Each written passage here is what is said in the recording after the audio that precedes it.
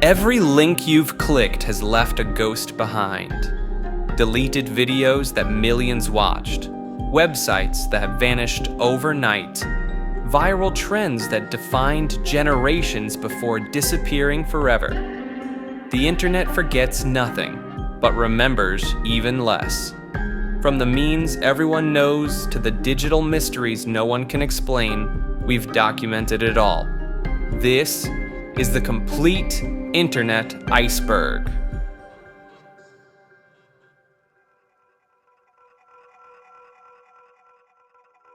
YouTube, also known as YT, is the video sharing platform launched in 2005 that became the default home for internet video content. It's become a household name and ubiquitous with modern society. YouTube Kids is the child-focused version of the platform that launched in 2015, designed to filter content for younger audiences through algorithms and human review. The app quickly became controversial when inappropriate content kept slipping through the filters. We'll cover these controversies in a later entry.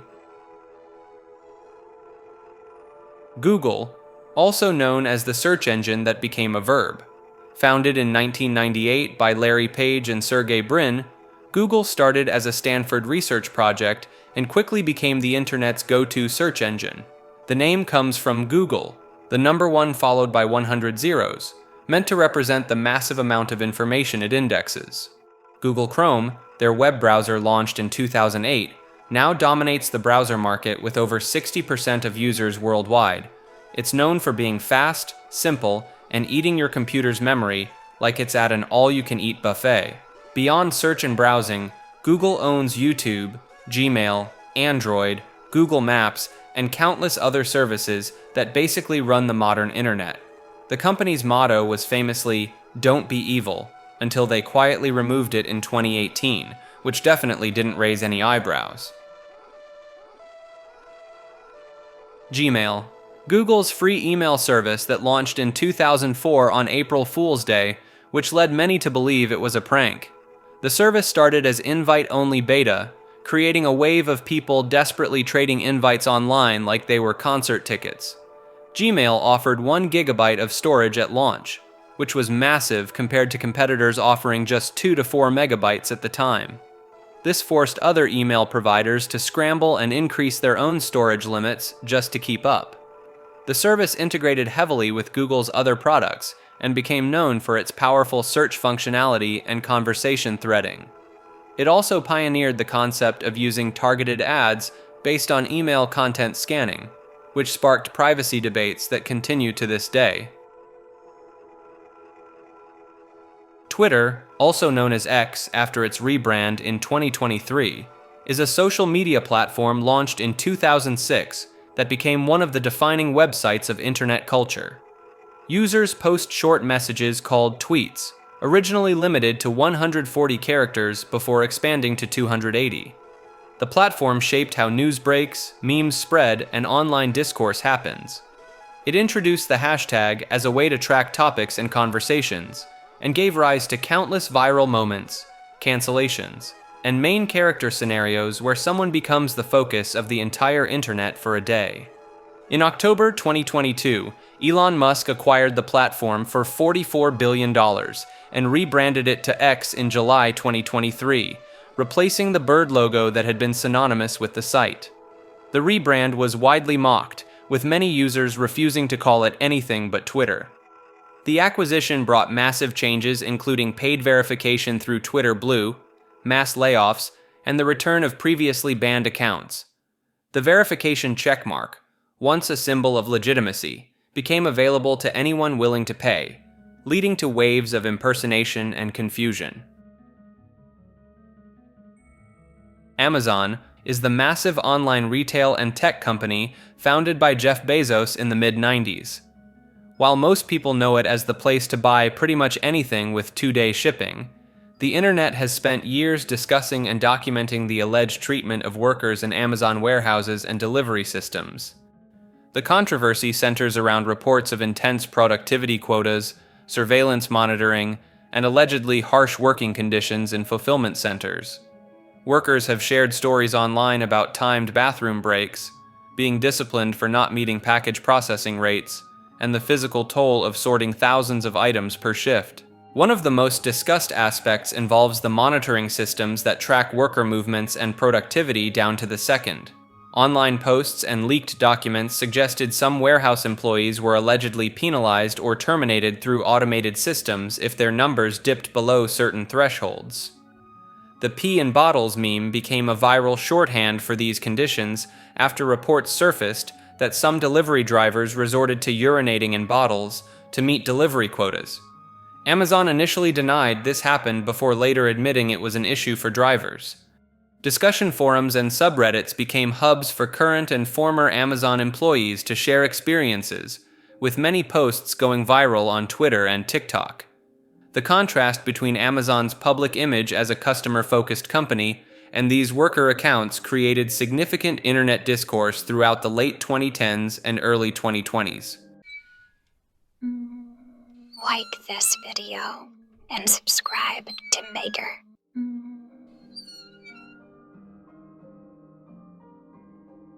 Tumblr is a microblogging and social media platform launched in 2007 that became a major hub for fandom culture, social justice discourse, and creative content throughout the 2010s. The site allows users to post text, images, videos, and other media to their personal blogs, with a heavy emphasis on reblogging and sharing content.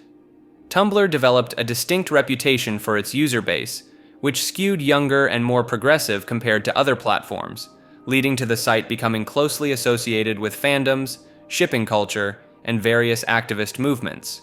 The platform reached peak popularity in the mid-2010s before Yahoo acquired it for over $1 billion in 2013, a purchase that became notorious after Yahoo later sold it to Verizon for just $3 million following a massive decline in value.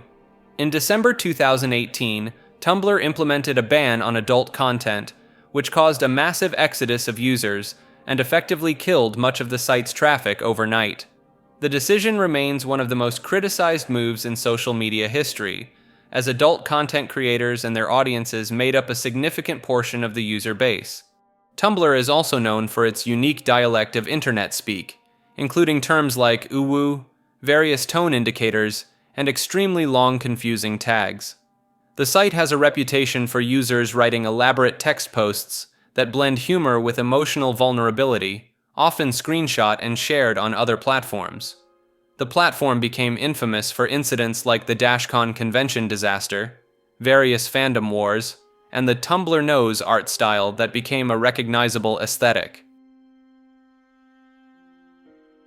Fandom, formerly known as Wikia, a massive wiki farm hosting platform founded by Wikipedia co-founder Jimmy Wales back in 2004. The site hosts tens of thousands of user-created wikis covering everything from TV shows and video games to niche hobbies and obscure media. If something has fans, there's probably a fandom wiki for it. The platform runs on the same media wiki software as Wikipedia, but operates as a for-profit company. Over the years, Fandom has acquired numerous competitors, including Gamepedia, Screen Junkies, and GameSpot, consolidating much of the internet's fan-maintained knowledge bases under one corporate umbrella. The site has become notorious among internet users for its increasingly aggressive advertising, auto-playing videos, slow loading times, and cluttered interface. Many longtime wiki contributors have expressed frustration with the platform's direction, claiming that corporate decisions prioritize ad revenue over user experience and content quality. This led to several high-profile migrations where entire wiki communities packed up and moved their content to independent hosting solutions. Notable examples include Minecraft Wiki, Terraria Wiki, and various other gaming communities that got fed up with the platform's practices. The term fandom wiki has almost become synonymous with bloated, ad-riddled pages that take forever to load, spawning jokes about needing to close 17 pop-ups just to read a single character's backstory. eBay is an online auction and marketplace platform founded in 1995 by Pierre Omidyar. Originally called Auction Web, the site became one of the first major platforms where regular people could sell items to each other through bidding and direct sales. The platform became famous for its auction format, where users would engage in last-second bidding wars, a practice known as sniping. eBay helped pioneer the concept of user feedback ratings and established many of the trust systems that modern online marketplaces still use today. Over the years, eBay became notorious for absurd and bizarre listings. People have attempted to sell everything from haunted paintings and celebrity bathwater to entire towns and someone's immortal soul. One particularly famous listing involved a woman selling her ex-husband's belongings with brutally honest descriptions after he left her. The site also has a darker reputation for bootleg items, scams, and sellers using misleading photos or descriptions. The phrase eBay condition became shorthand for items that look nothing like their listing photos. In internet culture, eBay occupies a space as both a legitimate marketplace and a chaotic bazaar where anything can happen. The platform peaked in cultural relevance during the 2000s, but remains a major e-commerce site today. Spotify, the Swedish music streaming service that launched in 2008 and basically killed the idea of owning music files for an entire generation. The platform lets users stream millions of songs either for free with ads or through a paid subscription. It popularized the playlist culture and algorithm-based music discovery, which either introduced you to your new favorite band or trapped you in an echo chamber of the same 7 songs. The service became infamous for paying artists fractions of a cent per stream, leading to ongoing debates about whether streaming platforms are destroying musician livelihoods or simply reflecting how little people actually valued music in the first place. Spotify Wrapped, the year-end summary of your listening habits, somehow became a cultural event where everyone humble brags about their supposedly unique music taste that's identical to everyone else's. Zoom is a video conferencing platform launched in 2011 that became a household name during the COVID-19 pandemic in 2020. Before that, it was just another business tool most people never thought about. Then suddenly, everyone from elementary school kids to grandparents was using it daily. The platform exploded so fast that it couldn't keep up with its own growth. Security issues popped up left and right, with strangers breaking into meetings to share disturbing content in what became known as Zoom bombing. The company also got caught lying about end-to-end encryption and routing data through Chinese servers, which raised some eyebrows. The phrase "you're on mute" became the unofficial slogan of 2020, along with Zoom fatigue entering the vocabulary as people realized staring at a grid of faces for 8 hours straight was mentally exhausting. The platform also spawned countless memes about people forgetting their cameras were on, virtual backgrounds failing at the worst times, and cats walking across keyboards during important meetings. Zoom's CEO Eric Yuan became a billionaire practically overnight as the stock price skyrocketed. By mid-2020, the platform was hosting over 300 million daily meeting participants, a massive jump from the 10 million it had in December 2019. Twitch is a live streaming platform that launched in 2011 as a spin-off of Justin TV. The site primarily focuses on video game streaming, where users broadcast themselves playing games while viewers watch and interact through chat in real time. The platform introduced the concept of subscriptions and donations directly to streamers, creating a new form of internet celebrity and turning gaming into a viable career path for thousands of creators. Emotes like Kappa, PogChamp, and Monkas became their own language within internet culture. Twitch chat culture developed its own unique ecosystem of spam, copypastas, and coordinated spam raids that spread beyond the platform itself.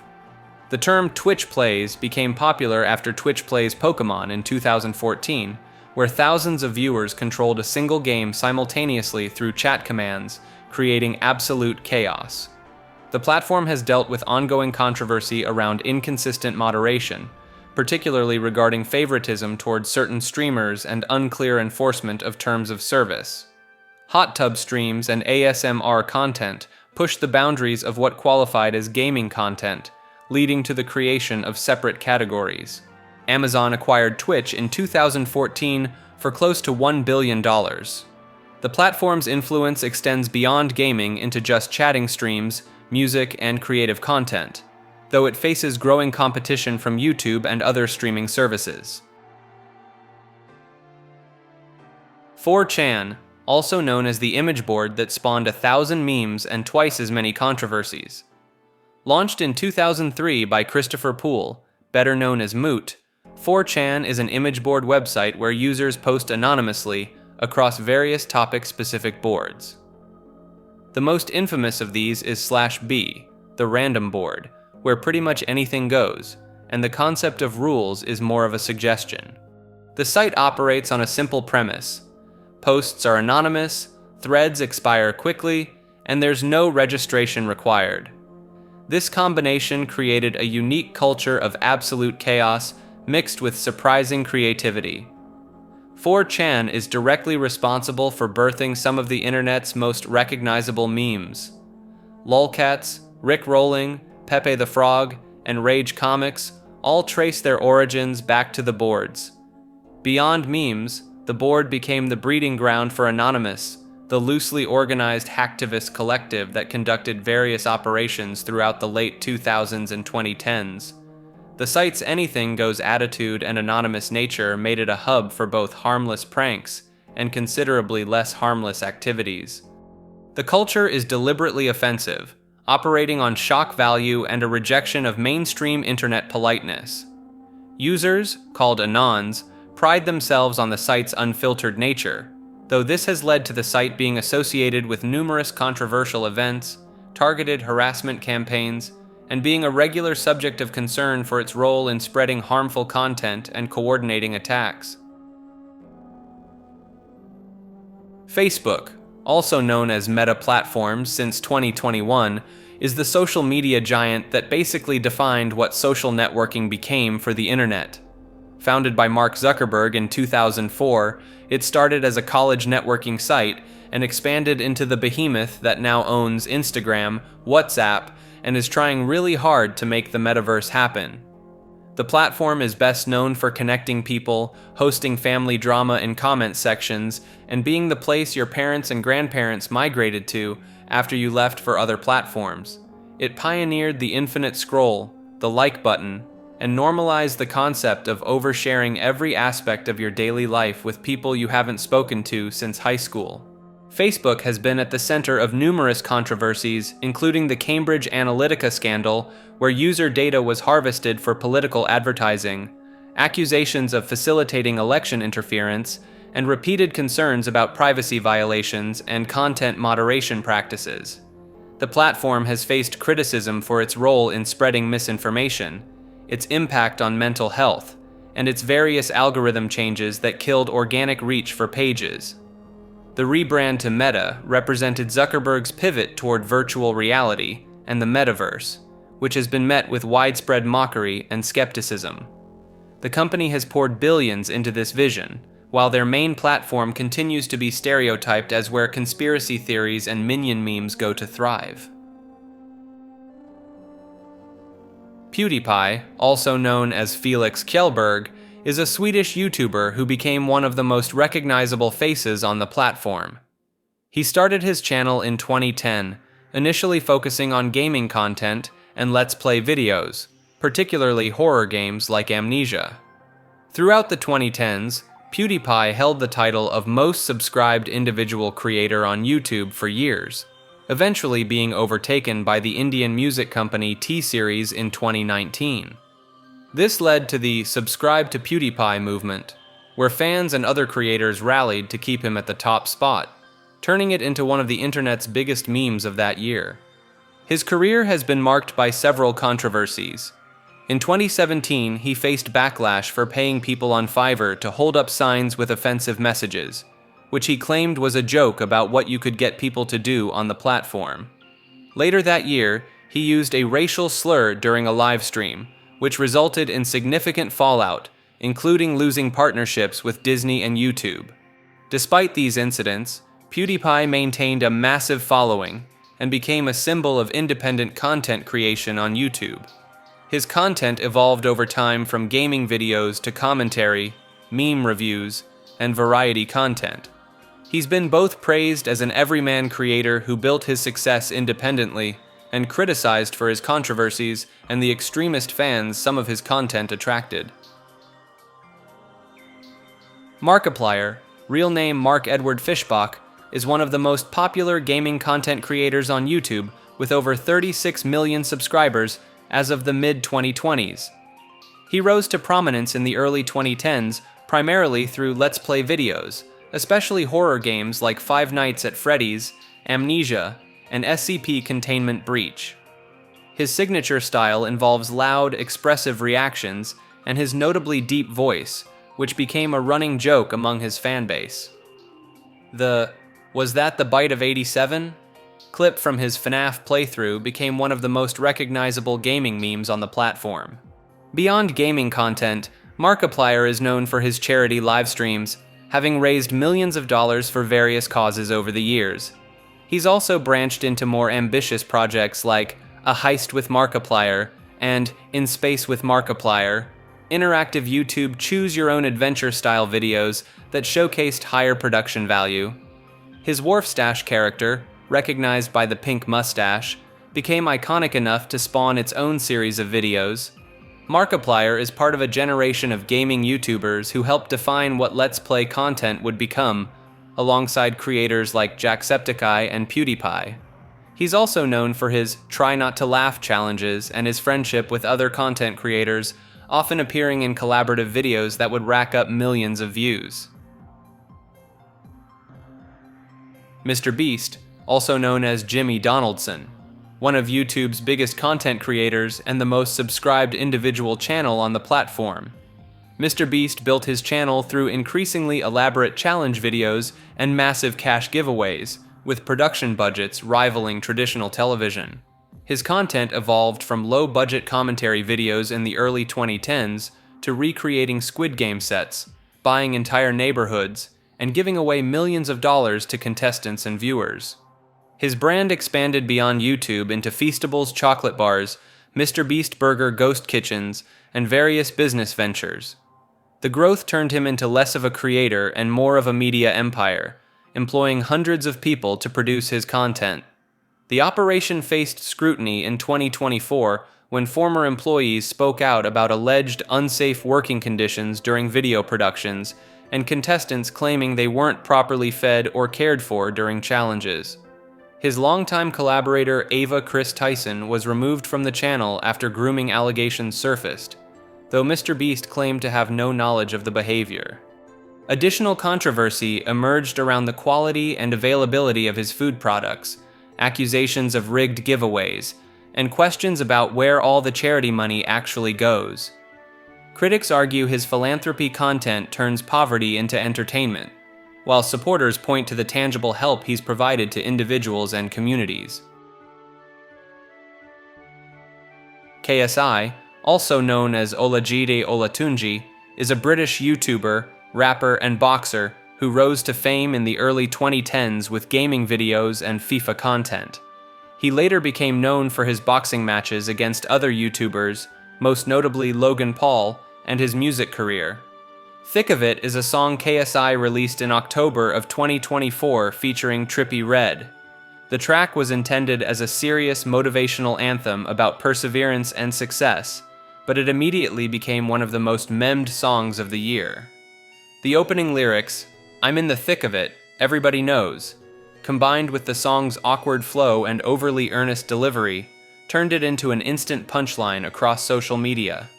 The music video features KSI surrounded by ice and snow, presumably symbolizing his cold determination, but viewers found the aesthetic choices and green screen effects unintentionally hilarious. The song was relentlessly parodied on TikTok, Twitter, and YouTube, with creators making remix edits, mockery videos, and ironic appreciation posts. What made the situation worse for KSI was his defensive response to the criticism. He engaged with negative comments and tried to argue that the song was actually good, which only fueled more memes and mockery. The whole situation became a case study in how internet fame can backfire when trying to be taken seriously outside of your original niche. Logan Paul, also referred to as the Suicide Forest controversy or the Aokigahara incident. Logan Paul is a YouTuber and social media personality who rose to fame on Vine before transitioning to YouTube in the mid-2010s.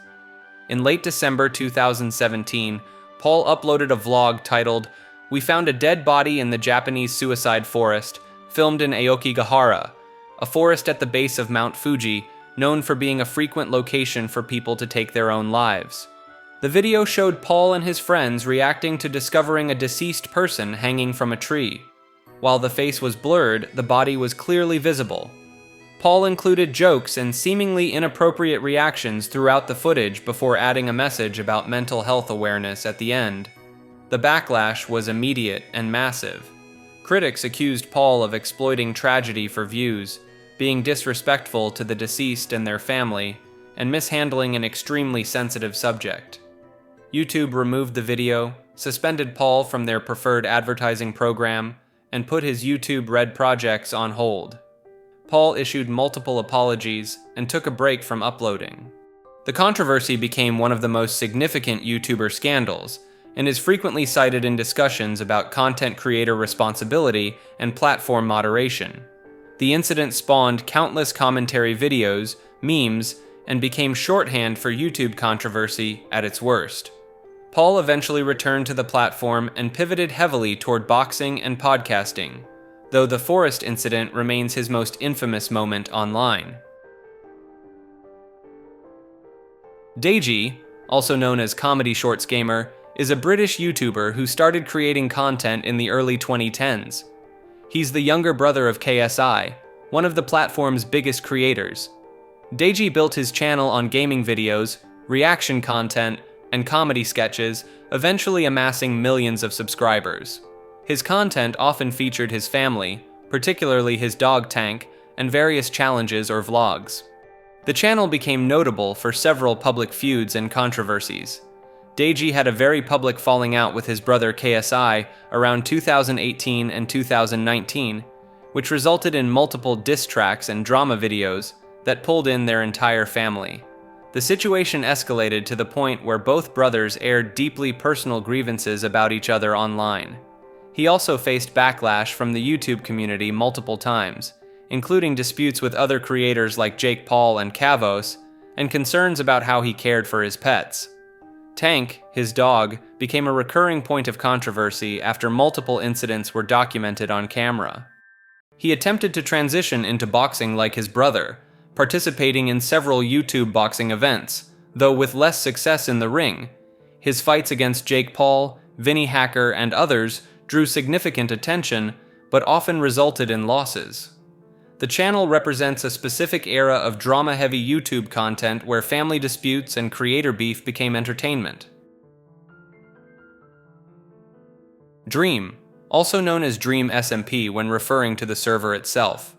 Dream is a Minecraft content creator who exploded in popularity around 2019 and 2020 with his Manhunt series, where he attempts to beat Minecraft while his friends try to stop him. His rapid rise to fame was unprecedented, gaining over 10 million subscribers in less than a year.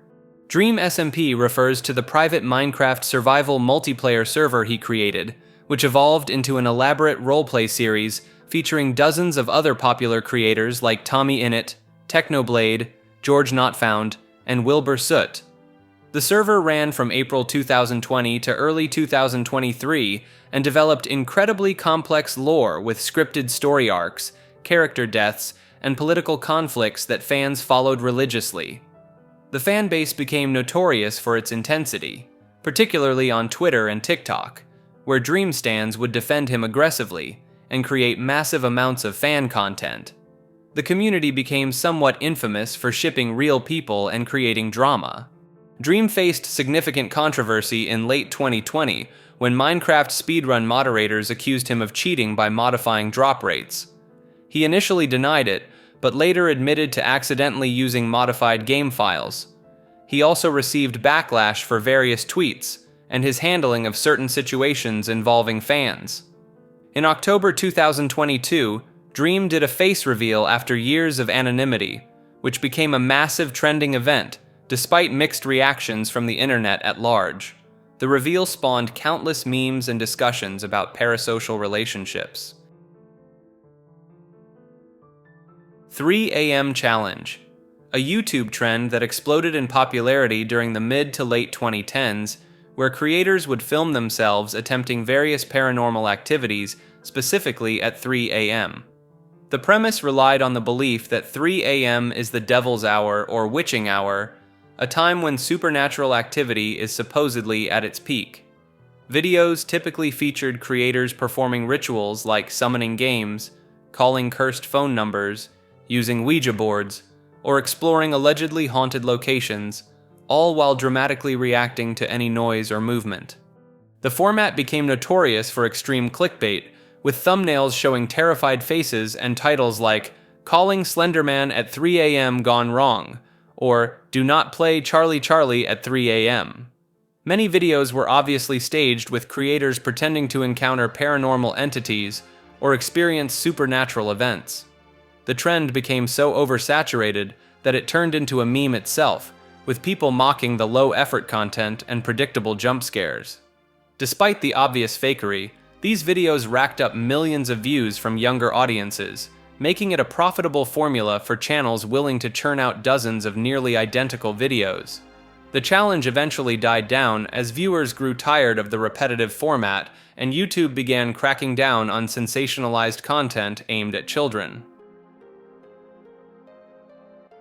Simp is internet slang used to describe someone who shows excessive devotion or attention toward another person, usually in hopes of gaining romantic or sexual favor. The term traditionally applies to men pursuing women, though it's been used more broadly over time. The word itself isn't new. It appeared in hip-hop culture during the 1980s and 1990s as shorthand for simpleton, but its current internet usage evolved separately. The modern version gained traction on forums like Reddit and platforms like Twitch around 2018 and 2019. By 2020, simp exploded across TikTok and Twitter, becoming one of the most overused terms online. Users would call out anyone showing basic kindness or support to someone they were attracted to as simping, donating to female streamers, defending celebrities online, or even just complimenting someone could get you labeled a simp. The term sparked debate about whether it was harmless teasing or actually discouraging men from showing genuine respect and support. Some argued it was just calling out desperate behavior, while others felt it shamed people for treating others decently. March 2020 even saw the creation of Simp Nation, a loose collective of people ironically embracing the label. TikTokers would make videos admitting to simping over their crushes, celebrities, or fictional characters, reclaiming the insult as a joke. The word got so popular that it entered mainstream vocabulary, appearing in news articles and being added to online dictionaries. Like most internet slang that hits critical mass, overuse eventually made it lose its punch. Chad refers to internet slang for an archetypal alpha male who embodies traditional masculine ideals. The term originated in incel and manosphere communities in the early 2010s as a way to describe men who were physically attractive, confident, and successful with women. The concept became widely popularized through the Virgin versus Chad meme format that emerged around 2017. These comparison memes placed the insecure, awkward virgin on one side against the confident, exaggerated Chad on the other, often depicting absurdly positive traits for Chad, like walking with perfect posture or having a comically chiseled jawline. The meme format exploded across platforms and evolved beyond its original context.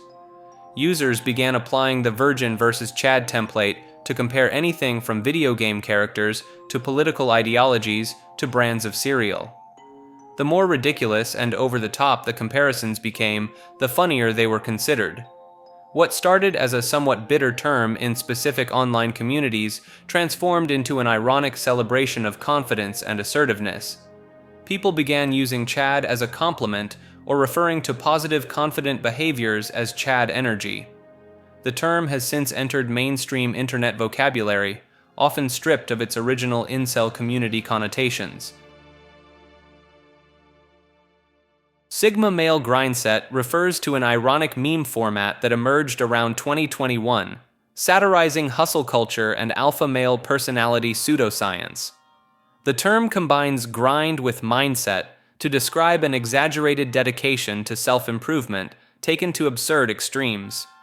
The meme typically features images or short videos with captions describing completely impractical behaviors framed as superior lifestyle choices. Examples include waking up at 3 a.m. to stare at walls, refusing to eat because digestion wastes productivity time, or ignoring basic social interaction to focus on imaginary business ventures. These posts mock both toxic masculinity tropes and the unhealthy obsession with constant productivity found in entrepreneurship circles.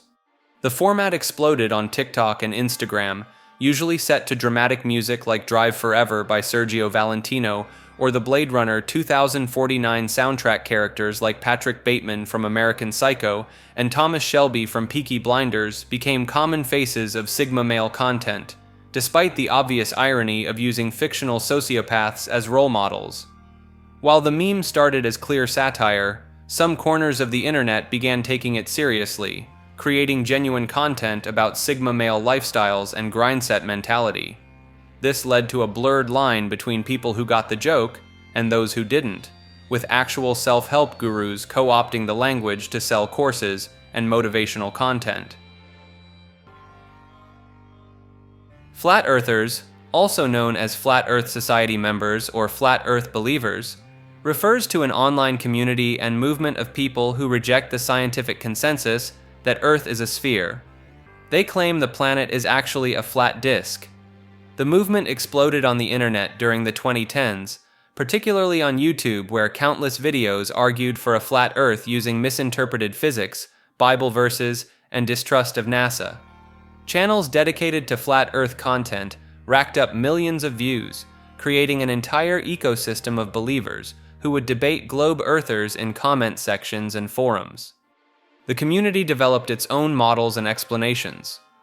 Most believe Earth is a disk with the Arctic at the center, and Antarctica forming an ice wall around the edge. The Sun and Moon are supposedly much closer and smaller than science claims, circling above the flat plane. Gravity is often dismissed entirely, replaced with the concept that the disk is constantly accelerating upward. Flat Earth conventions became real-world events where believers gathered to share their theories and sell merchandise. The 2018 Netflix documentary Behind the Curve followed several prominent flat earthers, and ironically showed them accidentally proving Earth's curvature through their own experiments. The movement became a massive target for memes and ridicule across social media. The phrase, "the Earth is flat," became shorthand for conspiracy theorists who reject basic science. Despite the mockery, the community remains active with dedicated forums, annual conferences, and thousands of YouTube channels still producing content arguing against the globe model. E-boys and e-girls, an internet subculture and aesthetic that exploded in popularity on TikTok around 2018 to 2019. The E stands for electronic. Referring to their primarily online presence, e-girls typically wore heavy black eyeliner with dramatic wing shapes, blush on the nose and cheeks, dyed hair often in split colors or bright shades, striped long-sleeve shirts layered under band tees, chains, and chokers. The look pulled from anime, goth, emo, and gamer girl culture all mashed together.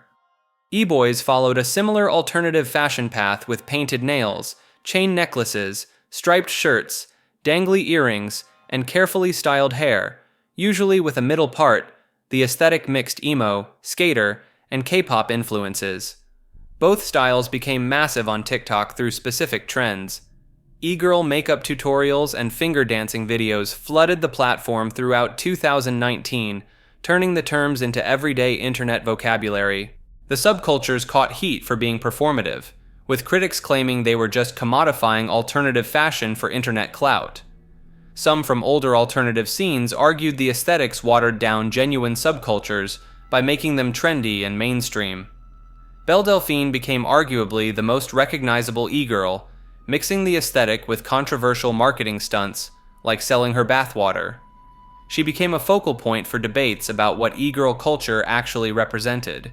The terms also spawned related internet slang. Simping for e-girls became its own meme category, along with jokes roasting e-boy behavior patterns.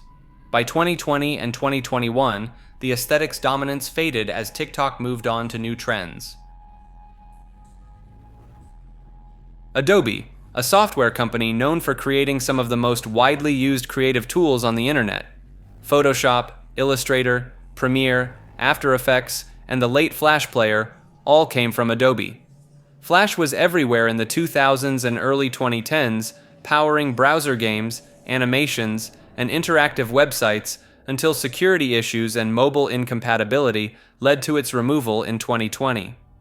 The phrase "get Flash player" became burned into the memory of anyone who used the internet during this era.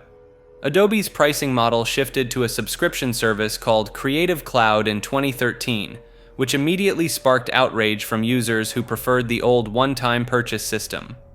This led to Adobe becoming one of the most pirated software suites on the internet, with entire communities dedicated to sharing cracked versions and workarounds. The company's PDF format became the universal standard for document sharing, making Adobe Reader a near-mandatory install on most computers despite the jokes about its constant update notifications. Hawk Tuah. Haley Welch became an overnight viral sensation in June of 2024 after a street interview clip spread across social media platforms. In the video, she was asked a suggestive question and responded with an enthusiastic demonstration. What's one move in bed that makes a man go crazy every time? Oh, you gotta give him that hawk to and spit on that thing, you get me? The clip racked up millions of views within days and turned Welch into one of the year's biggest internet personalities. The phrase itself became a widespread joke across TikTok, Twitter, and YouTube, spawning countless remixes, merchandise, and references. Welch capitalized on the fame by launching her own podcast called Talk Tuah and making various media appearances. Some criticized the nature of her fame, while others saw it as harmless fun and an example of modern internet culture's randomness. TikTok V refers to the domain tiktokv.com, one of several back-end domains used by the TikTok app to function. Unlike TikTok.com, which serves the public-facing website, TikTok V handles application programming interface endpoints, monitoring services, and various behind-the-scenes operations that keep the app running. The domain became notable among network administrators and privacy-minded users who discovered that TikTok generates an absurd number of domain name system queries. One user on XDA forums reported their partner's phone hitting over 300,000 DNS queries in just 30 days, with TikTok V being one of the top 3 culprits alongside TikTok CDN and TTLIV CDN. For context, that's enough to blow through the entire monthly limit of free DNS monitoring services just from one app. Network admins trying to block TikTok on routers or firewalls found that simply blocking TikTok.com wasn't enough. They had to block TikTok V, TikTok CDN, and a whole constellation of other domains. The TikTok V domain spawns countless subdomains for different regions and purposes, like API 16 Core Virginia, or Mon-Virginia, or Frontier-Virginia. These constantly rotating content delivery network addresses made blocking the app a game of whack-a-mole. Some sources claim TikTok V functions as a third-party tracker service, though the exact scope of what data it collects remains murky. The sheer volume of background requests, even when the app isn't actively being used, raised eyebrows in privacy communities. Whether it's legitimate content delivery network behavior or something more invasive depends on who you ask, but either way, your phone is chatting with TikTok V way more than you'd probably guess. Imagur is an image hosting and sharing platform launched in 2009 by Alan Schaff. He originally created it as a gift to Reddit because existing image hosts at the time were slow, had annoying ads, and were difficult to use. The site quickly became the go-to image hosting service for Reddit users, and essentially the unofficial image host for the entire platform. You would see Imager links in practically every Reddit thread that included images. Over time, Imgur developed its own community separate from Reddit, with its own inside jokes, culture, and content that would get upvoted on Imgur but never make it to Reddit. This led to an amusing dynamic where Imgur users would comment on images clearly meant for Reddit discussions without any of the context, creating a sort of parallel community that was both connected to and completely separate from Reddit. The platform became known for hosting viral images, memes, and reaction GIFs that would spread across the internet. It also introduced features like albums and direct links that made sharing images incredibly simple compared to competitors. Among Us, also known as Amogus, refers to both a multiplayer social deduction game and the widespread meme phenomenon it spawned. The game was released in 2018 by Innersloth, but didn't gain mainstream popularity until 2020 when streamers and content creators turned it into one of the biggest gaming sensations of the pandemic era. Players are assigned roles as either crewmates completing tasks on a spaceship or imposters trying to eliminate the crew without getting caught. The gameplay loop of accusing others and voting people out led to countless memorable moments of betrayal and paranoia. The term Amogus emerged as a deliberately misspelled and distorted version of the game's title, often paired with crudely drawn or extremely simplified versions of the bean-shaped crewmate character. What started as ironic mocking of the game's oversaturation quickly evolved into its own beast. People began seeing the crewmate shape everywhere in everyday objects, from fire hydrants to trash cans to chicken nuggets. The meme reached such absurd levels that even the simplest arrangement of shapes resembling the character would trigger instant recognition. Terms like Seuss, imposter, and vent became inescapable parts of internet vocabulary. The Among Us explosion represents one of those rare moments where a game transcended its own medium to become a fundamental part of internet culture, for better or worse. Friday Night Funkin', also known as FNF, is a rhythm game released in November 2020 on Newgrounds. The game was created by Cameron Taylor, also known as Ninja Muffin 99, and features art by Phantom Arcade and Evils KHR, with music composed by Kawaii Sprite. The premise is simple. You play as Boyfriend, a blue-haired character who must win rap battles against various opponents to earn the approval of his girlfriend's father, Daddy Dearest. The gameplay involves hitting arrow keys in time with the music, similar to Dance Dance Revolution, but with a stronger focus on narrative and characters. What launched FNF into internet fame was its deliberate throwback to early 2000s Newgrounds culture. The game features a flash animation aesthetic, edgy humor, and references to classic Newgrounds properties. It also helped that the game was completely free to play and ran in browsers. The modding community exploded shortly after release. Thousands of fan-made mods introduced new characters, songs, and storylines. Popular mods featured characters from other games, internet celebrities, and original creations. Some mods like Witty, Mid-Fight Masses, and VS Shaggy became nearly as well known as the base game itself. The game's popularity led to a successful Kickstarter campaign in 2021 that raised over $2 million for a full commercial release. However, development has faced multiple delays, and the full game remains unreleased as of 2025. Five Nights at Freddy's, often shortened to FNAF, is an indie horror game series created by Scott Cawthon that became one of the most influential internet gaming phenomena of the 2010s.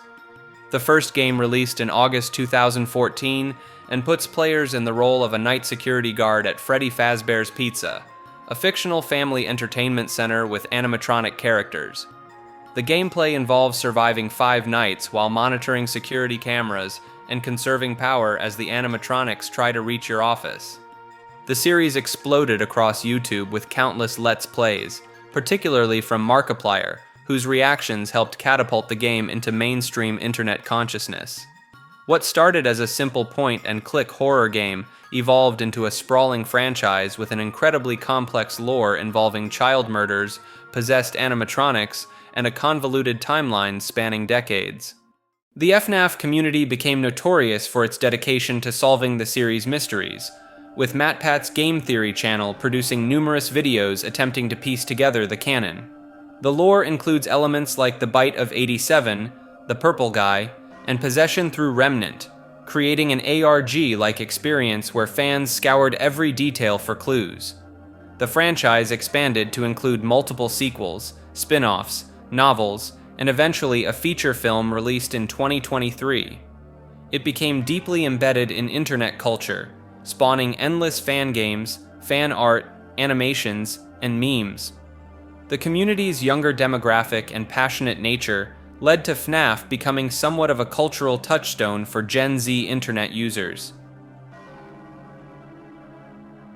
Streaming services are platforms that deliver video, audio, or other media content over the internet without requiring downloads. Netflix, YouTube, Hulu, Spotify, and Disney Plus are among the most recognizable names. These services fundamentally changed how people consume entertainment, gradually replacing cable television and physical media throughout the 2010s.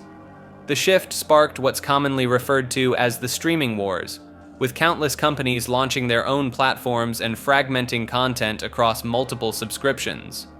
The irony wasn't lost on internet users that streaming was supposed to replace expensive cable packages, only for people to end up paying for 5 or 6 different services to watch everything they wanted. Memes about piracy making a comeback became increasingly common as subscription costs piled up. Angry Birds is a mobile puzzle game released by Rovio Entertainment in 2009 that became one of the defining apps of the early smartphone era. Players slingshot birds with different abilities at structures to destroy pigs who stole their eggs.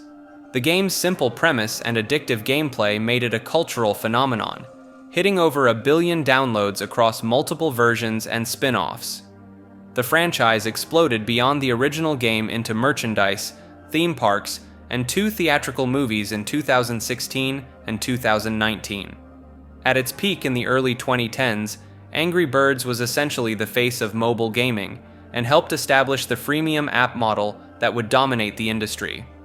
The game's popularity has faded significantly from its peak, becoming more of a relic of a specific era when mobile gaming was still a novelty. The brand still exists, but nowhere near the cultural saturation it had when everyone and their grandmother was playing it on their phones. Minecraft Windows, also known as Minecraft Windows 10 Edition or Minecraft Bedrock Edition for Windows. This is a version of Minecraft released in 2015, specifically for Windows 10 computers. Unlike the original Java edition that most PC players were familiar with, Windows Edition was built on the Bedrock engine, which is the same codebase used for mobile and console versions of the game. When it first launched, Microsoft offered it for free to anyone who already owned Java Edition, positioning it as a modern alternative with better performance and cross-platform play. Players could finally team up with friends on Xbox, PlayStation, mobile devices, and Nintendo Switch, all from their PC. The catch was that Windows Edition had different redstone mechanics, limited modding support, and lacked many of the Java Edition features that the community had built around for years. This caused division in the Minecraft community, with some viewing it as Microsoft's attempt to phase out the more open and moddable Java Edition in favor of a more controlled ecosystem. The marketplace system in Windows Edition also allowed Microsoft to monetize skins, texture packs, and maps directly, which rubbed some players the wrong way, since Java Edition had always had free access to community-created content. Despite the controversy, Windows Edition did deliver on its promise of better performance and unified multiplayer, eventually dropping the Windows 10 branding and just becoming Minecraft for Windows as part of the broader Bedrock platform. Matt Stoney, also known as Megatoad, is a competitive eater and YouTuber who gained internet fame for his eating challenge videos. He's best known for defeating Joey Chestnut at the Nathan's Hot Dog Eating Contest in 2015, ending Chestnut's 8-year winning streak by consuming 62 hot dogs in 10 minutes. His YouTube channel features him taking on massive food challenges, from eating entire birthday cakes to downing absurd quantities of fast food in single sittings. Despite his relatively slim build, which surprises many viewers, Stoney regularly consumes tens of thousands of calories in one sitting for his videos. The channel exploded in popularity during the mid-2010s as mukbang and eating challenge content became a major trend on the platform. Stoney's approach differs from typical mukbang creators by focusing on speed eating and competitive quantities rather than casual consumption. He's competed in major league eating events and holds numerous world records. His content appeals to viewers fascinated by the human body's capacity and the spectacle of extreme eating, though some have questioned the health implications of regularly filming such challenges. Minecon, also known as Minecraft Live in its later iterations, was the official convention for Minecraft held annually starting in 2011. The events were known for bringing together Minecraft fans, content creators, and Mojang developers for panels, gameplay demos, and announcements about upcoming updates. Attendees who showed up in person would receive exclusive in-game capes that became status symbols in the community. The conventions gained notoriety online for producing some genuinely awkward moments that became instant memes. The most famous being a kid at the 2013 event asking the panel, "Can you make it so we can download RAM during the Q&A session?" Other moments included overly enthusiastic fans, cringy cosplay segments, and generally uncomfortable interactions that made Minecon a goldmine for reaction clips and YouTube compilations. By 2017, Mojang shifted to Minecon Earth, a live-streamed format that ditched the physical convention aspect. This eventually evolved into Minecraft Live, which continues as an annual online event where major game updates and features get revealed. The original in-person Minecons are remembered as chaotic, earnest celebrations of the game that produced far more meme-worthy content than Mojang probably intended. Roblox, the user-generated gaming platform that launched in 2006 and became a massive hub for primarily younger audiences to create and play games using blocky, Lego-like characters. The platform gained serious traction in the 2010s, becoming one of the most visited gaming sites on the internet. Players use the in-game currency called Robux to purchase cosmetics, game passes, and other virtual items. Roblox became a breeding ground for internet memes and culture. The iconic oof death sound became so widespread it transcended the platform itself. The site hosts millions of user-created experiences, ranging from role-playing games to obstacle courses known as obbies. The platform has faced ongoing criticism regarding content moderation and child safety. Multiple incidents involving predatory behavior and inappropriate content. Slipping through moderation have sparked concern among parents and internet watchdog groups. The company has implemented various safety features and moderation tools in response, though debates about their effectiveness continue. Roblox went public in 2021 with a valuation exceeding $40 billion, cementing its position as a major player in both gaming and the metaverse conversation. Reddit, also known as the front page of the internet, a social news aggregation and discussion website where users submit content to community-specific forums called subreddits. The site operates on an upvote and downvote system where users determine which posts and comments rise to the top. Each subreddit functions as its own mini-community, with specific rules, and moderation content ranges from casual conversation and memes to niche hobbies and news discussion. Reddit became notorious for hosting controversial communities over the years, leading to multiple waves of subreddit bans.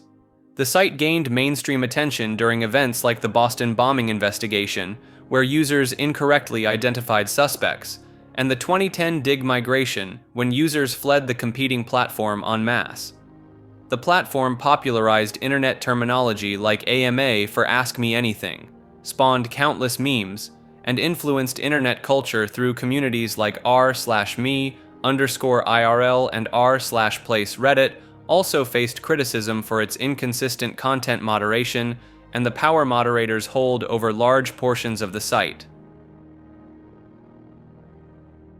The Dress, also known as Dressgate, refers to a viral photograph posted to Tumblr in February of 2015 that sparked one of the largest internet debates in history. The image showed a bodycon dress from a British retailer, but viewers could not agree on its colors. Some people saw the dress as blue and black, while others insisted it was white and gold. The original post came from a Scottish woman who uploaded the photo before a wedding, asking friends to help settle the color dispute. Within 48 hours, the post had been viewed millions of times and became the most talked about topic across all social media platforms. Scientists and vision researchers jumped in to explain the phenomenon, pointing to differences in how individual brains interpret color and lighting. The disagreement had to do with assumptions the brain makes about the lighting conditions in the photograph. People who thought the dress was in shadow saw white and gold, while those who perceived it in direct light saw blue and black. The actual dress was confirmed to be blue and black by the retailer. The debate became so massive it was covered by major news outlets worldwide and even inspired academic papers on human perception. Celebrities, brands, and millions of regular users all weighed in with their takes. The dress remains one of the most recognizable examples of how the same image can be perceived completely differently by different people. And it demonstrated the internet's ability to unite millions in arguing over something utterly trivial. Justin Bieber, also known as JB, along with the phenomena of JB hate and Bieber fever.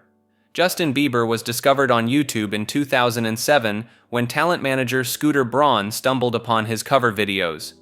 By 2009, Bieber had become a global sensation, sparking what became known as Bieber fever among his predominantly young female fan base. The intensity of his popularity created an equally intense backlash online. JB hate became its own subculture, with entire forums and social media pages dedicated to mocking and criticizing the young singer. His music video for Baby held the record for most disliked video on YouTube for years, with over 12 million dislikes before YouTube removed the dislike counter.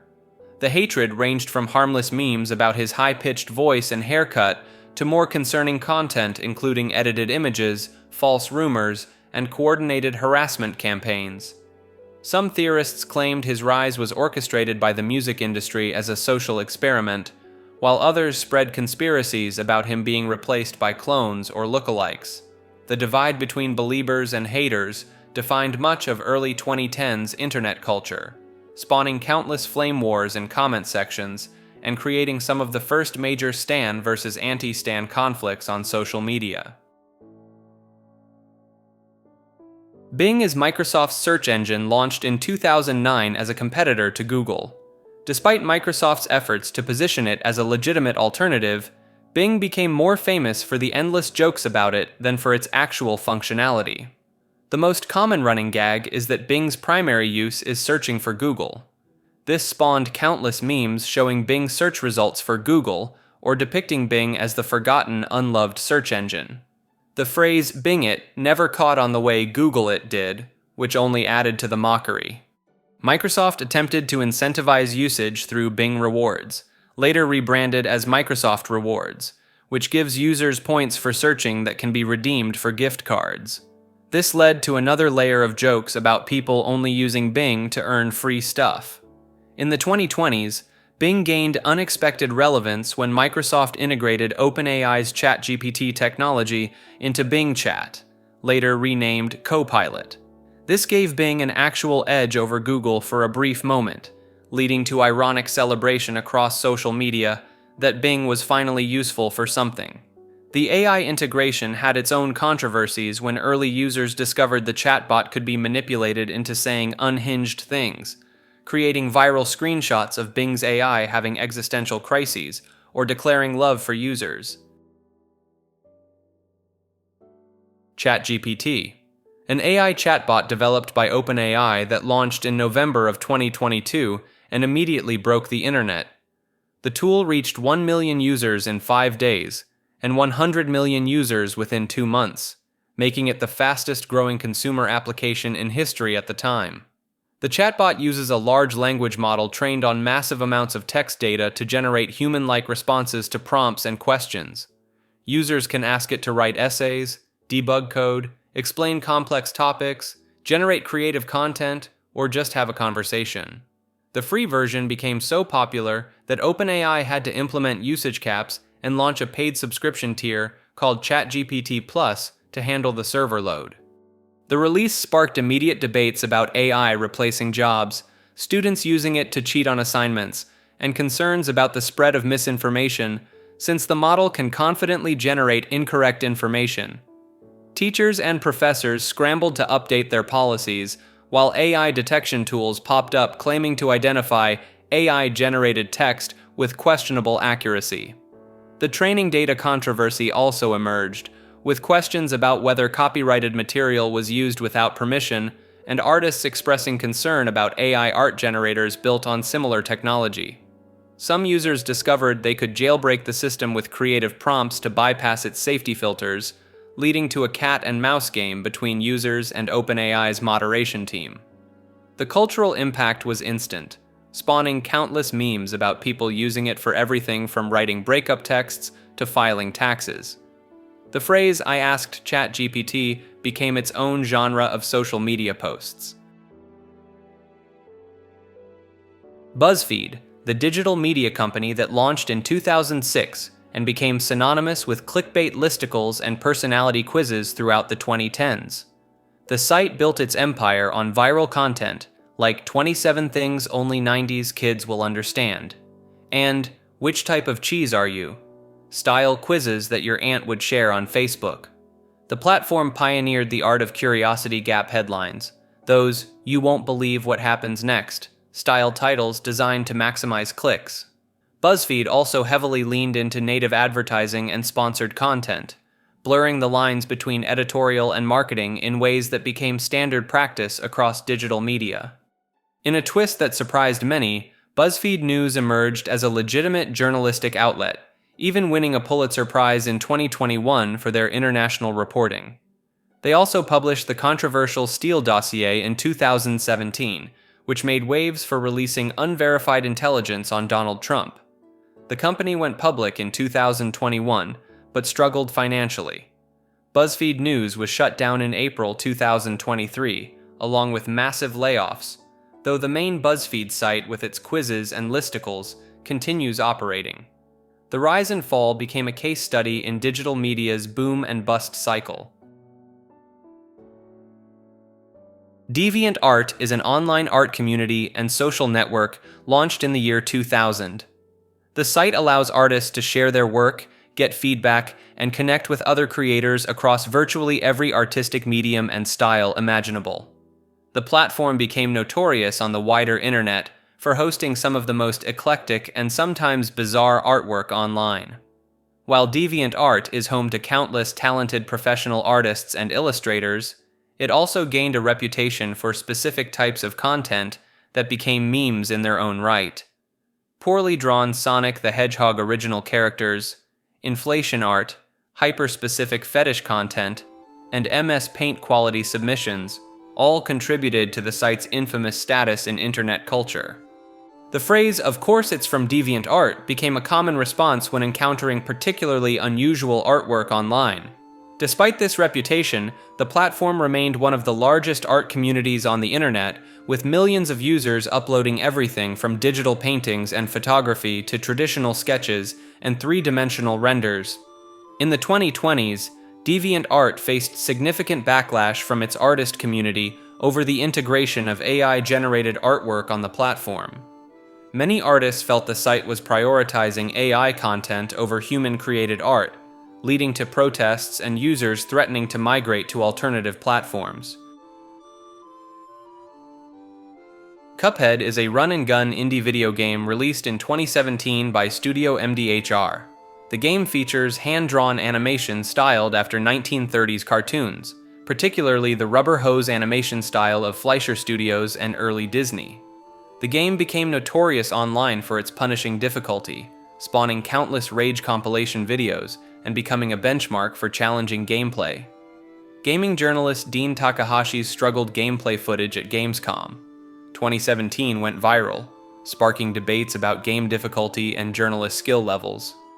Cuphead's boss rush format and precise platforming requirements led to it becoming a popular streaming and speedrunning game. The phrase "Get Gud" became heavily associated with Cuphead discussions as players shared their struggles with bosses like King Dice and the Devil himself. The game's development story also gained traction online, with brothers Chad and Jared Moldenhauer mortgaging their homes to fund the project. This narrative of indie developer sacrifice resonated throughout gaming communities. Its distinctive art style inspired countless fan animations and crossover art, while the soundtrack by Christopher Madigan became a jazz phenomenon in its own right. The game later spawned a Netflix animated series in 2022, though it received mixed reactions from fans of the original game's aesthetic.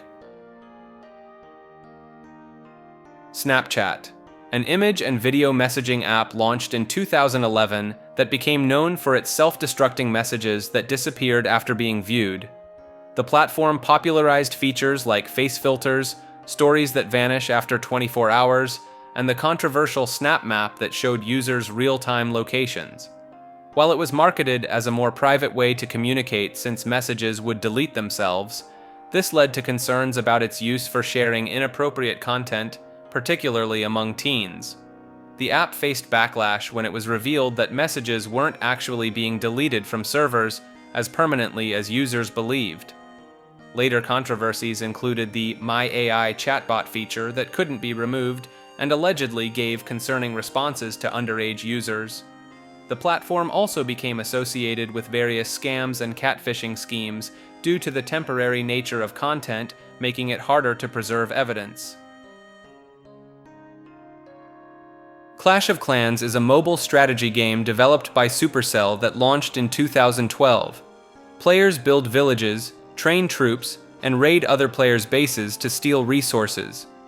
The game became one of the highest-grossing mobile apps of all time, pulling in billions in revenue throughout the 2010s. The game spawned an entire ecosystem of YouTube content creators who built channels around attack strategies, base designs, and clan war gameplay.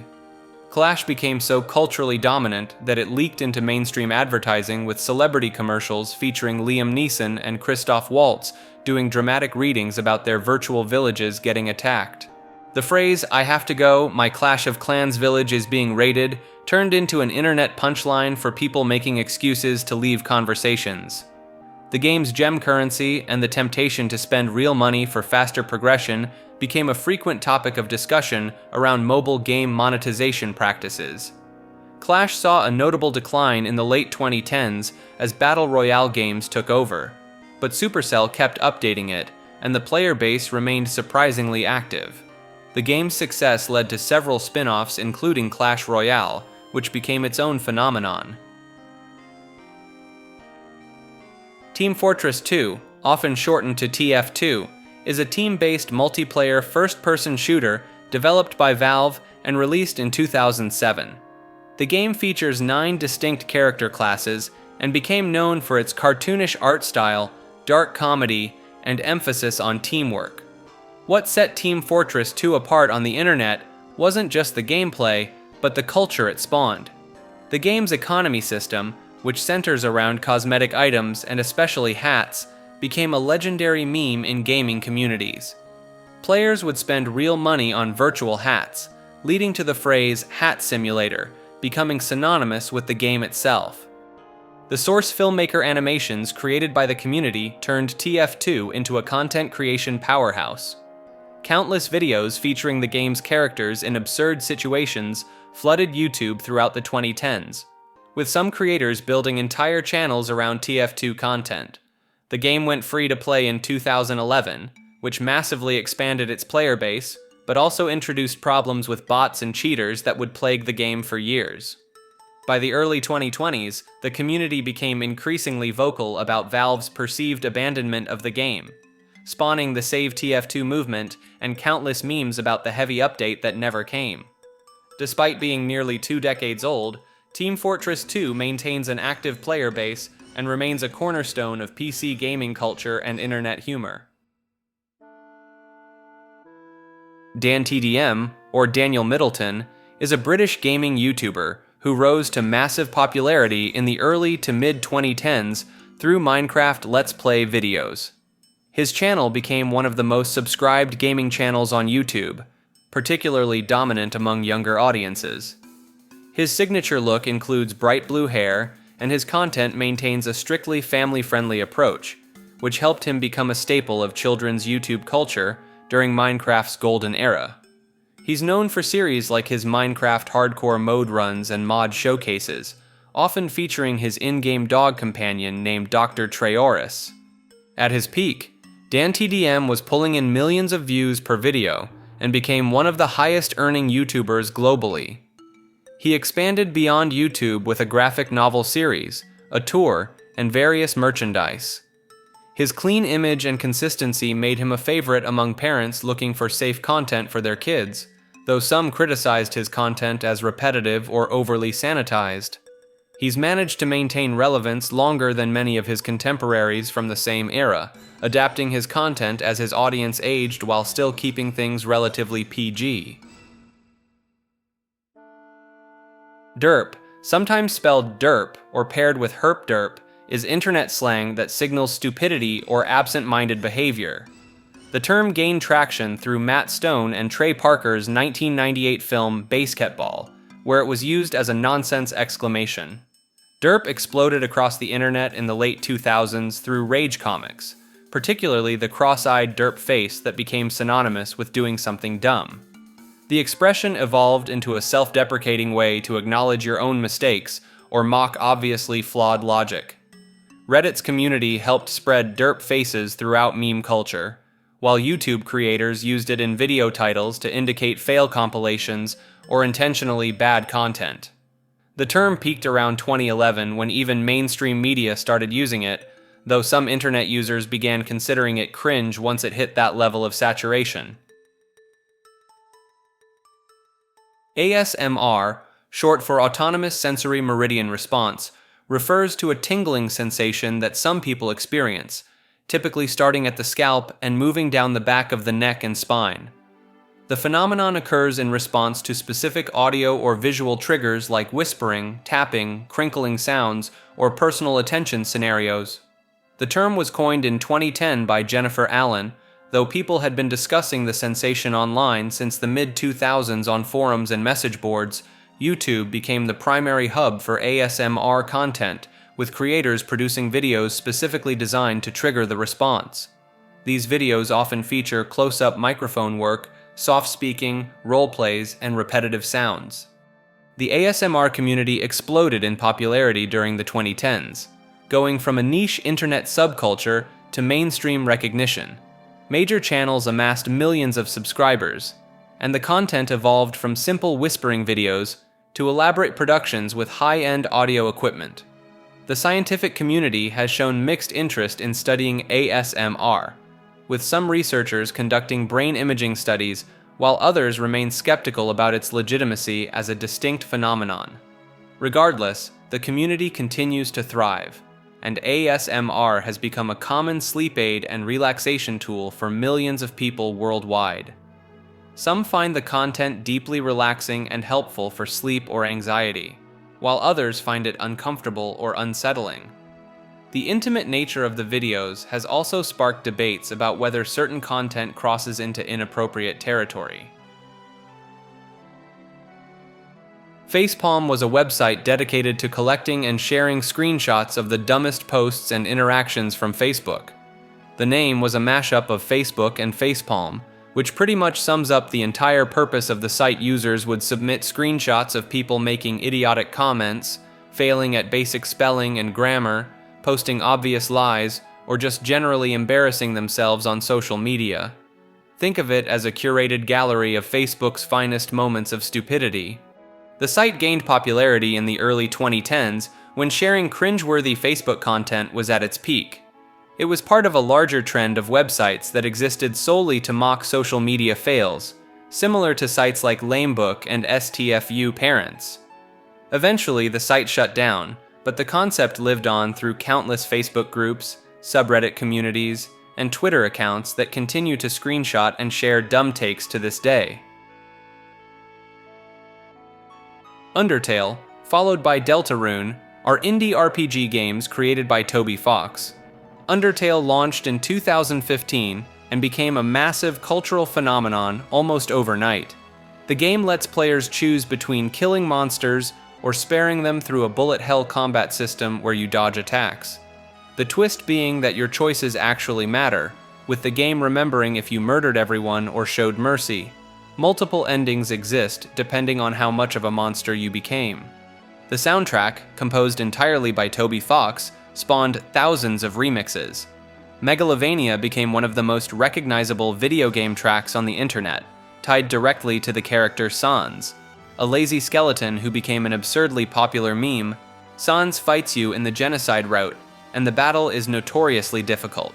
The fandom earned a reputation for being intensely passionate to the point of infamy shipping wars, aggressive fan art, and AU content flooded platforms like Tumblr and DeviantArt throughout the late 2010s.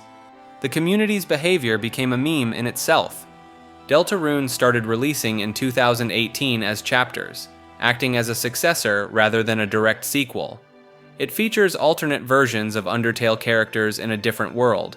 Toby Fox continues developing it independently, with chapters releasing years apart. Both games are beloved for their humor, meta-commentary on gaming tropes, and emotional storytelling. They influenced an entire generation of indie developers, and remain staples of internet gaming culture. Furries, also known as the furry fandom. This is a subculture of people interested in anthropomorphic animal characters, meaning animals with human characteristics like walking upright, talking, or wearing clothes. The fandom centers around creating and sharing artwork, stories, and characters called fursonas, which are personalized animal personas that members of the community create to represent themselves. The furry community exploded online in the early 2000s through forums, art sites like Fur Affinity and DeviantArt, and eventually social media platforms. Members create digital art, write fiction, participate in roleplay, and some commission or create fursuits, which are full-body costumes of their characters that can cost anywhere from several hundred to several $1,000s. Furry conventions like Anthrocon and Midwest Fur Fest draw thousands of attendees annually, making them some of the largest fandom gatherings in existence. The community has a significant presence on platforms like Twitter, Telegram, and Discord, where artists share work and members socialize. The fandom has been heavily stereotyped and misrepresented in mainstream media, often being conflated entirely with adult content, when in reality the community spans a wide range of ages and interests. Much like anime fans or comic book enthusiasts, the furry fandom is simply a hobby for most participants centered around appreciation for anthropomorphic characters in art and media. Despite the mockery and memes, the furry community has raised millions of dollars for various charities and animal welfare organizations over the years, and many professional artists, animators, and creators within the gaming and entertainment industries identify as furries. Jake Joseph Paul is an American YouTuber and social media personality who first gained attention on Vine in the early 2010s before transitioning to YouTube, where he amassed millions of subscribers through daily vlogs and prank content. He gained mainstream recognition through his role on the Disney Channel series Bizaardvark from 2016 to 2017, though he was fired from the show following complaints from neighbors about his disruptive filming antics in his West Hollywood neighborhood. This incident became one of many controversies that would define his internet presence. Paul's content style often involved extreme pranks, clickbait titles, and stunts that drew criticism for being reckless or exploitative. Notable incidents include setting furniture on fire in his backyard pool, doxing fellow YouTuber Post Malone, and facing backlash for filming content during the George Floyd protests in 2020, which led to criminal charges for trespassing. In 2018, Paul pivoted to professional boxing, fighting various opponents including fellow YouTubers and former MMA fighters. His boxing career became a significant part of his brand, though it drew mixed reactions from both the internet community and traditional boxing fans. His connection to Team 10, a social media incubator and management company he founded, also generated controversy due to allegations of mistreatment from former members and questionable business practices. The organization became synonymous with the influencer house culture that dominated YouTube in the late 2010s. Grumpy Cat, real name Tartar Sauce, was a cat who became one of the most recognizable internet memes of the early 2010s. The cat's permanently displeased facial expression was caused by feline dwarfism and an underbite, giving her a look of perpetual grumpiness. Her owner posted photos to Reddit in September 2012, and the images went viral almost immediately.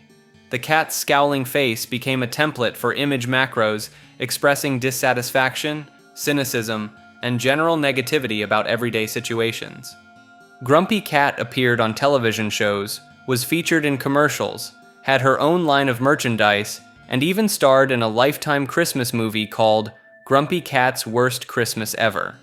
The cat's brand was managed carefully, generating millions in revenue through licensing deals and appearances.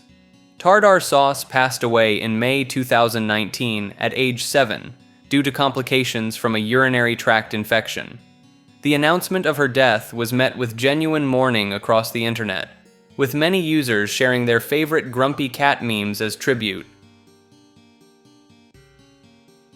Doge is the iconic Shiba Inu meme, featuring a photo of Kabosu, a rescue dog from Japan, surrounded by colorful Comic Sans text written in broken English. The phrases typically follow a pattern of "such wow," "very amaze," "much fun," and other grammatically incorrect statements that became the signature style of the meme. The original photo was taken by Kabosu's owner Atsuko Sato in 2010 and posted to her blog. The image didn't gain traction until 2013 when it exploded across Reddit, Tumblr, and various image boards. The intentionally poor grammar paired with the dog's confused expression created a perfect storm of absurdist humor that defined early 2010s internet culture. Doge became so ubiquitous that it spawned Dogecoin in late 2013, a cryptocurrency that started as a joke but somehow became legitimately valuable.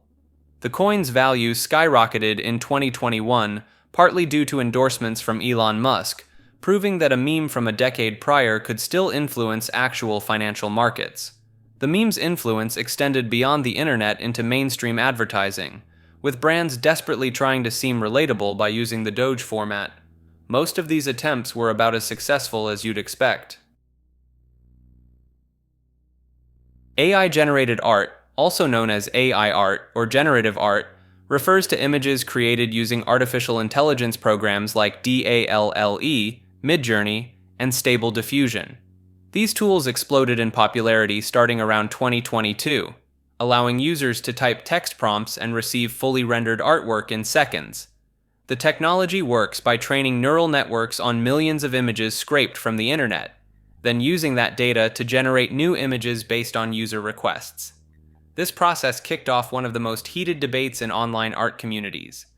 The main controversy centers around how these AI models were trained. Companies scraped artwork from sites like DeviantArt, ArtStation, and Pinterest without asking permission or compensating the original artists. Many illustrators discovered their unique styles, and personal work had been fed into these systems, effectively allowing anyone to replicate their art for free. Artists began organizing protests and mass exodus events from platforms that allowed AI-generated content. ArtStation's homepage was flooded with "No AI Art" protest images in late 2022. Some artists lost freelance work to clients who switched to AI tools, while others faced harassment from AI enthusiasts who claimed they were being elitist or standing in the way of progress. The legal situation remains murky. Copyright law hasn't caught up to determine whether AI-generated images can be copyrighted, or if using copyrighted training data constitutes fair use. Several class action lawsuits are ongoing. In response, artists developed tools like Glaze and Nightshade that subtly alter their artwork in ways invisible to humans, but corrupt AI training data. The community remains split between those who see AI as a legitimate artistic tool and those who view it as automated theft. Wikipedia, the free online encyclopedia that anyone can edit. Launched in 2001, it's become the internet's default source for quick information on virtually any topic.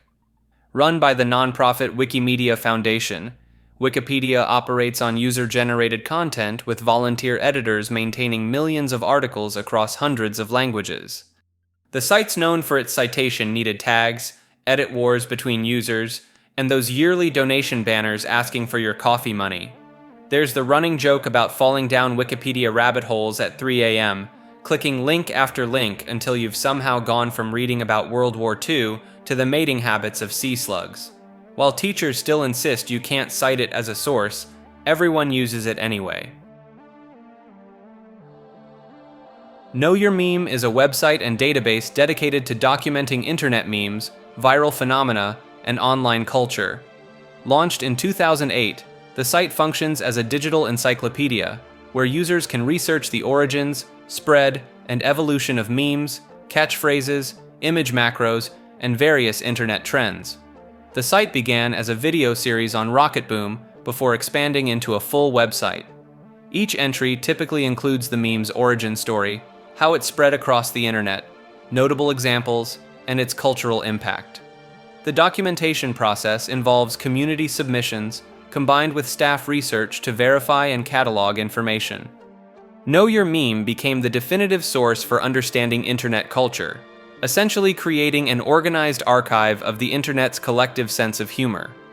The site tracks everything from image macros and viral videos to entire subcultures and online movements. The platform's existence raises the somewhat ironic question of whether extensively documenting and explaining memes actually kills them by overanalyzing the joke. Despite this, it remains the go-to resource for understanding references, tracking the evolution of online trends, and providing context for the endless stream of content that defines internet culture. Quora is a question and answer website founded in 2009 where users can ask questions and receive answers from other users. The site gained popularity in the early 2010s as a more refined alternative to Yahoo Answers, attracting subject matter experts and professionals to share knowledge. The platform became notorious for extremely detailed responses to mundane questions, spawning countless memes about Quora users writing multi-paragraph essays about basic topics. A common joke format shows someone asking a simple question like, "How do I boil water?" followed by a Quora user beginning their answer with, "Well, first we need to understand the thermodynamic properties of H2O molecules." Quora also developed a reputation for bizarre hypothetical questions and humble brag posts. Questions like, "What's it like to have an IQ of 160?" or "What's it like being attractive?" became running jokes across social media. The site introduced a partner program that paid users for asking questions that generated engagement, which critics argue led to an influx of low-quality bait questions designed purely for clicks. This shift, combined with relaxed moderation, caused many to feel the platform declined in quality over time. The term Quora moment emerged as internet slang to describe someone giving an unnecessarily complex or pretentious answer to a simple question.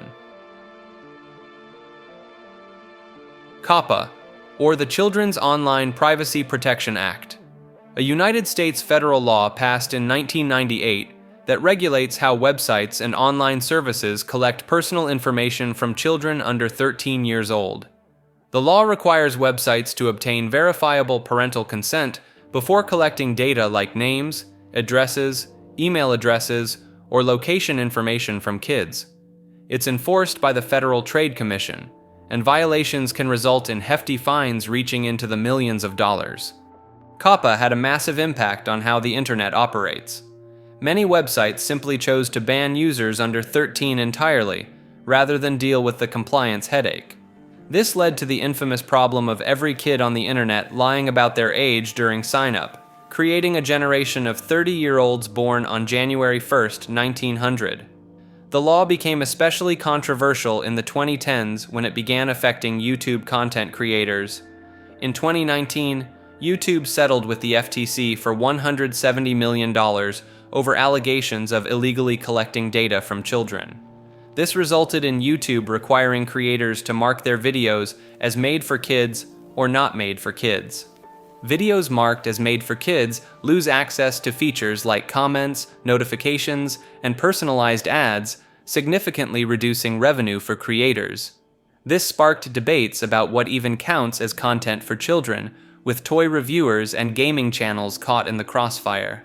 Many creators found themselves in a gray area, unsure whether their content about video games or cartoons would be considered child-directed. The Nobody meme format emerged in late 2018 and early 2019 as a way to mock people or things that do something completely unprompted. The format typically starts with nobody, followed by absolutely nobody, and sometimes variations like not a single soul, before showing someone doing or saying something no one asked for. The meme implies that literally nobody requested or prompted the action, making the subject's behavior seem random, unnecessary, or attention-seeking. It became particularly popular for making fun of YouTubers with clickbait thumbnails, vegans announcing their dietary choices, or J.K. Rowling retroactively adding details to Harry Potter lore. The format spread rapidly across Twitter, Reddit, and Instagram throughout 2019, though it also spawned considerable backlash from people who found it grammatically confusing or overused. Some argued the format should actually be everybody, nothing, to make logical sense, leading to lengthy debates in comment sections. By 2020, the meme had largely peaked, with many considering it one of the most annoying meme formats due to oversaturation. It still appears occasionally, usually followed by comments declaring the format dead. Pepe the Frog, also known as Sad Frog or Feels Good Man. Pepe originated as a character in Matt Fury's comic series Boys Club back in 2005. The character was a laid-back frog who enjoyed hanging out with his friends. One panel featuring Pepe pulling his pants down to his ankles at a urinal while saying, "Feels good, man," was posted to 4chan's random board in 2008 and became one of the earliest Pepe reaction images. From there, Pepe exploded across the internet. Users created countless variations showing different emotions. Sad Pepe, also called Sad Frog, became one of the most popular versions. Smug Pepe showed the frog with a self-satisfied grin. Angry Pepe, or Angry Reaction Face, featured the frog in various states of rage. These became standard reaction images on 4chan, Reddit, Tumblr, and Twitter throughout the 2010s. The meme took a controversial turn when it became associated with political movements and was adopted as a symbol by various online communities during the 2016 election cycle. This led to the Anti-Defamation League adding Pepe to their database of hate symbols in 2016, though they noted that most uses of Pepe were not hateful. Matt Fury repeatedly tried to reclaim his character, even symbolically killing off Pepe in a comic in 2017. He later sued multiple organizations for unauthorized use of the image and won several settlements. In 2019, Pepe was adopted by protesters in Hong Kong as a symbol of freedom and resistance, which helped shift some of the character's associations. Today, Pepe exists in a weird state where he's simultaneously a harmless meme frog, a political symbol, and the subject of ongoing copyright battles. Woke is a term that originated in African American vernacular English during the early 2010s, initially meaning to be aware of social and racial injustices. The phrase "stay woke" was used in activist circles to encourage consciousness about systemic issues and discrimination. By the mid to late 2010s, the term spread into mainstream internet usage through social media platforms like Twitter and Tumblr, where it became associated with progressive social activism and awareness of various social justice issues, including gender identity, economic inequality, and environmental concerns. The term underwent a significant shift in meaning starting around 2017 to 2018. It began being used ironically and pejoratively by online communities, particularly on forums like 4chan and Reddit, to mock what they perceived as performative activism or excessive political correctness. This usage spread rapidly across the internet, turning woke into a catch-all term used to criticize media, corporations, or individuals perceived as pandering to progressive causes. By the early 2020s, woke had become one of the most politically divisive words on the internet, with its meaning varying drastically depending on who was using it. Some continued using it sincerely to describe social awareness, while others deployed it as a blanket criticism of anything they disagreed with politically. The term became central to countless online arguments, memes, and culture war debates. Major corporations and entertainment companies began being accused of going woke when they included diverse casting or progressive themes in their products, leading to review bombing campaigns and boycott attempts across gaming and film communities. The word essentially became weaponized by both sides of political discourse online, losing much of its original specific meaning in the process. Tom Scott is a British YouTuber and educational content creator known for his videos about science, technology, linguistics, and unusual locations around the world. Starting in the early 2010s, he built a massive following through his signature style of standing in front of interesting places wearing a red shirt and explaining complex topics in accessible ways. His most notable series included Things You Might Not Know, where he explored obscure facts and unusual phenomena, and Amazing Places, which took viewers to remarkable locations most people would never visit. He also created content about computer science, language oddities, and citation needed, where he and guests discussed Wikipedia's wildest articles. Tom maintained an impressive streak of uploading a video every single week for over 10 years, from 2017 until early 2024, when he announced he was ending the weekly schedule. This decision sparked widespread discussion across the internet, with many viewers expressing both understanding and sadness about the end of an era beyond YouTube. He's known for his work in web development and his appearances on various British panel shows. His approach to educational content became highly influential on the platform, spawning countless imitators who adopted similar presentation styles. The red shirt became so iconic that it essentially became a meme in itself, with fans immediately associating the color with his videos. We Are Number One is a song from the Icelandic children's television show Lazy Town, performed by actor Stefán Karl Stefánsson as the villain character Robbie Rotten.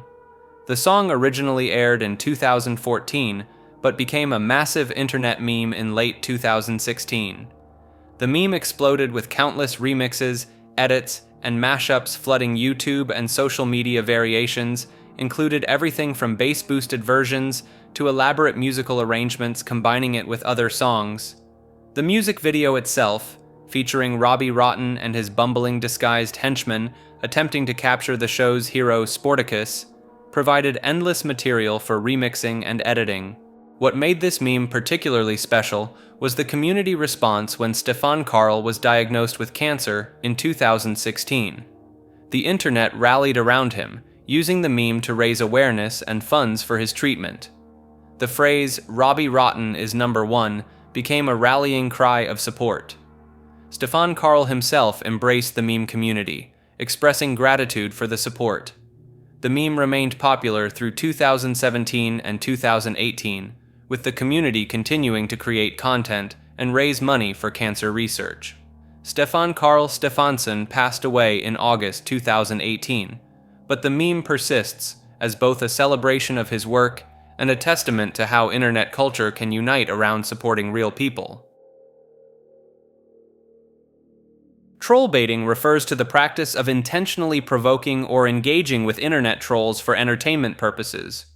Rather than following the standard advice to ignore trolls and not feed them, trollbaiters deliberately seek them out and respond to their inflammatory comments. The goal is usually to waste the troll's time, make them look foolish, or simply extract comedic value from the interaction. Some people became well known for their troll baiting skills, particularly on forums and early social media platforms where trolls were abundant. Common tactics include playing dumb, pretending to take bait seriously while subtly mocking the troll, or leading them on wild goose chases. The practice gained popularity in the early 2000s and 2010s on platforms like Something Awful, 4chan, and various gaming forums. Some consider troll baiting its own form of trolling, creating a kind of reverse psychology situation where the baiter becomes the troll of the troll. The entertainment value comes from watching someone who thinks they're getting a rise out of others slowly realize they're the one being played. "Okay Boomer" is a dismissive phrase used primarily by younger internet users to shut down what they perceive as out-of-touch or condescending opinions from older generations. The term exploded in popularity around late 2019, particularly on TikTok and Twitter, where it became a catch-all response to dismiss arguments about climate change, economics, housing, and technology from baby boomers and older Gen Xers. The phrase hit peak mainstream attention in November 2019 when New Zealand lawmaker Chloe Swarbrick used it in Parliament after being heckled by an older colleague during a speech about climate change. The moment went viral and turned the phrase into an international phenomenon practically overnight. Around the same time, a 25-year-old named Shannon O'Connor trademarked the phrase and started selling OK Boomer merchandise, reportedly making over $100,000 in merchandise sales within weeks. This led to some backlash about the commercialization and who actually owned or deserved to profit from what was essentially a collective internet creation. Critics argued the phrase was ageist and divisive, with some comparing it to actual slurs. Radio host Bob Lonsberry called it the N-word of ageism, which itself became a meme mocking the comparison. The discourse around whether you could be racist or discriminatory against old people became its own subplot.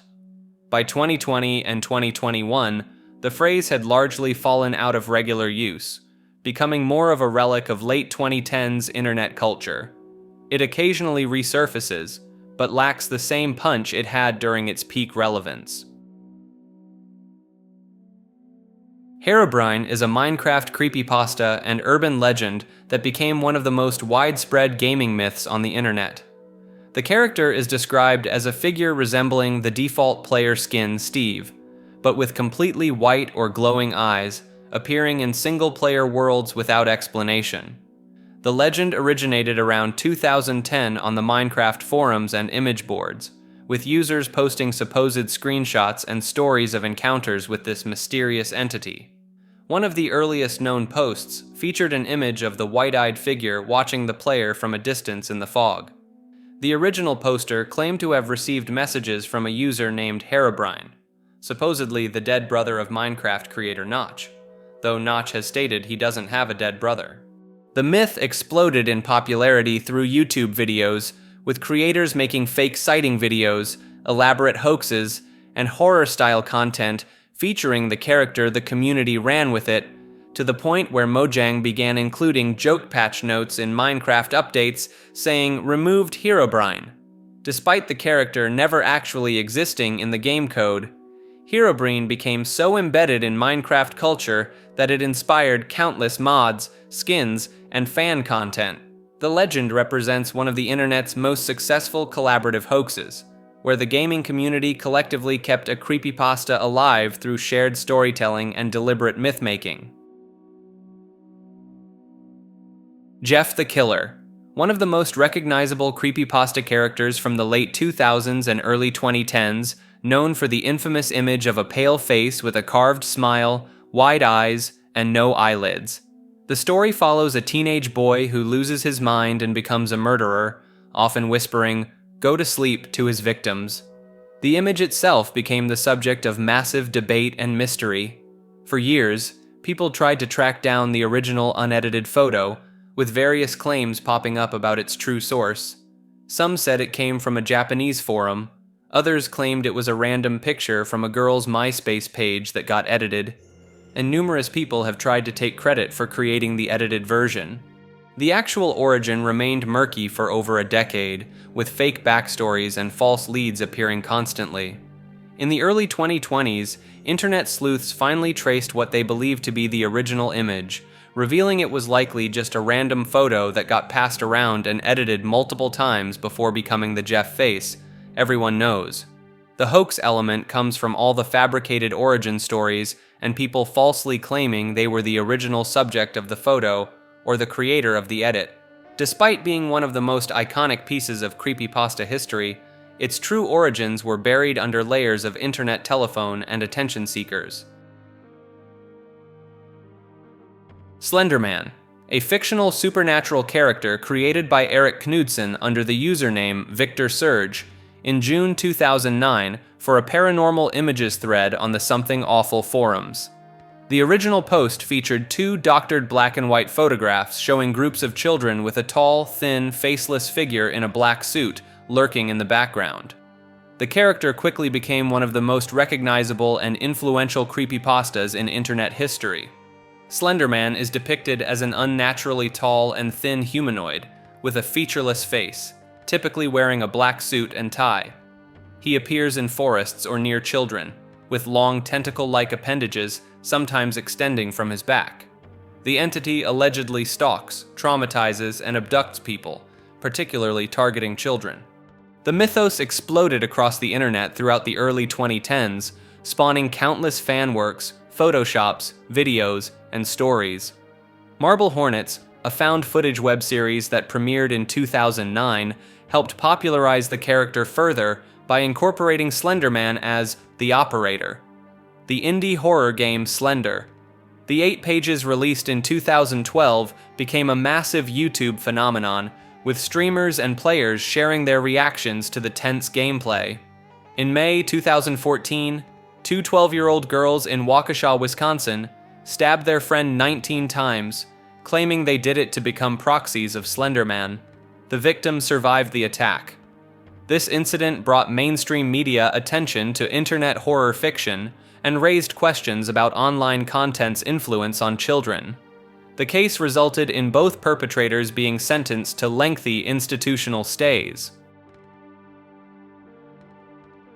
Advance fee scam, also known as the Nigerian Prince scam or 4169 scam, is a type of internet fraud that became one of the most recognizable online cons of the late 1990s and early 2000s.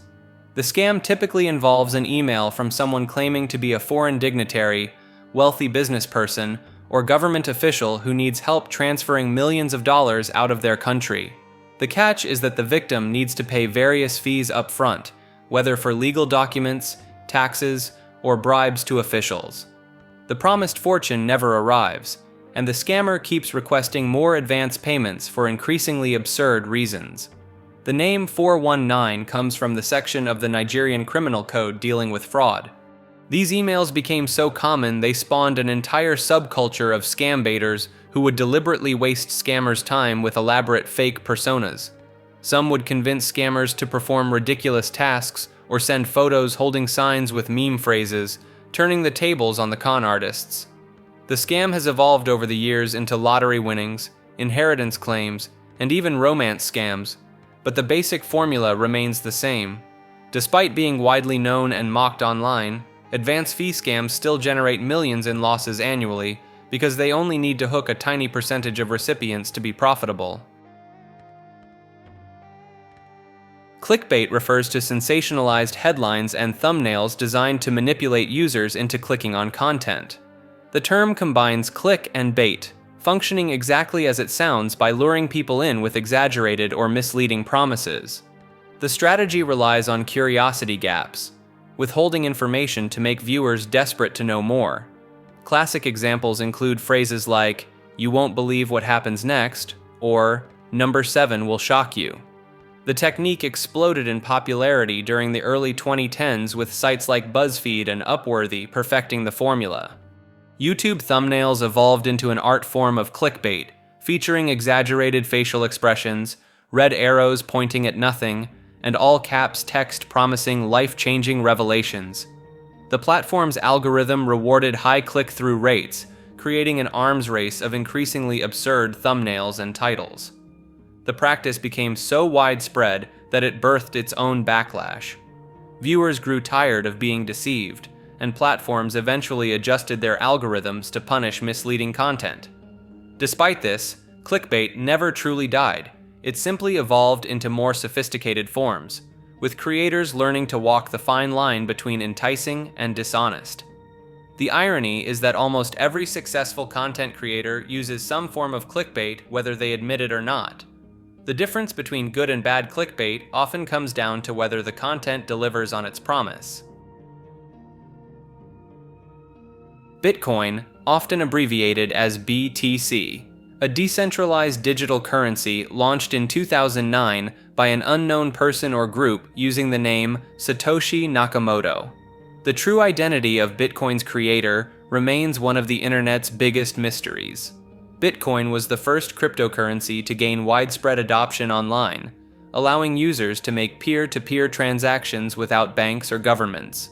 Early internet communities on forums like Something Awful and later Reddit treated it as a curiosity, with one user famously spending 10,000 Bitcoin on 2 pizzas in 2010, a transaction now worth hundreds of millions of dollars.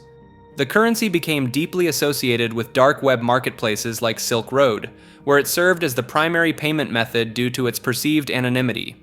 This connection gave Bitcoin a controversial reputation in mainstream media throughout the early 2010s. Bitcoin's value has experienced extreme volatility, spawning countless memes about people who either got rich or lost everything. The phrase "HODL" originated from a drunken typo on a Bitcoin forum in 2013 and became the rallying cry for investors refusing to sell during crashes. Various people have claimed to be or been accused of being Satoshi Nakamoto, but none have provided definitive proof. The original Satoshi wallets containing around 1 million Bitcoin have never been touched, fueling speculation about whether the creator is dead, imprisoned, or simply waiting. Baby Shark is a children's song produced by the South Korean company Pinkfong in 2016 that became one of the most inescapable viral phenomena in internet history. The song features repetitive lyrics about a family of sharks set to an aggressively catchy melody with simple hand motions. The video exploded across YouTube, becoming the most viewed video on the platform with over 10 billion views. Parents found their children obsessed with it, watching it on repeat for hours. The song spread far beyond its target demographic, becoming a meme and cultural reference point that infected workplaces, sports stadiums, and public spaces worldwide. The earworm quality of Baby Shark led to it being jokingly referred to as a form of psychological warfare. There were reports of it being played on loop in certain interrogation scenarios, and multiple instances of people using it as a deliberate annoyance tactic. Several prisoners even filed complaints about guards forcing them to listen to the song for extended periods. The song spawned countless remixes, parodies, and variations across the internet. From heavy metal versions to nightcore edits, it became shorthand for anything irritatingly repetitive that you can't get out of your head. Doom, the first-person shooter released by ID Software in 1993. While the game itself revolutionized gaming, its impact on internet culture came from its unprecedented modding capabilities and distribution model. Doom was one of the first major games distributed as shareware through bulletin board systems and early internet file sharing, reaching millions of players who might never have found it through traditional retail. The game's open architecture allowed players to create custom WAD files, which are essentially user-generated content packs containing new levels, enemies, and modifications. These WADs spread rapidly across early internet forums and FTP servers, creating one of the first major online modding communities. Players shared everything from joke mods to total conversions, establishing the template for how internet communities would share and remix game content for decades to come.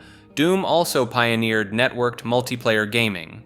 The term deathmatch was coined by ID Software specifically for Doom, and LAN parties built around the game became a defining feature of 90s internet and gaming culture. The game's cultural staying power led to the "Can it run Doom" phenomenon, where enthusiasts port the game to increasingly absurd devices including pregnancy tests, digital cameras, ATMS, and even bacterial cells. This became a running internet joke about the game's efficiency and the dedication of its community, spawning countless forum threads and videos documenting these bizarre ports. Kevin MacLeod is a composer who has created thousands of royalty-free music tracks available through his website Incompetech. His work is licensed under Creative Commons, meaning anyone can use it for free as long as they provide attribution. His music has become the unofficial soundtrack of the internet. If you've watched YouTube videos, indie games, podcasts, or low-budget content of any kind, you've almost certainly heard his work. Tracks like Scheming Weasel, Sneaky Snitch, and Monkeys Spinning Monkeys have become instantly recognizable to anyone who spends time online. McLeod has essentially scored a massive portion of internet content by being one of the few composers offering free, high-quality background music. This has led to his music appearing in everything from cooking tutorials to true crime documentaries to educational videos. The sheer ubiquity of his work has turned him into something of a legend among content creators. There are jokes about how every YouTube video essay or indie horror game uses the same Kevin MacLeod tracks. Some people play a game trying to identify which MacLeod composition is playing in any given video. Despite creating music that billions of people have heard, MacLeod himself remains relatively unknown outside of creator circles. He's the invisible composer of the digital age, providing the background noise to countless hours of online content. T-Series is an Indian music label and film production company that runs one of the largest YouTube channels on the platform. The company primarily uploads Bollywood music videos, movie trailers, and film content in Hindi and other Indian languages. The channel became the center of one of the biggest internet events in the late 2010s, when it entered a subscriber race with PewDiePie for the title of most subscribed YouTube channel. Starting in late 2018, the gap between the two channels began closing rapidly, as T-Series gained millions of subscribers per month. This sparked a massive internet campaign to keep PewDiePie as the #1 most subscribed channel. Fans coordinated efforts to promote his channel everywhere, from billboards to Super Bowl ads to hacking printers worldwide. The movement became a symbol of independent creators versus corporate entities on YouTube.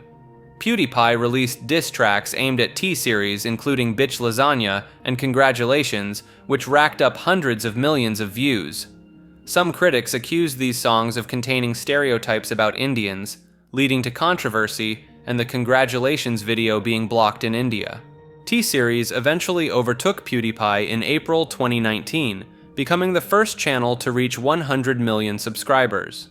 Supporters of PewDiePie accused T-Series of using subscriber bots, though no concrete evidence was provided. The whole saga turned YouTube subscriber counts into a spectator sport and highlighted the growing influence of international markets on the platform. Shitpost refers to intentionally low-effort or absurd content posted online for comedic effect. The term originated on early 2000s image boards like 4chan and Something Awful, where users would deliberately post pointless or nonsensical threads to derail conversations or waste other people's time. Over time, shitposting evolved from simple trolling into its own recognized art form. Rather than being purely malicious, shitposts became a way to create humor through deliberate absurdity, irony, or anti-humor. Common examples include posting completely unrelated images in response to serious discussions, creating intentionally terrible memes, or responding to questions with deliberately unhelpful answers. The practice spread across platforms like Reddit, Twitter, and Facebook throughout the 2010s. Entire subreddits and accounts became dedicated to shitposting, with some communities developing highly specific styles and in jokes. The line between sincere content and shitposting became increasingly blurred as irony layers piled on top of each other. Shitposting differs from regular trolling in that it's typically done in good fun rather than to genuinely upset people. It's become a cornerstone of internet humor culture, with many memes and viral trends starting as deliberate shitposts that gained unexpected traction. Ninja, real name Tyler Blevins, is a professional gamer and streamer who became one of the most recognizable faces in gaming during the late 2010s. He originally built his audience playing games like Halo and H1Z1, but absolutely exploded in popularity when Fortnite Battle Royale launched in 2017.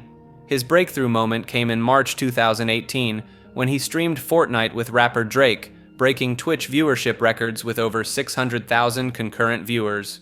This stream pushed him into mainstream consciousness, leading to appearances on major talk shows and even a New Year's Eve performance with DJ Marshmello inside Fortnite itself. At his peak, Ninja was reportedly earning over $500,000 per month from Twitch subscriptions alone. In August 2019, he shocked the streaming world by signing an exclusive multi-year deal with Microsoft's Mixer platform for a reported $20 to $30 million. The move was controversial, with many questioning whether he could maintain his audience on the smaller platform. When Mixer shut down less than a year later in June 2020, Ninja eventually returned to Twitch before later moving to multiple platforms. His wife and manager, Jessica Blevins, became nearly as well known for handling his business dealings and brand partnerships. Ninja represents the first generation of streamers to achieve true mainstream celebrity status, appearing in commercials for Samsung and Red Bull, getting his own energy drink flavor, and even his own Adidas shoe line. His signature blue hair became iconic in gaming culture. In 2020, Spotify acquired exclusive rights to the podcast in a deal reportedly worth over $200 million, making it one of the largest podcast deals in history. This exclusivity sparked debate among fans who preferred the show's previous availability across multiple platforms. The podcast attracted significant controversy for platforming guests with fringe views and spreading COVID-related misinformation during the pandemic. Multiple musicians, including Neil Young, pulled their music from Spotify in protest, leading to widespread discussion about content moderation and platforming responsibilities. Rogan's influence on internet discourse is substantial, with his endorsements and opinions often sparking trends and debates across social media. The phrase "it's entirely possible" and references to elk meat, DMT, and isolation tanks became running jokes in online communities discussing the show. Joe Rogan is a comedian, UFC color commentator, and host of The Joe Rogan Experience, one of the most popular podcasts in the world. The show launched in 2009 and features long-form conversations with guests ranging from scientists and athletes to comedians and controversial political figures. His podcast became a massive part of internet culture, with clips regularly going viral and spawning countless memes. The format of Rogan sitting across from guests in front of a distinctive studio setup became instantly recognizable online. Lofi Girl, formerly known as Chilled Cow, is a YouTube channel that became one of the internet's most iconic study companions. The channel features a continuous 24/7 live stream of lofi hip-hop beats accompanied by an animated loop of a girl sitting at her desk, writing in a notebook while her cat lounges nearby. The stream launched in February 2017 and quickly became a cultural phenomenon, with millions of students and remote workers leaving it running in the background while they studied or worked. The animation itself was created by artist Juan Pablo Machado and has become instantly recognizable across the internet. In February 2022, YouTube accidentally took down the stream after it had been running continuously for over 2 years, claiming a false copyright strike. The takedown sparked outrage across social media, with users joking that the girl had finally taken a break or graduated. YouTube restored the stream within a day and apologized for the error. The channel has spawned countless memes, parodies, and variations, with people editing the girl into different scenarios or creating their own versions. The aesthetic has become synonymous with the lo-fi music genre itself, and the girl has essentially become the unofficial mascot for productivity and chill study sessions across the internet. ClearNet and Dark Web, also known as the Surface Web and Darknet, refer to the two main divisions of internet accessibility. The ClearNet is the regular internet accessible through standard browsers like Chrome or Firefox. It's indexed by search engines and includes basically every normal website you visit daily. The term itself is backformed from the need to distinguish it from the dark web, since before Tor and hidden services became widely known, people just called it the internet. The dark web is a portion of the internet that requires specific software to access. Most commonly, the Tor browser sites on the dark web use the .onion domain and aren't indexed by traditional search engines. The dark web emerged from the Tor project, which was initially developed by the United States Naval Research Laboratory in the mid-90s to protect government communications. While the dark web is frequently associated with illegal marketplaces, leaked databases, and various criminal activities, it also hosts legitimate uses like anonymous whistleblowing platforms, censorship circumvention tools for journalists in restrictive countries, and privacy-focused forums. The Silk Road Marketplace, which operated from 2011 to 2013, became the most notorious dark web site before its shutdown and the arrest of its creator, Ross Ulbricht. The distinction between ClearNet and dark web spawned the iceberg metaphor used to describe internet depth, where the ClearNet represents the visible tip and everything below represents increasingly obscure or hidden content. Quake is a first-person shooter released by ID Software in 1996 that became one of the most influential games in internet gaming history.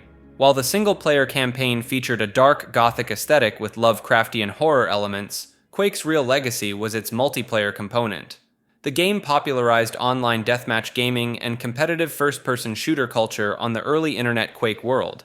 A modified version optimized for online play became the foundation for serious competitive gaming.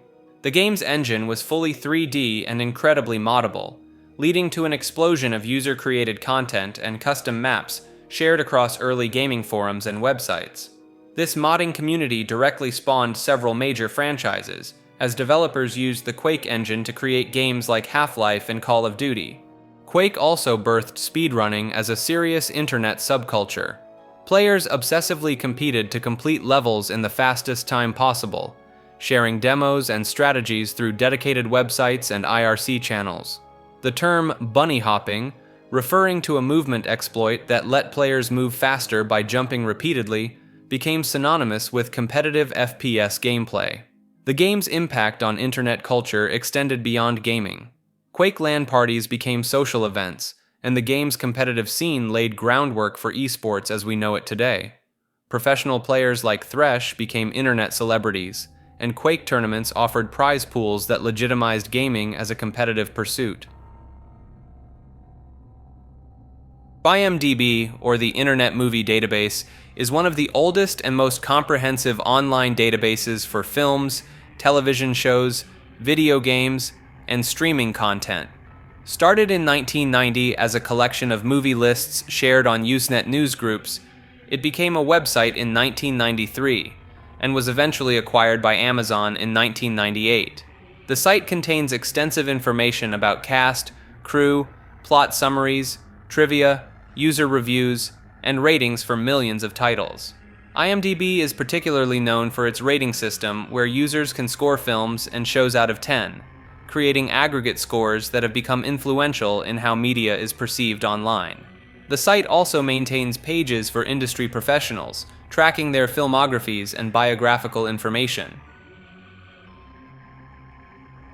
Bendy and the Ink Machine is an indie horror game developed by Joey Drew Studios that released episodically from 2017 to 2018.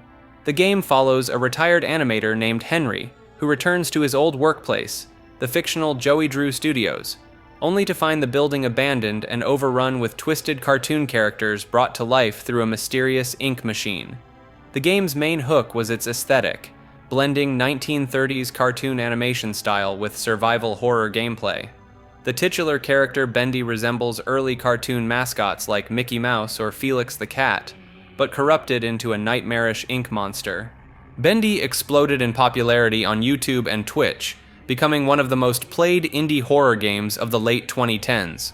Gaming content creators like Jacksepticeye, Markiplier, and DanTDM helped propel it into the mainstream, with their playthrough videos racking up millions of views. The game's episodic release structure kept audiences engaged over months, with each new chapter sparking fresh waves of fan theories and speculation. The fanbase grew massive, spawning countless fan animations, songs, cosplays, and theories. The game's lore about a twisted animation studio performing dark experiments became a rabbit hole for fans to dissect. It eventually expanded into a full franchise with sequels, novels, and merchandise, cementing its place as a notable indie gaming success story of the era. Outlook, also known as Microsoft Outlook, is the email and calendar client that has dominated corporate and business communications since the late 90s. The program became notorious online for its role in workplace culture, spawning countless memes about passive-aggressive email chains, reply all disasters, and the dreaded out-of-office auto-replies. The phrase, "per my last email," became internet shorthand for barely contained office rage. Outlook also gained infamy for being a frequent target of phishing scams, with fake Outlook login pages becoming one of the most common methods for stealing credentials. The platform's integration with Microsoft Office made it a staple of corporate life, though younger internet users often mock it as representing everything soul-crushing about traditional office jobs. Steam, a digital distribution platform for PC games launched by Valve Corporation in 2003. Originally created as a way to deliver automatic updates for games like Counter-Strike and Half-Life 2, it evolved into the largest PC gaming marketplace on the internet. The platform became infamous for its seasonal sales events, particularly the Steam Summer Sale, which turned into an annual tradition of gamers spending far more money than intended on games they'll never actually play. The phrase, "I'll play it eventually," became a running joke in the community alongside massive backlogs sitting in libraries.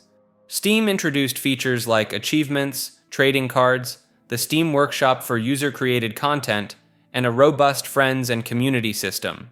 The platform's early 2000s interface and design became iconic, though it received a visual overhaul in the late 2010s.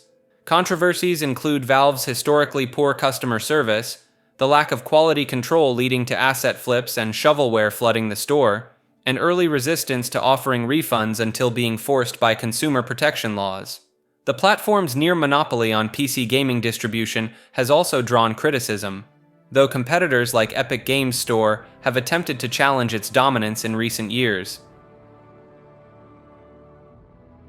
Pronunciation of GIF, one of the internet's most enduring and heated debates.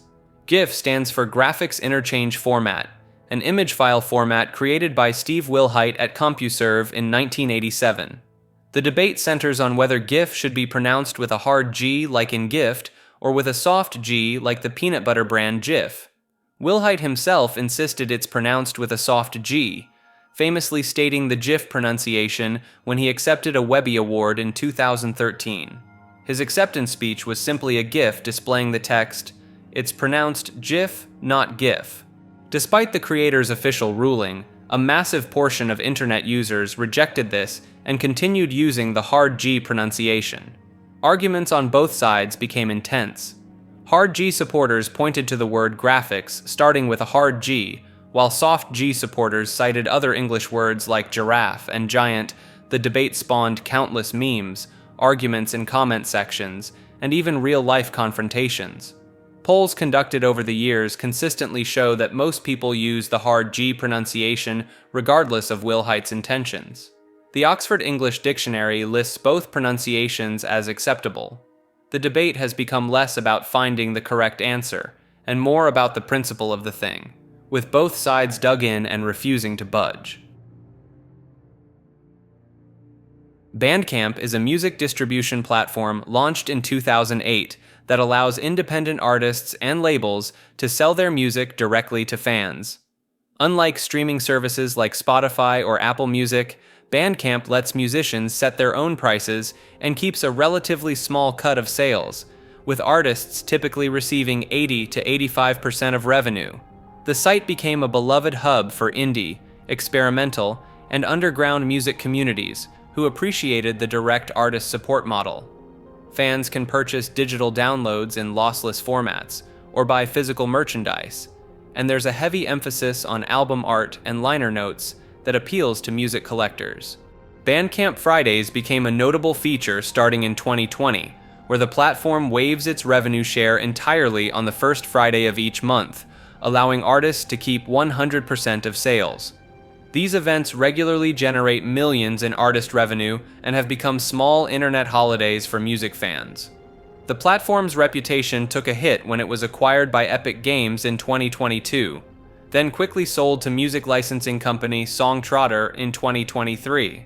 The Songtrotter acquisition resulted in roughly half the staff being laid off, sparking concerns about the platform's future and whether its artist-friendly ethos would survive under new ownership. macOS, also styled as Mac OS X in earlier versions, is Apple's operating system for Mac computers. While less common than Windows for general internet users, macOS carved out a specific niche in internet culture, particularly among creative professionals, developers, and those in tech communities. The platform became the subject of Apple's famous Get a Mac ad campaign in the mid-2000s, which personified Mac and PC as two different people. These ads spawned countless parodies and memes across the internet, cementing the stereotype of Mac users as creative hipster types versus practical business-focused PC users. macOS users often dealt with compatibility issues that became a running joke online. Many websites and programs were built primarily for Windows, leading to the common phrase, "Mac users be like," followed by complaints about software not working. Flash player compatibility was a particularly contentious issue, until Steve Jobs famously declared Flash would not be supported on iOS devices. The Unix-based architecture of macOS made it popular among developers and the tech-savvy crowd, leading to its overrepresentation in programming communities and tech startups, despite lower overall market share. The terminal and command line capabilities became associated with a certain type of internet power user. The "it just works" phrase became both a genuine selling point and an ironic meme, depending on who was saying it. Mac enthusiasts praised the seamless ecosystem, while critics mocked the phrase whenever something inevitably went wrong. Android is the mobile operating system developed by Google that powers the majority of smartphones worldwide. Launched in 2008, it became the primary alternative to Apple's iOS, and sparked one of the longest-running tech rivalries on the internet. Android users and iPhone users have been at each other's throats online for over a decade, with debates about which platform is superior, filling countless forum threads and comment sections. The green bubble versus blue bubble discourse became a legitimate social phenomenon, particularly in the United States, where Android users were sometimes excluded from group chats or mocked for ruining the iMessage experience. The platform's open-source nature led to heavy customization and fragmentation, spawning endless arguments about stock Android versus manufacturer skins, like Samsung's TouchWiz or later One UI. The term Android fanboy emerged as both an insult and a badge of honor depending on which side of the fence you sat on. Online communities dedicated to Android modding, custom ROMs, and rooting flourished throughout the 2010s, with XDA developers becoming the go-to destination for people trying to squeeze every ounce of performance out of their devices. The platform also became associated with tech enthusiasts who valued customization and specs over the more locked-down iPhone ecosystem. Andrew Tate, also known as Emory Andrew Tate III, or Top G, is a former kickboxing champion turned internet personality who became one of the most polarizing figures online during the early 2020s. Tate initially gained attention through his appearances on the UK reality show Big Brother in 2016, where he was removed after controversial videos surfaced. He later pivoted to social media, promoting a hyper-masculine lifestyle and his online course called Hustlers University, later rebranded as The Real World, which taught methods for making money online. His rise to viral fame exploded in 2022 through a coordinated marketing strategy where students of his program were incentivized to flood platforms like TikTok and YouTube with clips of his controversial takes. The algorithm did its thing, and suddenly, Tate was everywhere. His signature phrases like, "What color is your Bugatti?" and "breathe air" became memes, even among people who disagreed with him. Tate's content often featured inflammatory statements about gender roles, relationships, and success that drew massive criticism. By August 2022, he was banned from major platforms including Facebook, Instagram, TikTok, and YouTube for violating policies.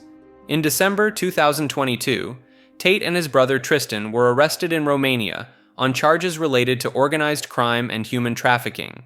The arrest happened shortly after Tate's Twitter exchange with Greta Thunberg, where a pizza box in his response video allegedly helped authorities confirm his location, though this detail has been disputed. His supporters view him as a free speech martyr speaking uncomfortable truths, while critics see him as dangerous influence on young men. The Tate brothers have denied all charges. TMZ is a celebrity gossip and entertainment news website that launched in 2005. The name stands for 30 Mile Zone, a reference to the studio zone radius in Hollywood. The site became notorious for breaking major celebrity stories hours or even days before traditional media outlets, often through aggressive paparazzi tactics and paid tipsters. TMZ was first to report Michael Jackson's death in 2009, beating mainstream news by over an hour. Their approach to journalism split opinions online. Some praised their speed and willingness to publish what other outlets wouldn't touch. Others criticized them for invasive tactics and paying sources for stories, which traditional journalists typically avoid. TMZ spawned a television show and became a fixture of internet culture, with their street interview ambushes turning into memes and viral clips. The phrase TMZ'd entered online vocabulary to describe aggressive celebrity stalking or invasive reporting. The site essentially proved that online media could break news faster than television networks, helping shift how entertainment journalism operates in the internet age. Safari is Apple's proprietary web browser, first released in 2003. It comes pre-installed on all Mac computers, iPhones, and iPads, making it the default browsing experience for Apple users. The browser holds a significant market share, largely due to being bundled with Apple devices, though it trails behind Google Chrome in overall usage. Safari is built on the WebKit engine, which was also used by Chrome until Google switched to their own Blink engine in 2013. Web developers have a complicated relationship with Safari, as it's often slower to adopt new web standards compared to other browsers. This has led to Safari being memed as the new Internet Explorer in developer communities, with jokes about having to specifically troubleshoot Safari compatibility issues. The browser is known for its integration with the Apple ecosystem, offering features like handoff between devices, iCloud syncing, and privacy-focused tools like intelligent tracking prevention.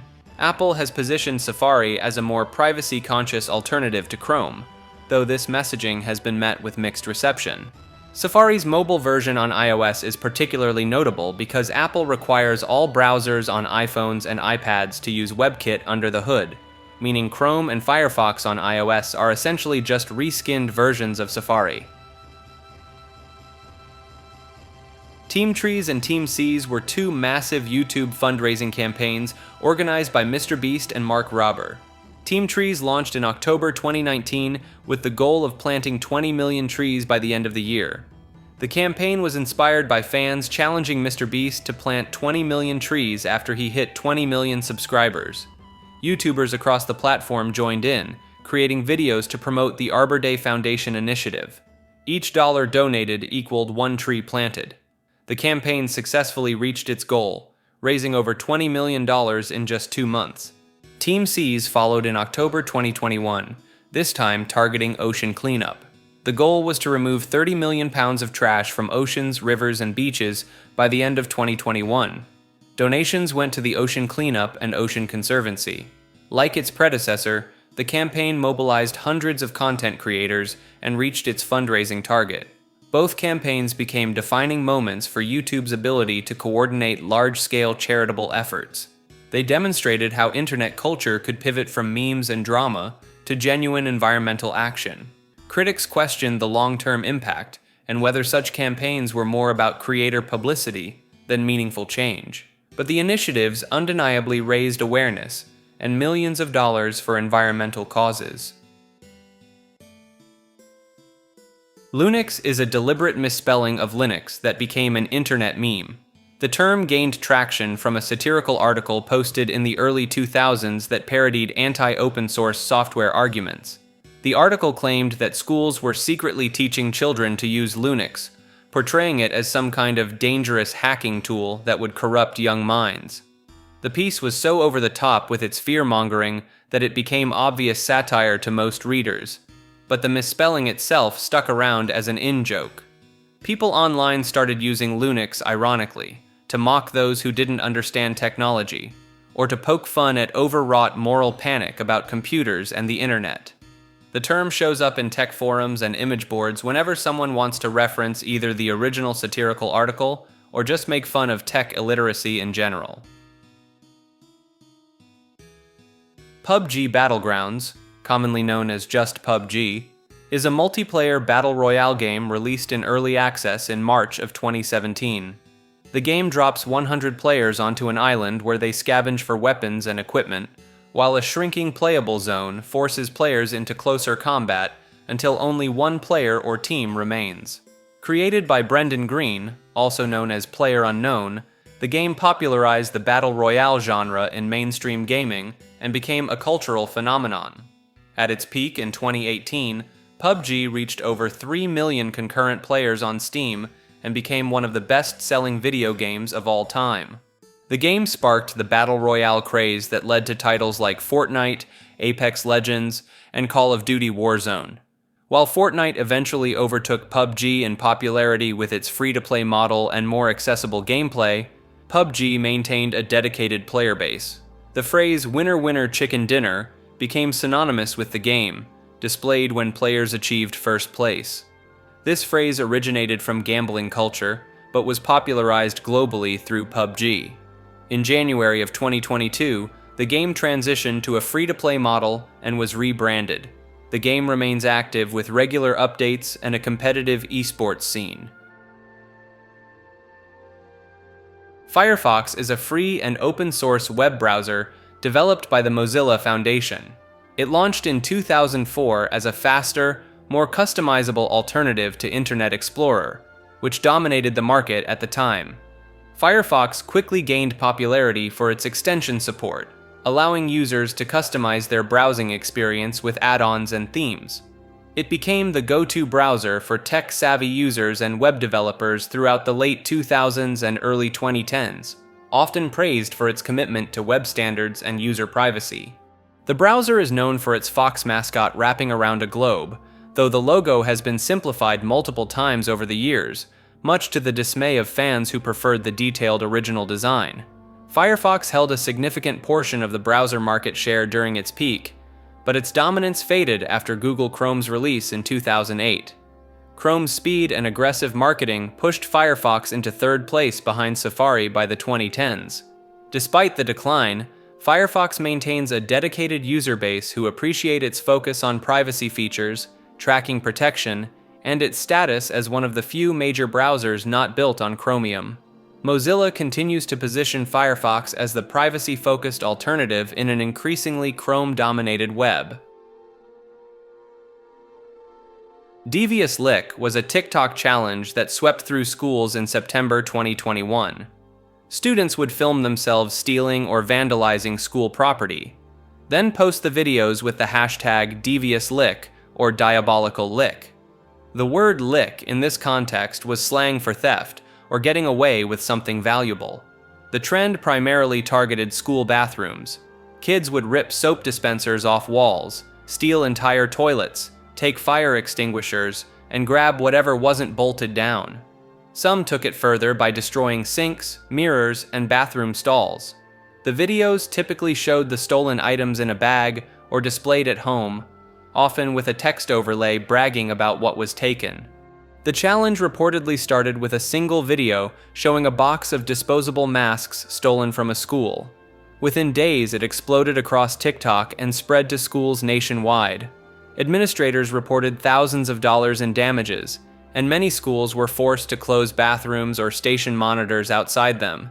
TikTok banned the hashtag and began removing videos, but the trend had already caused enough chaos that students faced actual legal consequences. Multiple arrests were made, and some schools implemented new policies restricting bathroom access.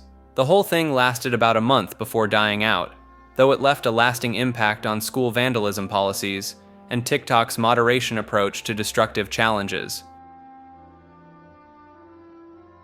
Dab, also known as dabbing, a dance move where someone drops their head into the crook of one elbow while raising the other arm in a parallel direction.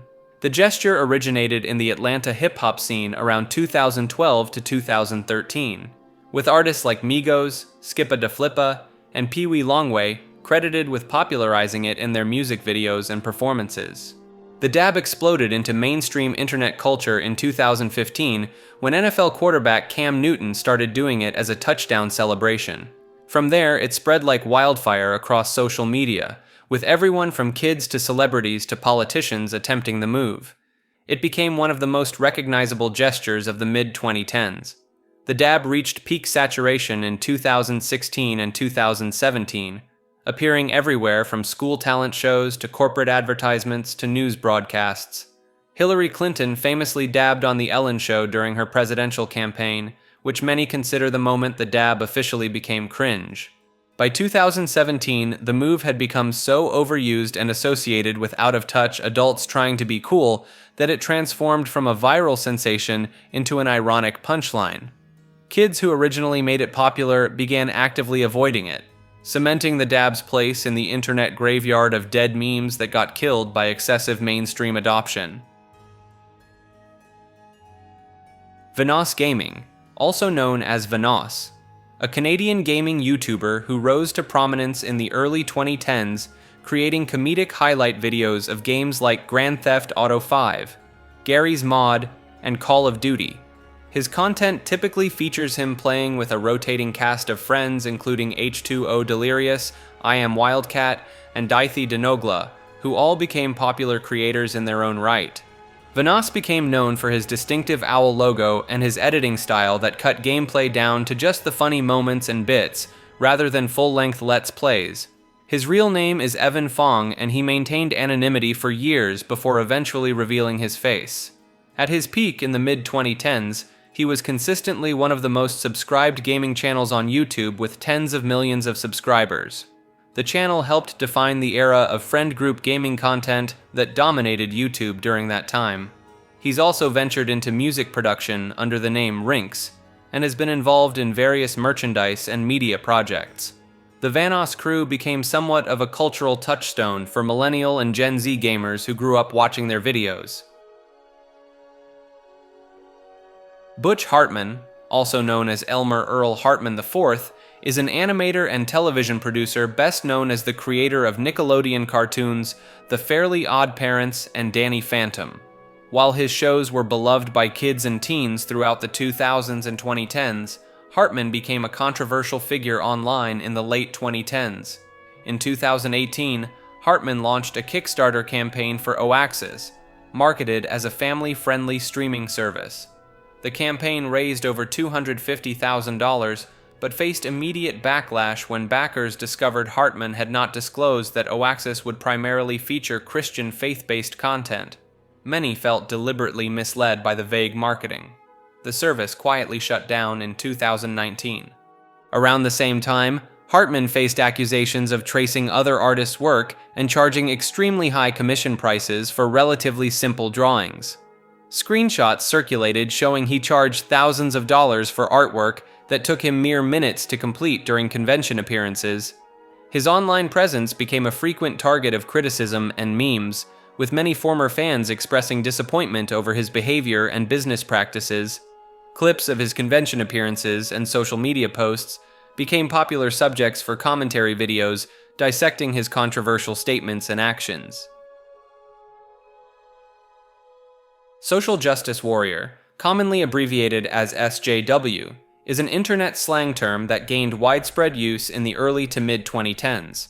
The phrase refers to individuals who promote progressive or left-leaning social justice causes online, particularly regarding topics like feminism, racial equality, and gender identity.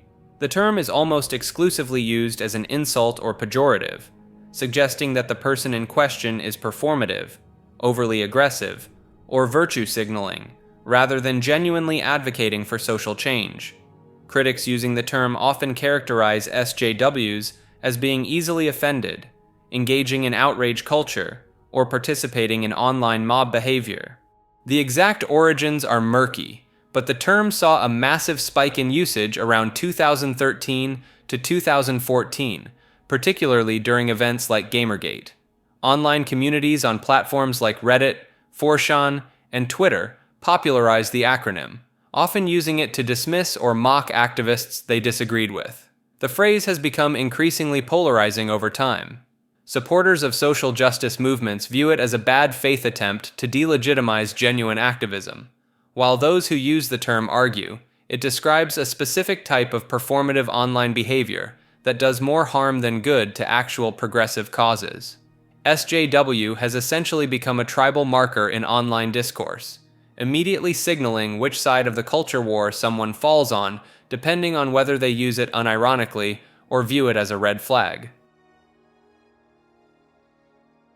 Tiermaker is a website that allows users to create and share tier list rankings.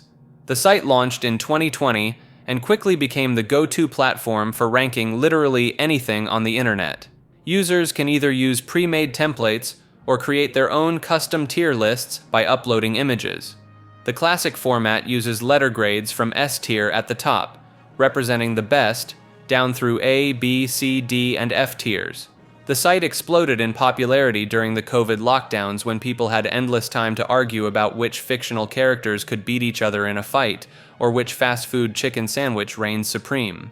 Tiermaker became so widespread that tier list itself became internet slang for ranking anything. Content creators across YouTube and Twitch adopted the format as an easy way to generate discussion and engagement. The tier list format proved so effective at generating views that even non-gaming channels started ranking everything from historical figures to types of bread. The site's simplicity is its strength. Drag and drop. That's it. No complex features to learn. 50 Shades of Grey, originally titled Master of the Universe, is an erotic romance novel by E.L. James that began as Twilight fanfiction posted on fanfiction.net and fanfiction.net around 2009.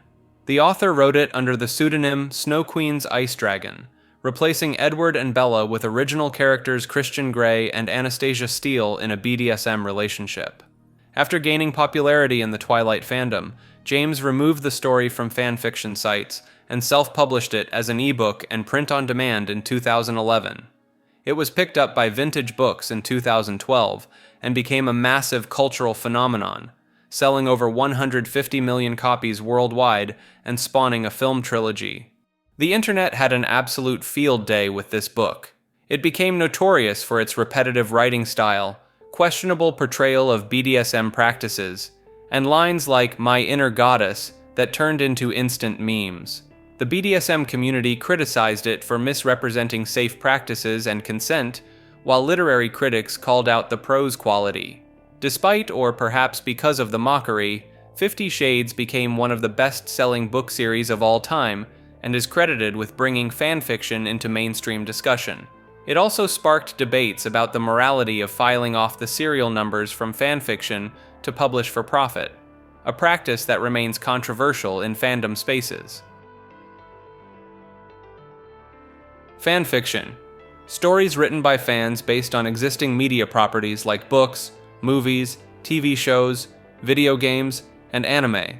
Writers take established characters and settings and create their own narratives, ranging from short one-shots to novel-length epics spanning hundreds of thousands of words. The practice existed long before the internet, but online platforms transformed it into a massive subculture. Sites like fanfiction.net, Archive of Our Own, and Wattpad host millions of stories across virtually every fandom imaginable. Writers often explore alternative storylines, romantic pairings called ships, or expand on minor characters and unexplored plot threads from the source material. The community developed its own extensive terminology and rating systems. Tags indicate content warnings, relationships, and story elements. Ratings range from general audiences to mature content, with the latter often getting fanfic its somewhat notorious reputation among outsiders. Fanfiction has a complicated relationship with copyright law and original creators. Some authors embrace it while others have issued cease and desist orders. Despite existing in a legal gray area, the community thrives and has even produced works that went mainstream. 50 Shades of Grey famously started as Twilight fanfiction, before being reworked and published commercially. The quality varies wildly from genuinely impressive writing to deliberately bad crack fics written for laughs. Certain fanfics have achieved legendary status within internet culture, sometimes for the wrong reasons. Hashtags, also known as pound signs or number signs, are clickable keywords or phrases preceded by the hash symbol that organize and categorize content across social media platforms. Twitter introduced hashtags in 2007 when user Chris Messina proposed using them to group conversations. The feature caught on rapidly and became one of the defining characteristics of the platform. Users could click on a hashtag to see all posts containing that same tag, making it easier to follow trending topics and join discussions. Other platforms quickly adopted the system. Instagram made hashtags central to content discovery, with users often stacking dozens of tags on a single post to maximize reach. Facebook, LinkedIn, TikTok, and YouTube all implemented their own hashtag systems with varying degrees of success. The hashtag evolved beyond simple organization into a form of commentary and activism. Movements like hashtag #MeToo and hashtag Black Lives Matter used them to coordinate social campaigns and spread awareness. Brands latched onto hashtag marketing, creating campaigns with custom tags to track engagement. Some controversy arose around hashtag hijacking, where users would co-opt branded or movement hashtags for mockery or unrelated content. Twitter's trending algorithm also faced criticism for allegedly suppressing certain political hashtags while promoting others. The practice of hashtag stacking, where users add 30 or more irrelevant tags to a post, became widely mocked as desperate engagement farming. Fake news refers to deliberately false or misleading information presented as legitimate journalism. While the concept of propaganda and yellow journalism has existed for centuries, the term exploded in popularity during the 2016 US presidential election when fabricated stories spread rapidly across social media platforms like Facebook and Twitter. The term itself became weaponized almost immediately. Mainstream media outlets initially used it to describe literal hoax websites creating entirely fabricated stories for clicks and ad revenue. Sites would publish completely made-up headlines like politicians endorsing candidates they never endorsed, or fake crime statistics, banking on people sharing without reading. Then the term got flipped. Politicians, particularly Donald Trump, started using fake news as a blanket dismissal of any critical coverage from legitimate outlets, regardless of accuracy. It became less about the actual truth of reporting, and more about attacking sources you disagreed with. The phrase turned into a meme and a political weapon simultaneously. Social media algorithms made the problem worse by creating echo chambers, where false information could spread faster than corrections. A study from MIT found that fake stories spread 6 times faster than true ones on Twitter. By the time fact-checkers could debunk something, millions had already seen and shared it. The whole situation created this bizarre feedback loop where nobody could agree on what counted as fake news anymore. One person's fake news was another person's only trusted source. Emo, a youth subculture that peaked in the mid-2000s, heavily centered around emotional hardcore music, fashion, and MySpace culture. The emo aesthetic featured straightened side-swept black hair, skinny jeans, band merchandise, and heavy eyeliner regardless of gender. The subculture became synonymous with early social media, particularly MySpace, where users would post mirror selfies taken from high angles, quotes from bands like My Chemical Romance and Fall Out Boy, and poetry about heartbreak and depression. The term itself derives from emotional hardcore, a punk rock subgenre from the 80s. Emos became a frequent target of internet mockery and real-world harassment during their peak years. The Scene Kids versus Emos debate created countless flame wars online, despite the two groups being nearly identical to outsiders. RAR-XD became an ironic catchphrase mocking the culture. By the early 2010s, the subculture largely died out as its members aged out, and newer social media platforms replaced MySpace. The aesthetic has seen periodic revivals on platforms like TikTok, where younger users romanticize the 2000s internet culture without the stigma attached to it at the time. Clout chasing refers to the practice of desperately seeking attention, fame, or social media influence through any means necessary. The term gained widespread use around 2017 to 2018, particularly within hip-hop and streaming communities. though the behavior itself predates the terminology. Clout in internet slang means influence or social media power, measured through followers, likes, engagement, and overall reach. Someone who is clout chasing is perceived as being inauthentic, doing things purely for attention rather than genuine interest or belief. Common clout chasing behaviors include starting fake feuds with celebrities, making false accusations about public figures, posting intentionally controversial takes to go viral, inserting yourself into trending topics you have no connection to, or manufacturing drama out of nothing. Content creators like Jake Paul have been frequently accused of clout chasing through controversial stunts and manufactured public drama. The term is typically used as an insult to dismiss someone's actions as shallow attention-seeking. Calling someone a clout chaser suggests their motivations are transparent and their attempts at relevance are pathetic. The accusation itself became so common that people started getting accused of clout chasing by accusing others of clout chasing, creating a recursive loop of call-out culture.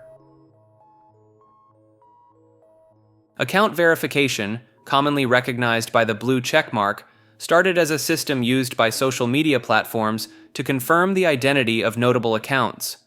Twitter introduced the feature in 2009 after a lawsuit involving impersonation, with Facebook, Instagram, and other platforms following suit in the years after. The checkmark was originally meant to distinguish real public figures, journalists, brands, and organizations from parody or fan accounts.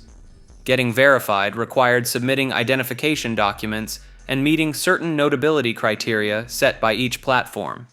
Over time, verification evolved from a simple authentication tool into a digital status symbol. Having the blue check became associated with importance, influence, and legitimacy online. This led to a thriving black market where people would pay hundreds or thousands of dollars for verified accounts, and scammers would pose as platform employees offering verification for a fee. The system fundamentally changed in late 2022 when Elon Musk's Twitter introduced Twitter Blue, allowing anyone to purchase verification for $8 per month. This decision sparked massive controversy and chaos, with users immediately impersonating major brands and public figures. The platform then introduced additional colored checkmarks, gold for businesses and gray for government accounts, attempting to restore some meaning to the system. The democratization of verification through paid subscriptions removed much of the exclusivity and trust the checkmark once represented. Many longtime verified users refused to pay and lost their badges, while others saw the blue check transform from a mark of authenticity into something more associated with supporting specific platform ownership. Skype, a voice and video calling platform launched in 2003 that became the default way to make internet calls for over a decade. The service allowed users to make free calls to other Skype users and paid calls to actual phone numbers, which was revolutionary at the time when long-distance charges were still a thing. Skype dominated the video calling space throughout the late 2000s and early 2010s, becoming so ubiquitous that Skyping entered the dictionary as a verb. The platform was known for its iconic blue ringtone that could trigger immediate anxiety in anyone who'd ever had an awkward video call with relatives. Microsoft acquired Skype in 2011 for $8.5 billion. And while it initially seemed like a smart investment, the platform gradually lost relevance. By the late 2010s, competitors like Discord, Zoom, and even basic FaceTime had eaten away at its user base.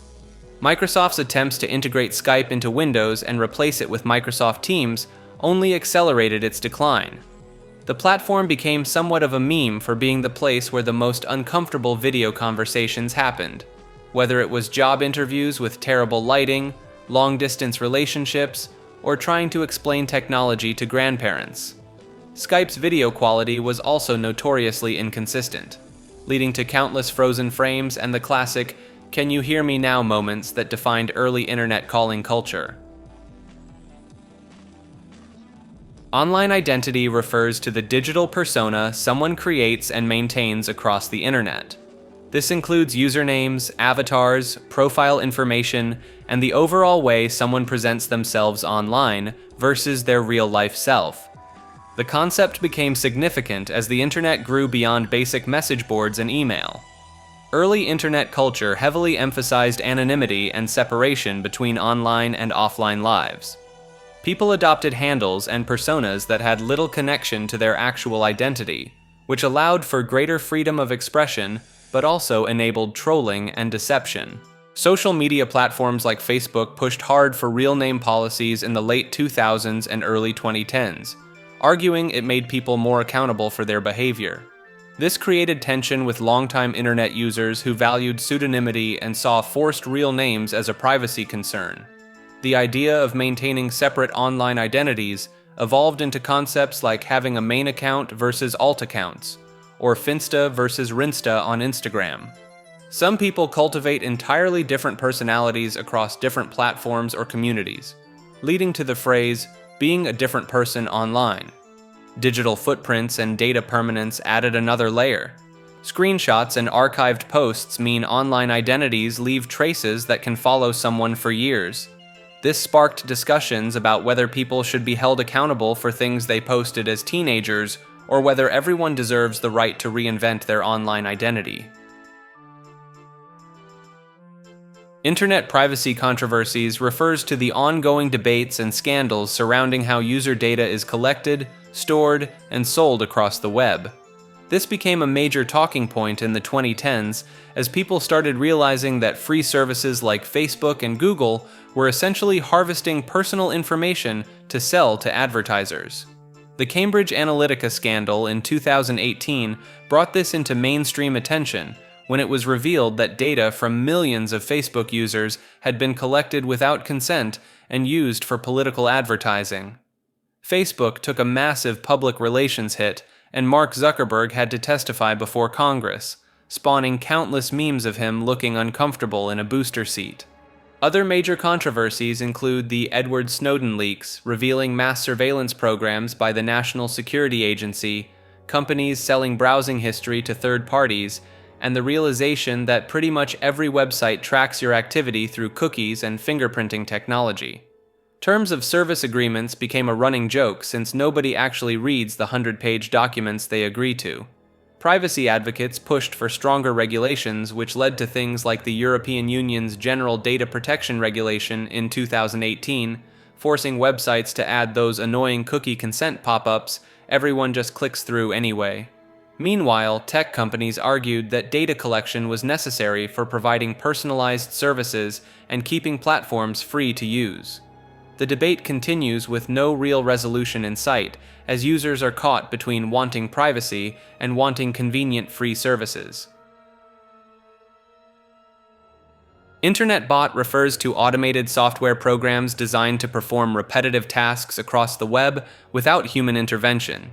These bots handle everything from indexing web pages for search engines to posting on social media, scraping data, and managing customer service chats. The good bots include things like Googlebot, which crawls websites to build search results, or automated assistants that help you track package deliveries.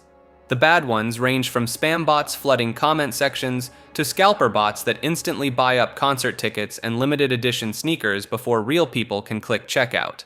Social media platforms have been fighting bot armies for years, with Twitter famously claiming less than 5% of accounts were bots, while independent researchers suggested the number was much higher. The whole "are you a robot" CAPTCHA system exists specifically because bots got so good at pretending to be human that websites needed a way to tell the difference. Bot traffic makes up somewhere between 30 to 50% of all internet activity, depending on who you ask. Some bots are sophisticated enough to mimic human browsing patterns, mouse movements, and even typing speeds to avoid detection. The arms race between bot creators and bot detectors has become its own entire industry. Stock images are pre-made professional photographs available for licensing that anyone can purchase and use for websites, advertisements, presentations, or other media projects. Rather than hiring a photographer for every project, individuals and companies can browse stock photo libraries like Shutterstock, Getty Images, or iStock to find suitable images. The internet has developed a substantial meme culture around stock images, particularly focusing on their often awkward, overly staged, or absurdly generic nature. Common targets include photos of people laughing while eating salad, confused women staring at computers, or business people giving exaggerated thumbs up in conference rooms. Certain stock photo models have achieved unintentional internet fame by appearing in countless images across the web. Harold, also known as Hide the Pain, became one of the most recognizable faces online due to his forced smile that appears in hundreds of stock photos. His expression, which seems to mask inner suffering, turned him into a meme representing awkward social situations and suppressed emotions. The watermarked preview images from stock photo sites have also become part of internet humor, with people ironically using photos still covered in Shutterstock or Getty Images watermarks rather than paying for the actual license.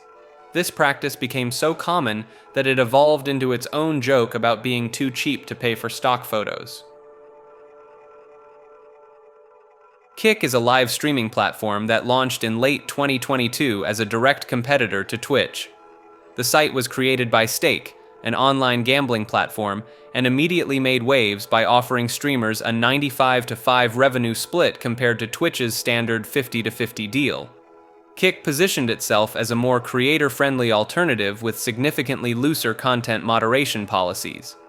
This attracted several high-profile streamers who had been banned from Twitch or were looking for better financial terms, including gambling content creators who found Twitch's restrictions too limiting. The platform became controversial almost immediately due to its connections to online gambling and its willingness to host content that other platforms had cracked down on. Critics pointed out that the generous revenue split might be funded by Stake's gambling profits, essentially using the streaming platform to normalize gambling content to younger audiences. Despite the controversy, Kick managed to sign several major streamers and carve out a niche in the streaming ecosystem by essentially being the Wild West alternative to Twitch's increasingly corporate approach. Yahoo is one of the original internet giants and web portals that launched in 1994. Started by two Stanford graduate students, it began as a directory of websites organized by category, essentially serving as a guide to navigate the early web before search engines became sophisticated. At its peak in the late 1990s and early 2000s, Yahoo was the most visited website on the internet and offered email, news, games, chat rooms, and various other services all from one platform. Answers became particularly iconic in internet culture, known for its absurd and often hilariously incompetent questions and responses that turned into a meme goldmine. The company famously turned down an opportunity to buy Google for $1 million in 1998, and later rejected a $44 billion acquisition offer from Microsoft in 2008. Both decisions are now considered some of the worst in business history. Yahoo steadily declined as Google-dominated search and social media sites took over. The company suffered multiple massive data breaches affecting billions of user accounts, and was eventually sold to Verizon in 2017 for just $4.5 billion. While Yahoo still exists today as a shell of its former self, it remains a cautionary tale of how quickly internet dominance can fade. Little Dark Age, also known as Little Dark Age edits or Little Dark Age memes, refers to a widespread internet video format that emerged around 2020 and 2021. The meme uses the 2018 MGMT song Little Dark Age as its soundtrack. The typical format involves pairing the song with video compilations that contrast imagery from different time periods, often highlighting historical events, figures, or cultural movements in a nostalgic or romanticized way. These videos usually follow a specific editing style with quick cuts, filters that give footage a vintage or dramatic look, and text overlays. The meme gained massive popularity across YouTube, TikTok, and Twitter, spawning thousands of variations. People created Little Dark Age edits about everything from historical empires and military history to video game franchises, bodybuilding culture, and regional pride. The format became particularly associated with nostalgia for past aesthetics and eras. The meme's popularity partly stems from the song's synth pop sound and melancholic tone, which pairs well with the contemplative, sometimes edgy nature of the content. However, the format has also attracted controversy due to some creators using it to promote politically charged or extreme viewpoints, leading to debates about whether certain edits cross lines into problematic territory. The Little Dark Age format remains active in various online communities, constantly being adapted to new topics and trends. Shooting stars, also known as the shooting stars meme or the bag raiders meme. A video meme format that became popular in late 2016 and peaked in early 2017. The meme featured clips of people, animals, or objects falling, jumping, or moving unexpectedly, edited to appear as if they're flying through space or across surreal cosmic landscapes. The videos were set to the song Shooting Stars by the Australian electronic duo Bag Raiders, typically starting at the song's distinctive synth melody drop. The format followed a simple formula. Show someone about to fall or do something, freeze frame at the peak moment, then transition into them soaring through trippy visual effects with planets, stars, and random imagery while the song plays. The longer and more absurd the journey, the better. The meme originated on Russian social media before spreading to YouTube and Reddit. Some of the most popular versions featured people wiping out on bikes, athletes missing jumps, or politicians having awkward moments, all transformed into cosmic voyages. The appeal came from taking mundane or embarrassing moments and elevating them into something ridiculous and epic.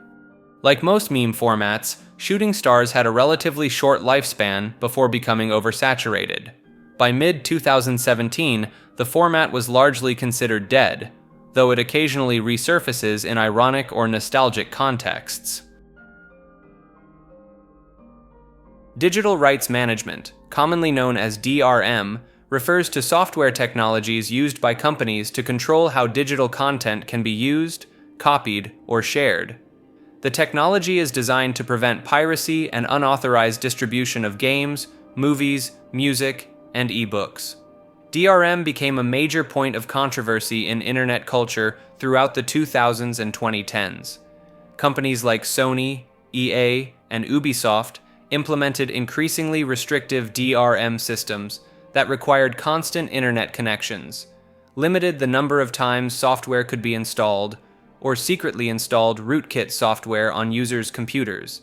The backlash centered around the fact that legitimate paying customers often faced worse experiences than pirates who simply cracked the protection.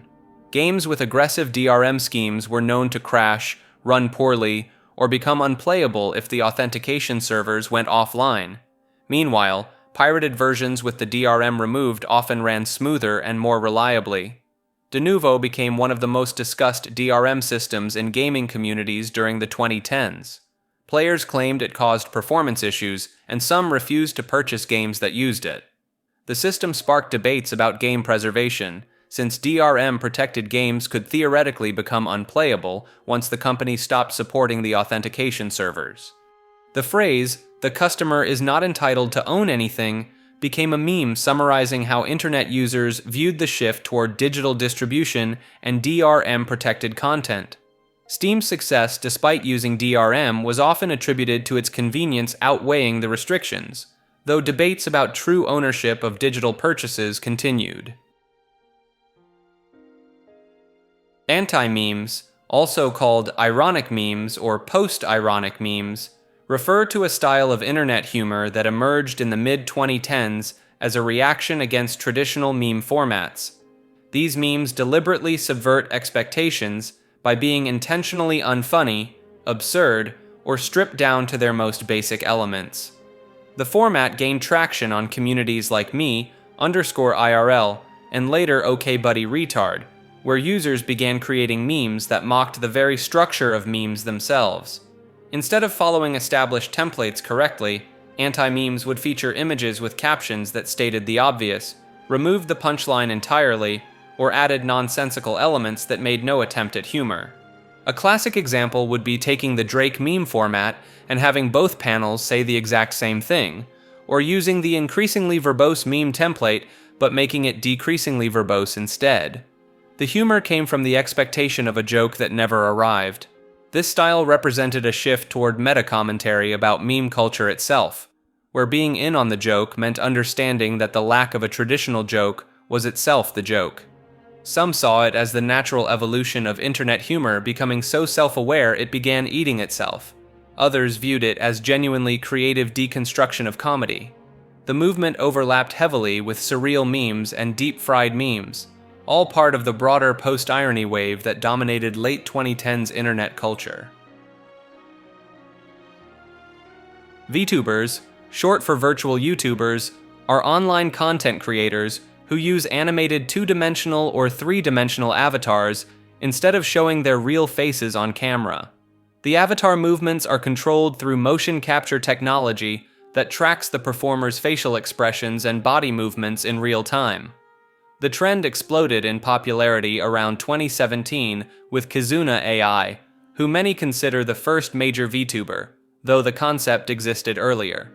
By the early 2020s, VTubers had become a massive industry, particularly in Japan, with talent agencies like Hololive and Nijisanji managing hundreds of performers who stream games, chat with audiences, and create content while maintaining their virtual personas. The appeal comes from the combination of anime aesthetics with live interaction. Fans can engage with what feels like an anime character in real time. The anonymity also allows performers to maintain privacy while building massive followings. Some VTubers have millions of subscribers and generate significant revenue through donations, memberships, and merchandise. The scene has its share of drama. Talent have been terminated from agencies over contract disputes and alleged violations of company rules. Doxing attempts to reveal the real identities of VTubers happen regularly, which the community generally condemns. The parasocial relationships between fans and VTubers can get intense, with some audiences reacting poorly to any hint of the performer having a personal life outside their character. The corporate VTuber model has been criticized for how agencies handle talent, with performers sometimes losing access to their characters and fan bases after leaving companies. Online piracy refers to the unauthorized downloading, sharing, and distribution of copyrighted content across the internet. This includes movies, music, TV shows, video games, software, and books that are shared without permission from copyright holders. The practice exploded in the late 1990s with peer-to-peer file sharing services. Napster launched in 1999 and revolutionized music piracy, allowing users to share MP3 files directly with each other. The service was shut down in 2001 after massive lawsuits from the recording industry, but it opened the floodgates. LimeWire, Kazaa, and BearShare became household names in the early 2000s. Torrenting emerged as the dominant method through protocols like BitTorrent, with sites like the Pirate Bay becoming internet institutions despite constant legal battles and domain seizures.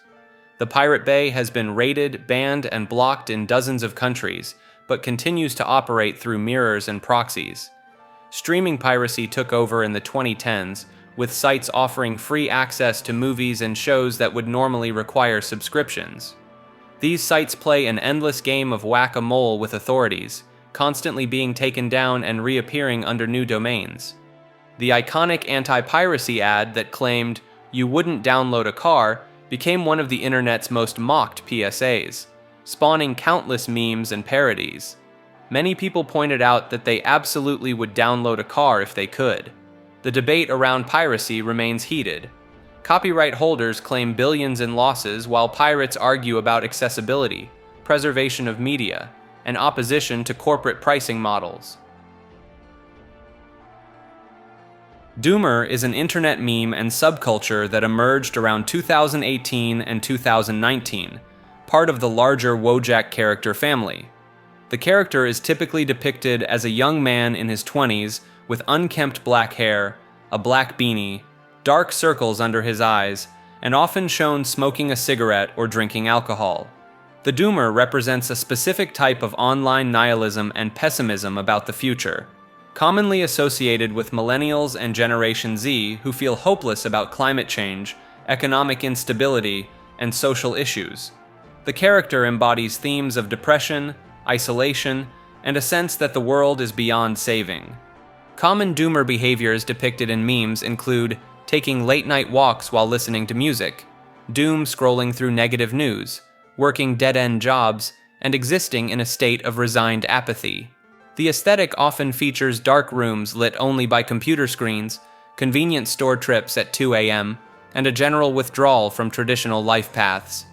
The meme spawned various offshoots including the Bloomer, a more optimistic counterpart, and the Doomer Girl, who became her own popular character. Online communities formed around Doomer culture, particularly on image boards and social media, where people share relatable content about existential dread and disillusionment with modern life. Emojis emoticons. Two distinct forms of digital expression that evolved to convey emotion and tone in text-based communication. Emoticons came first. These are text-based symbols created using keyboard characters, like the classic :close parenthesis for a smiley face, or the :open parenthesis for a frown. They originated in the early 1980s on bulletin board systems and became a staple of instant messaging and email throughout the 1990s and 2000s. Emojis are the colorful pictographic characters that took over in the 2010s. Originally created in Japan in the late 1990s, they became standardized in Unicode and exploded globally with the rise of smartphones. Apple adding an emoji keyboard to iOS in 2011 basically sealed the deal. The shift from emoticons to emojis marked a significant change in how people communicate online. Instead of improvising with punctuation marks, users could select from hundreds and eventually thousands of standardized images covering everything from facial expressions to food to obscure objects. The eggplant and peach emojis famously took on meanings their creators never intended. Unicode Consortium, the organization that approves new emojis, has become oddly powerful in determining what symbols billions of people use to communicate. Every year, the announcement of new emojis generates genuine excitement and debate, with people campaigning for their favorite concepts to be immortalized in Unicode. Rickrolling is one of the internet's most enduring bait and switch pranks. The concept is simple. Someone clicks a link expecting one thing, but instead gets redirected to the music video for Rick Astley's 1987 hit, Never Gonna Give You Up. The meme originated on 4chan around 2006 and 2007, evolving from an earlier prank called duck rolling. By 2008, Rickrolling had exploded across the internet. People disguised the link in forum posts, comments, and emails, tricking victims into watching the video's opening notes and Astley's signature dance moves. The prank became so widespread that Rick Astley himself embraced it, even rickrolling the Macy's Thanksgiving Day Parade in 2008. YouTube's 2008 April Fool's joke rickrolled every featured video on the homepage. What made rickrolling stick around was its harmless nature. Unlike other internet pranks, getting rickrolled is more amusing than offensive. The song is genuinely catchy, and Astley's earnest performance gives it a charm that keeps the joke from getting old. The meme never really died, it just evolved. People found increasingly creative ways to disguise the link, from QR codes to elaborate setups. Politicians, corporations, and celebrities have all participated in high-profile rickrolls over the years. Wattpad is a free online reading and writing platform launched in 2006 where users can publish and read original stories and fanfiction. The site became massively popular throughout the 2010s, particularly among teenage and young adult audiences, hosting millions of user-generated stories across nearly every genre imaginable. The platform is most notorious for its romance and fanfiction content, with One Direction fanfics alone numbering in the hundreds of thousands at the peak of the band's popularity. The site has a reputation for featuring stories with certain recurring tropes, questionable writing quality, and the infamous Wattpad orange aesthetic that became a meme in itself. Several Wattpad stories have been adapted into published books, films, and streaming series. The most notable example is After by Anna Todd, which started as a One Direction fanfiction and became a multi-book series and film franchise. Netflix has adapted numerous Wattpad stories, including The Kissing Booth and Through My Window. The platform has faced criticism over the years for issues with plagiarism, lack of content moderation, and the removal of adult content that alienated parts of its user base. In 2021, Wattpad was acquired by South Korean internet company Naver, leading to further changes in monetization and premium features that upset longtime users. GoFundMe, a crowdfunding platform launched in 2010 that allows people to create fundraising campaigns for personal causes, medical expenses, education costs, charitable projects, and emergency situations. Users can share their campaign pages on social media and collect donations from friends, family, and strangers. The site became the internet's go-to place for asking for money, particularly in the United States, where it essentially functions as a parallel healthcare system. Medical bills account for a massive portion of all campaigns on the platform. The company takes a percentage of donations as a platform fee, though they've adjusted their model over the years. GoFundMe has been involved in several high-profile controversies. Fraudulent campaigns have popped up repeatedly, including one case where a couple and a homeless man fabricated a feel-good story to scam donors out of hundreds of thousands of dollars. The platform has also faced criticism for campaigns that violate their terms of service but gain traction anyway, and for inconsistent enforcement of their policies. The site became a flashpoint during political controversies in the late 2010s and early 2020s, with campaigns being shut down for various causes while others stayed up, leading to accusations of political bias from multiple sides. Alternative crowdfunding platforms emerged specifically to cater to campaigns that were banned from GoFundMe. 5 Minute Crafts is a YouTube channel launched in 2016 that posts daily DIY life hack and craft tutorial videos. The channel is owned by The Soul Publishing, a content farm company based in Cyprus that operates dozens of similar channels across multiple platforms. The channel became one of the most subscribed on YouTube with over 80 million subscribers by exploiting the platform's algorithm through consistent uploads and clickbait thumbnails. Videos typically feature quick cuts of hands demonstrating various hacks, crafts, and supposedly useful tips, often set to royalty-free music with no narration. 5 Minute Crafts gained notoriety for posting objectively terrible, dangerous, or completely impractical advice presented as legitimate life hacks. Examples include microwaving phone chargers, using hot glue for dental work, and cooking food with tools like clothes irons. Many of their craft projects require more specialized materials than just buying the actual product would cost. The channel spawned an entire genre of reaction and debunking content from creators like Ann Reardon, Jarvis Johnson, and others who call out the dangerous misinformation. Critics point out that many hacks simply don't work or could cause injury, and that the channel prioritizes engagement metrics over viewer safety. Despite widespread mockery and criticism, 5 Minute Crafts continues to generate millions of views per video and remains highly profitable through ad revenue. The channel represents the peak of content farm optimization, where quantity and algorithm manipulation matter more than quality or accuracy. Hollow Knight is a Metroidvania-style indie game developed by Team Cherry and released in 2017.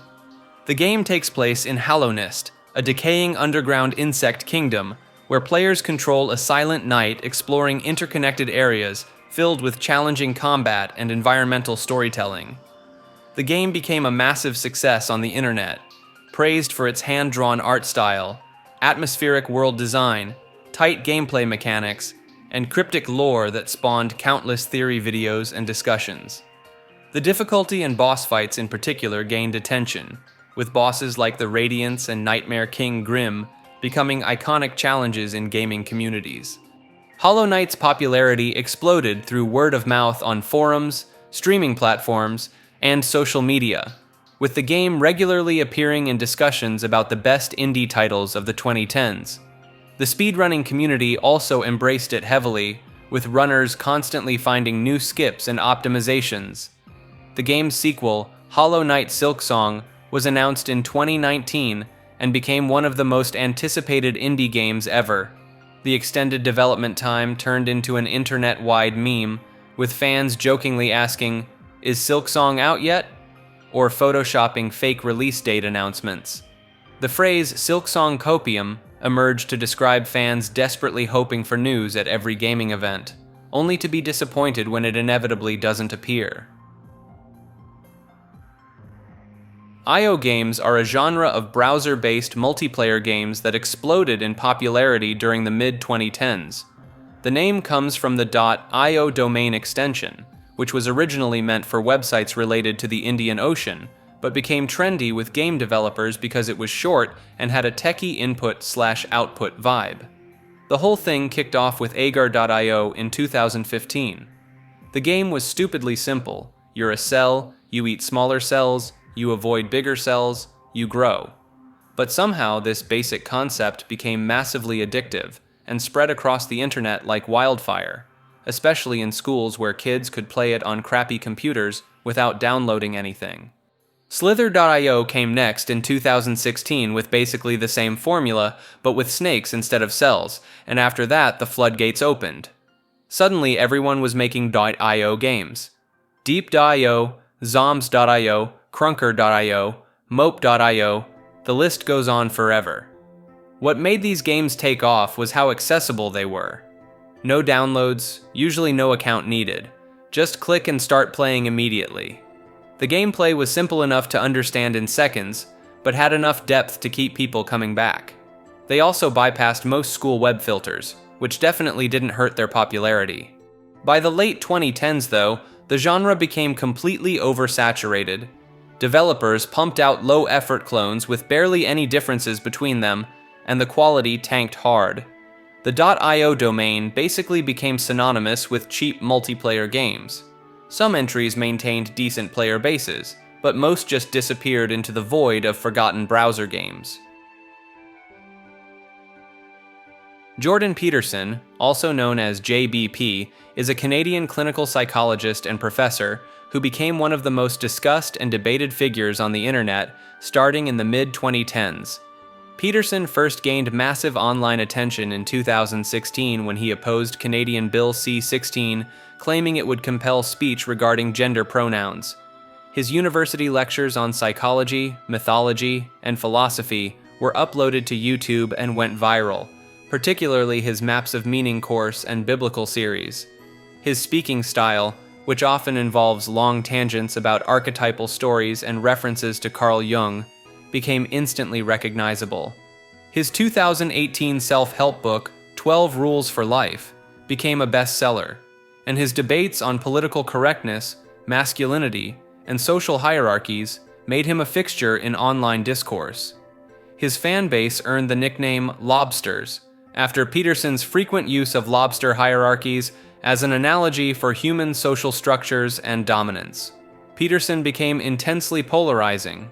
Supporters saw him as speaking uncomfortable truths about personal responsibility and pushing back against what they viewed as excessive political correctness. Critics accused him of being a gateway to far-right ideologies and misrepresenting various academic fields. His interviews became meme goldmines. The 2018 Channel 4 interview with Kathy Newman produced the viral "So What You're Saying Is" meme after she repeatedly mischaracterized his statements. His tendency to tear up during emotional moments, his all-beef carnivore diet, and his various hot takes fueled endless online discussion and parody.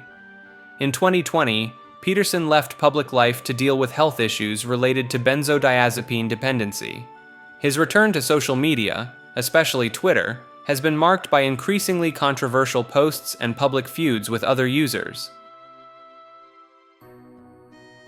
Internet Archive, also known as the Wayback Machine, is a non-profit digital library founded in 1996 that archives websites and digital media. The Wayback Machine portion specifically allows users to view snapshots of websites as they appeared at various points in time throughout internet history. The archive has saved over 800 billion web pages dating back to the mid-1990s, essentially creating a time capsule of the internet. Users can enter any URL and browse through calendar dates to see how a website evolved over the years, making it an essential tool for researchers, journalists, and people trying to settle arguments about what a website used to say.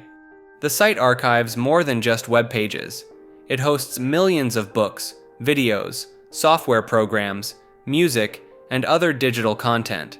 This includes abandoned games, defunct websites, and media that would otherwise be lost forever. The Internet Archive has faced multiple controversies over the years. Publishers sued them in 2020 over their emergency library program that loaned unlimited digital books during the early days of the pandemic. In 2024, the site suffered major data breaches where hackers accessed user information and defaced the website, temporarily taking it offline. Despite operating as a legally gray area for preservation versus copyright, the Internet Archive remains one of the most important resources for documenting Internet history and preserving digital culture. Fred, also known as Fred Figglehorn, was a YouTube character created by Lucas Cruikshank in 2006. The videos featured a fictional 6-year-old kid with a high-pitched, sped-up voice who would rant about his dysfunctional home life, his unrequited crush on Judy, and his neighbor Kevin. The character became massively popular during YouTube's early years, with the Fred channel becoming the first ever YouTube channel to reach 1 million subscribers in 2009. At its peak, FRED was the most subscribed channel on the entire platform. The success led to 3 Nickelodeon movies between 2010 and 2012, along with a TV series that aired on Nickelodeon. The character's humor was aimed at younger audiences and relied heavily on absurdist comedy, rapid editing, and Cruikshank's aggressively energetic performance style.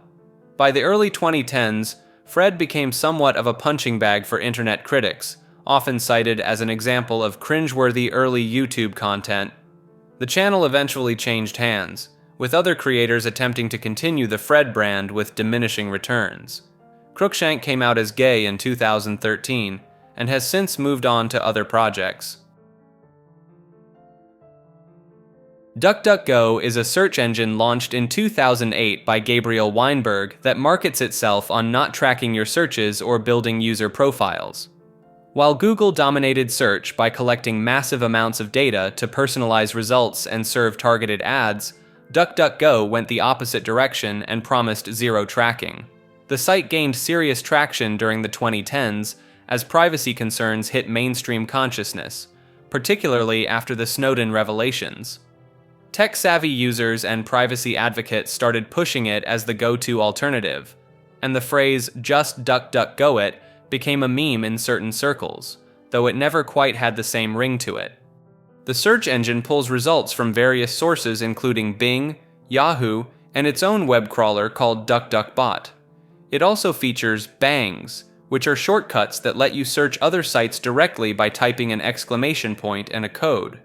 DuckDuckGo expanded beyond search into a privacy-focused browser and browser extensions that block trackers across the web.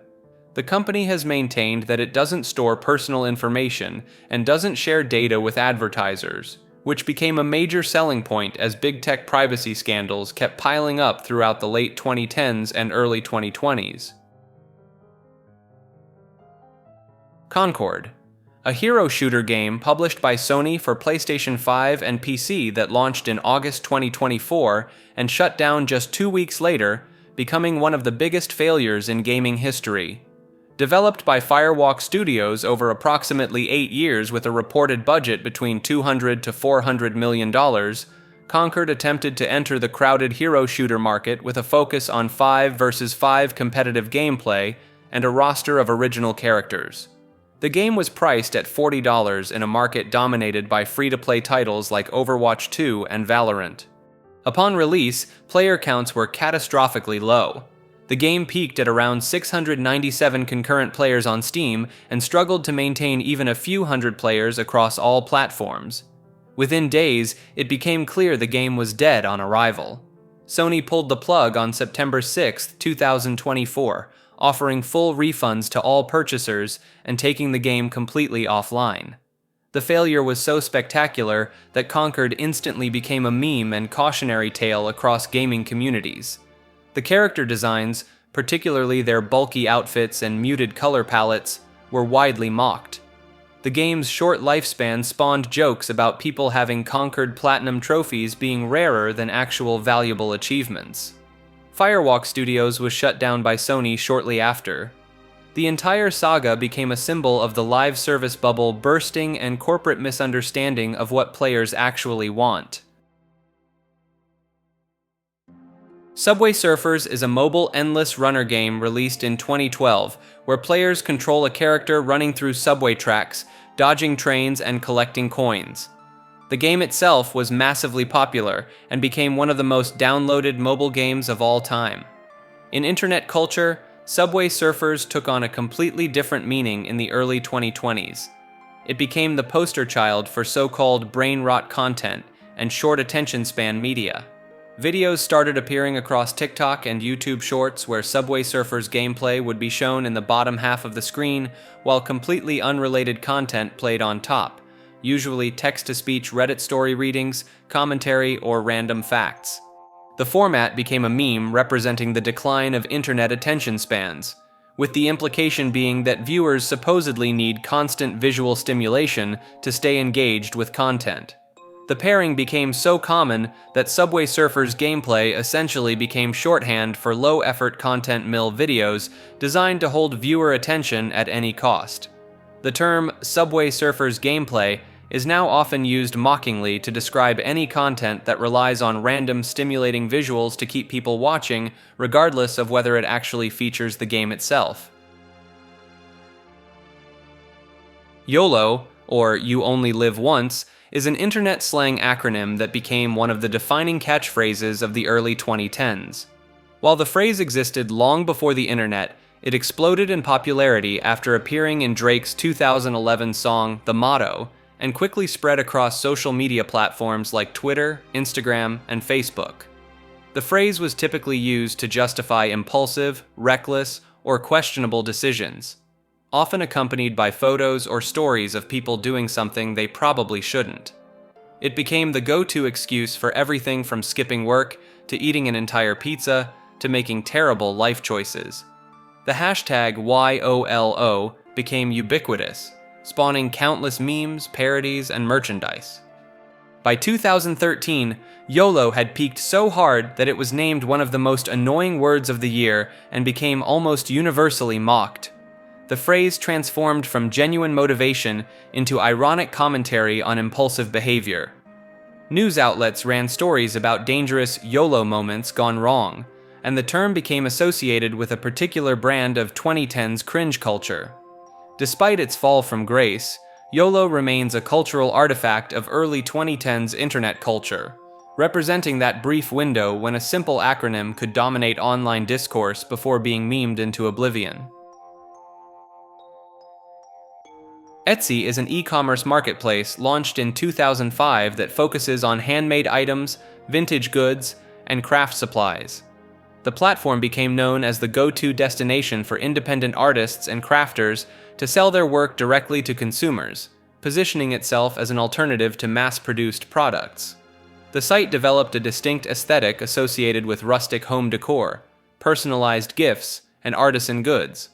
This spawned the recognizable Etsy style of products, which became both celebrated and mocked online for items like live laugh love signs, mason jar everything, and overpriced handmade soap. Etsy faced ongoing controversy regarding resellers who purchased cheap items from sites like AliExpress and mark them up significantly while claiming they are handmade. This practice led to complaints from legitimate crafters that the platform was becoming flooded with dropshippers and mass-produced goods being passed off as artisan work. The company's inconsistent enforcement of its handmade policies became a frequent point of criticism within crafting communities. The platform also became associated with multi-level marketing-adjacent behavior, particularly in craft circles where people would invest heavily in supplies and equipment, expecting to turn their hobby into a profitable business, often with little success. Kahoot is an online quiz-based learning platform that became wildly popular in classrooms during the 2010s. Teachers would create multiple-choice quizzes that students answered in real time on their phones or computers, competing for points based on speed and accuracy. The platform became known for its hyper-energetic lobby music that would play before each game started, which turned into a minor meme in its own right. Students would often try to one-up each other by entering increasingly absurd usernames before getting kicked out by teachers, leading to a constant back and forth of students rejoining with slightly modified, inappropriate names. What really cemented Kahoot in internet culture was the intense competitiveness it brought out in students. Kids would literally stand up and scream during games, treating a geography quiz like it was an esports championship. The phrase Kahoot music alone became enough to trigger nostalgia and mild PTSD in anyone who attended school during its peak. The platform also spawned various hacks and exploits, with students figuring out ways to spam lobbies with bots or flood games with fake players. Some even figured out how to auto-answer questions, though this generally took more effort than just learning the material. Umamusume. Pretty Derby is a Japanese multimedia franchise consisting of a mobile game, anime series, and manga that launched in 2021. The concept centers around anthropomorphized versions of real-world racehorses, reimagined as anime girls with horse ears and tails who compete in races while also performing as idols. The mobile game developed by Cygames became a massive hit in Japan, raking in over $1 billion in its first year. Players train these horse girls through a management simulator where they balance training stats, managing conditions, and forming relationships to create winning racehorses. The game uses real historical racehorse names and pedigrees, with characters based on legendary thoroughbreds like Special Week, Silent Suzuka, and Tokai Teo. The franchise sparked discussions around its gacha monetization system and the ethics of turning real racehorses into cute anime characters for profit. Some of the horses depicted died tragically during their racing careers, which added a layer of controversy when their cute personifications became merchandise and gambling game characters. The series gained Western attention primarily through the anime adaptation, though the mobile game remains Japan exclusive due to licensing complications with international horse racing rights. Online communities formed around sharing training guides, character builds, and arguing about best girl horse preferences. The T-pose is a default stance used in three-dimensional character modeling and animation, where a character stands upright with their arms extended straight out to the sides, forming the shape of the letter T. This pose serves as the base position for rigging character models before animators add bones and movement. The pose became a widespread internet meme in the 2010s when video game glitches would cause characters to suddenly freeze in this default position during gameplay. Games like Garry's Mod, various Bethesda titles, and PlayerUnknown's Battlegrounds became infamous for characters spontaneously T-posing at random moments, often while sliding across the ground or hovering in midair.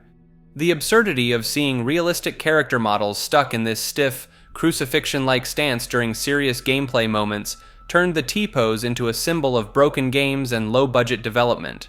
Players began intentionally triggering the glitch or recreating the pose in real life as a form of internet humor. The meme evolved to include the phrase "assert dominance," where performing a T-pose was jokingly claimed to be an intimidation tactic. Videos and images of people T-posing in public spaces or during awkward social situations spread across platforms like YouTube, Reddit, and Twitter throughout 2017 and 2018. Vlog, short for video blog, a format where people record themselves talking to a camera about their daily life, thoughts, or experiences instead of writing it out in text. The term became popular in the mid-2000s with early YouTubers like Lonely Girl 15, though the concept existed before that on various video hosting sites. The format eventually evolved into daily vlogging, family channels, and the entire lifestyle content creator industry that dominates platforms like YouTube today. Pastebin is a text storage and sharing website that launched in 2002. Users can upload plain text documents and receive a unique link to share that content with others, with options for anonymous posting and no account required. The site became popular among programmers for sharing code snippets and debugging help.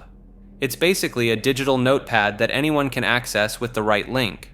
Text pastes can be set to expire after a certain time or remain public indefinitely.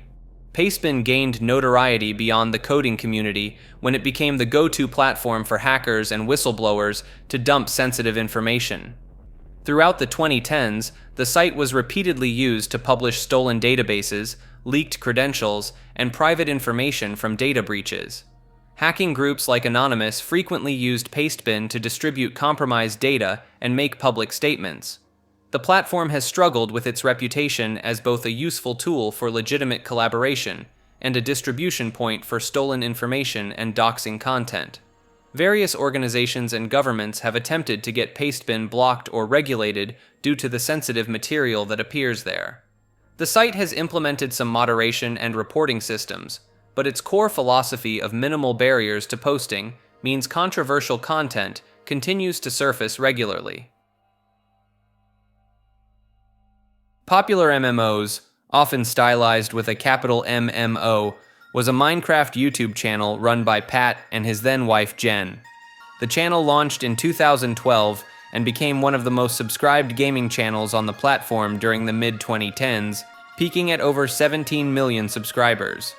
The content primarily featured Minecraft mod showcases, mini-games, and challenge maps, with their most popular series being the Lucky Block Challenges and Epic Proportions mod reviews.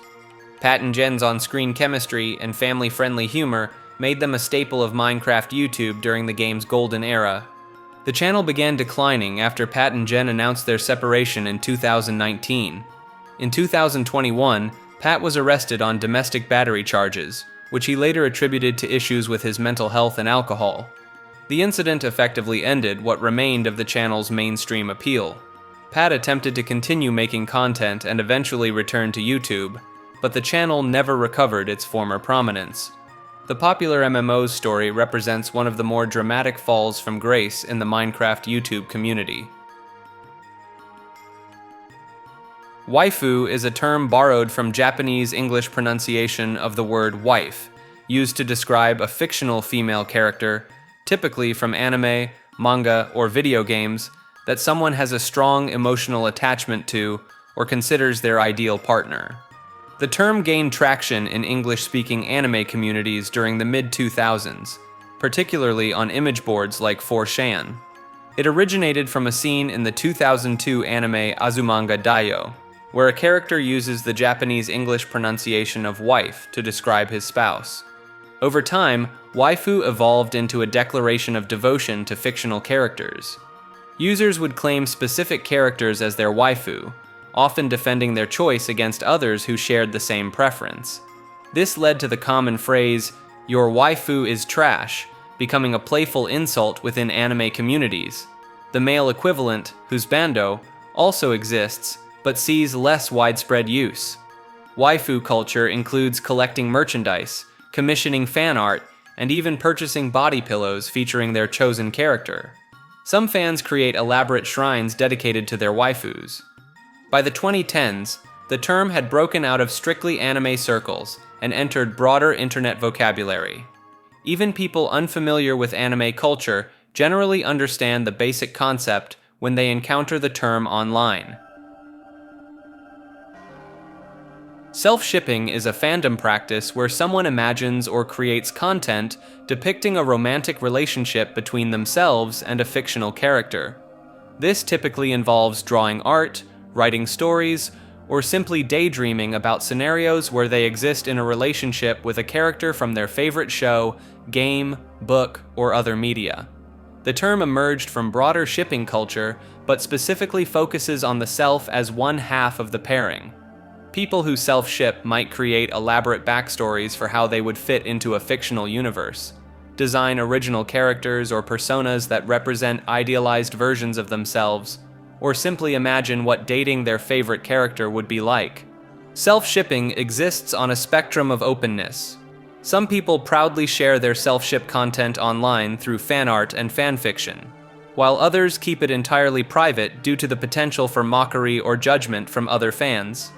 The practice has been around as long as fandom itself, but became more visible and discussed with the rise of social media platforms like Tumblr and Twitter.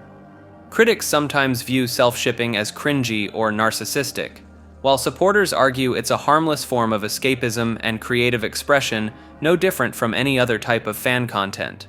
The debate around self-shipping often intersects with larger conversations about what kinds of fan behavior are considered acceptable within different fandom communities. Yandex is a Russian search engine and tech company that launched in 1997.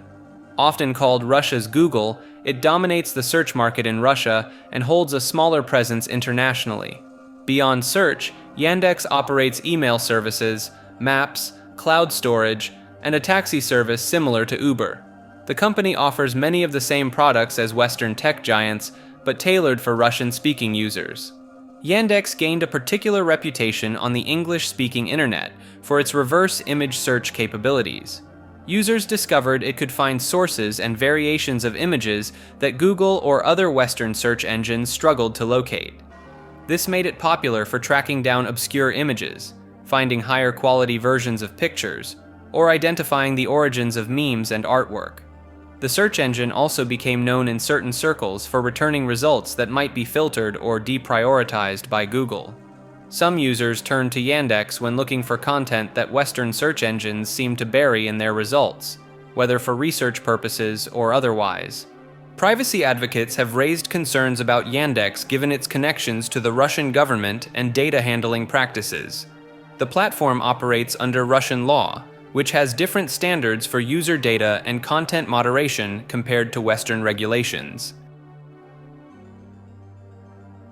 J.D. Vance Face Edits refers to a wave of image manipulations and photoshops focused on the vice president's facial features that circulated widely during and after the 2024 election cycle. The edits primarily fell into two categories. The first involved people attempting to make his face look more conventionally attractive or symmetrical, often with surprising results that went viral for how different he appeared. The second involved exaggerating certain features, particularly his eyes and expressions, to create uncanny or humorous effects. The trend gained momentum on platforms like Twitter and TikTok, where users would share before and after comparisons with captions debating whether the edits made him look better or worse. Some edits gave him different hairstyles, removed his beard, or adjusted his facial proportions entirely. One popular subset involved Face swapping him with various celebrities and fictional characters, with results ranging from convincing to deliberately cursed. Another common format showed progression edits that gradually transformed his appearance into other public figures. The phenomenon became self-aware pretty quickly, with people making edits of edits and creating increasingly absurd variations. Some users claimed certain edits revealed what he would look like as a different ethnicity or age, though these often veered into territory that got them removed from platforms. Harlem Shake is a viral video meme that exploded across the internet in early 2013. The videos followed a specific format set to the song Harlem Shake by producer Bauer. Each video starts with one person dancing alone, usually wearing a helmet or mask, while everyone else in the room goes about their business ignoring them.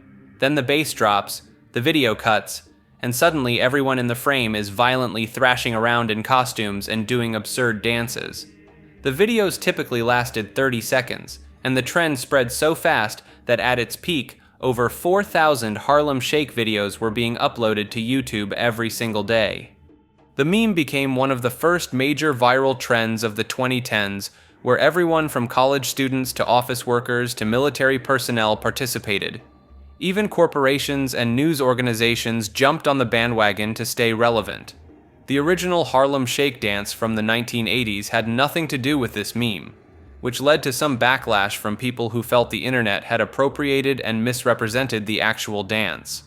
Bauer's song itself sampled the phrase from a track by Plastic Little, and the producer made millions from the unexpected viral success.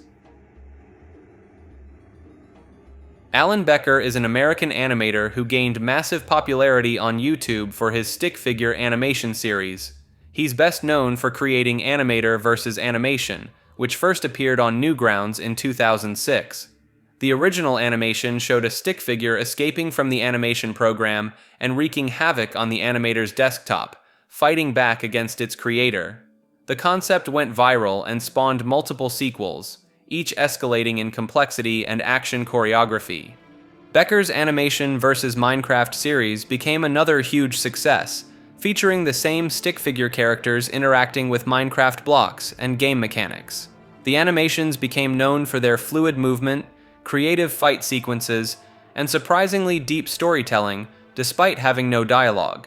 His channel grew to tens of millions of subscribers, and he's considered one of the pioneers of stick figure animation on the internet.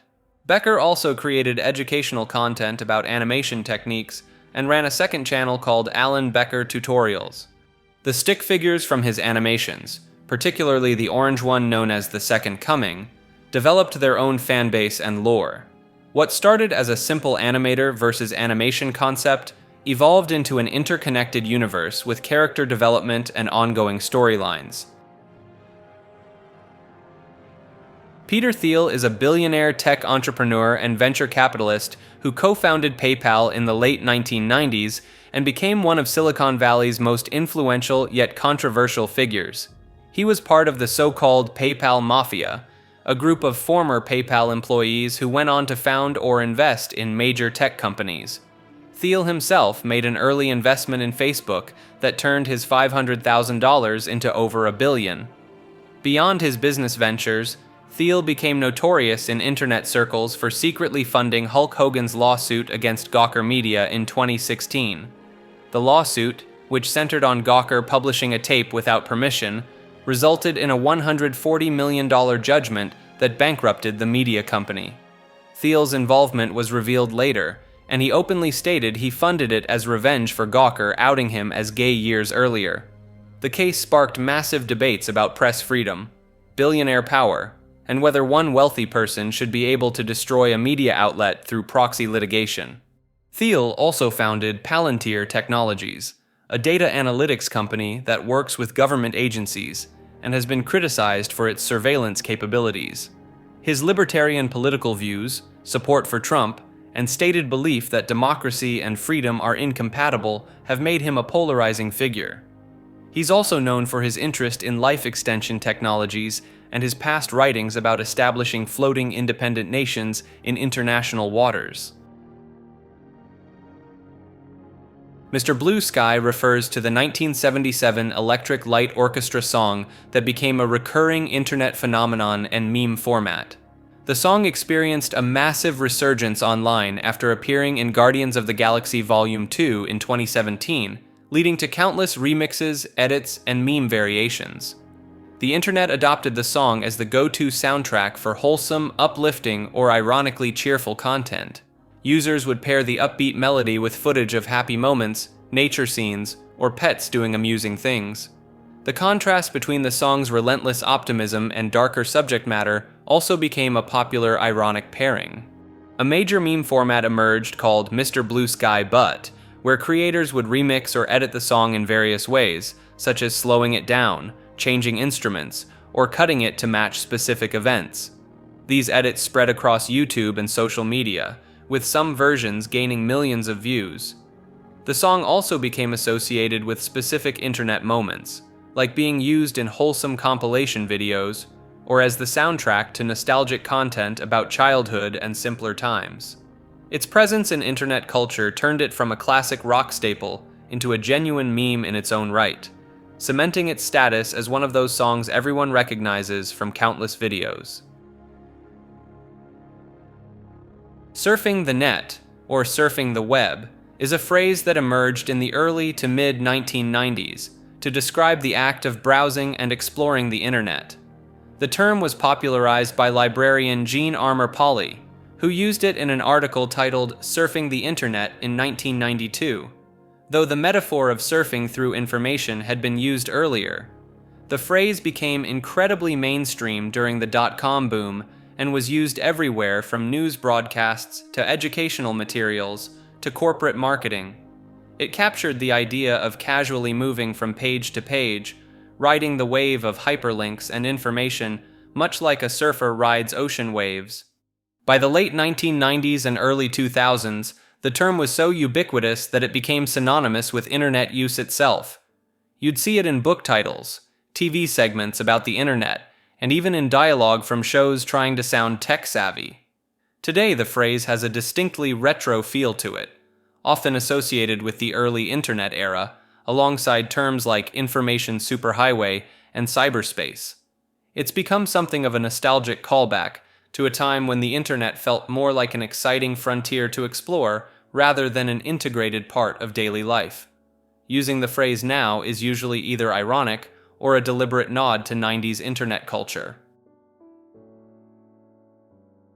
Internet metaphors refers to the collection of physical and spatial language used to describe digital concepts and online experiences. The internet itself has no tangible form, yet nearly every term used to navigate it relies on real-world comparisons. The most obvious example is calling it the web in the first place, comparing interconnected networks to a spider's creation. Users surf the internet as if riding waves, navigate pages like sailing, and browse content like flipping through books. Data lives in the cloud, despite being stored in physical server warehouses. Information flows through pipelines and streams. The early term information superhighway painted the internet as a road system, while cyberspace borrowed from science fiction to give the digital world a sense of place. Users have digital footprints they leave behind. Content goes viral, like a spreading infection, and communities form echo chambers that trap sound. Some metaphors became so embedded that people forget they're metaphors at all. Nobody questions why deleting files sends them to a trash can or recycle bin on their desktop. The desktop itself is a metaphor, complete with folders and documents that have never been made of paper. The language reveals how humans struggled to conceptualize something entirely new by mapping it onto familiar territory. As the internet evolved, so did its metaphors, from physical locations to biological systems to abstract social phenomena.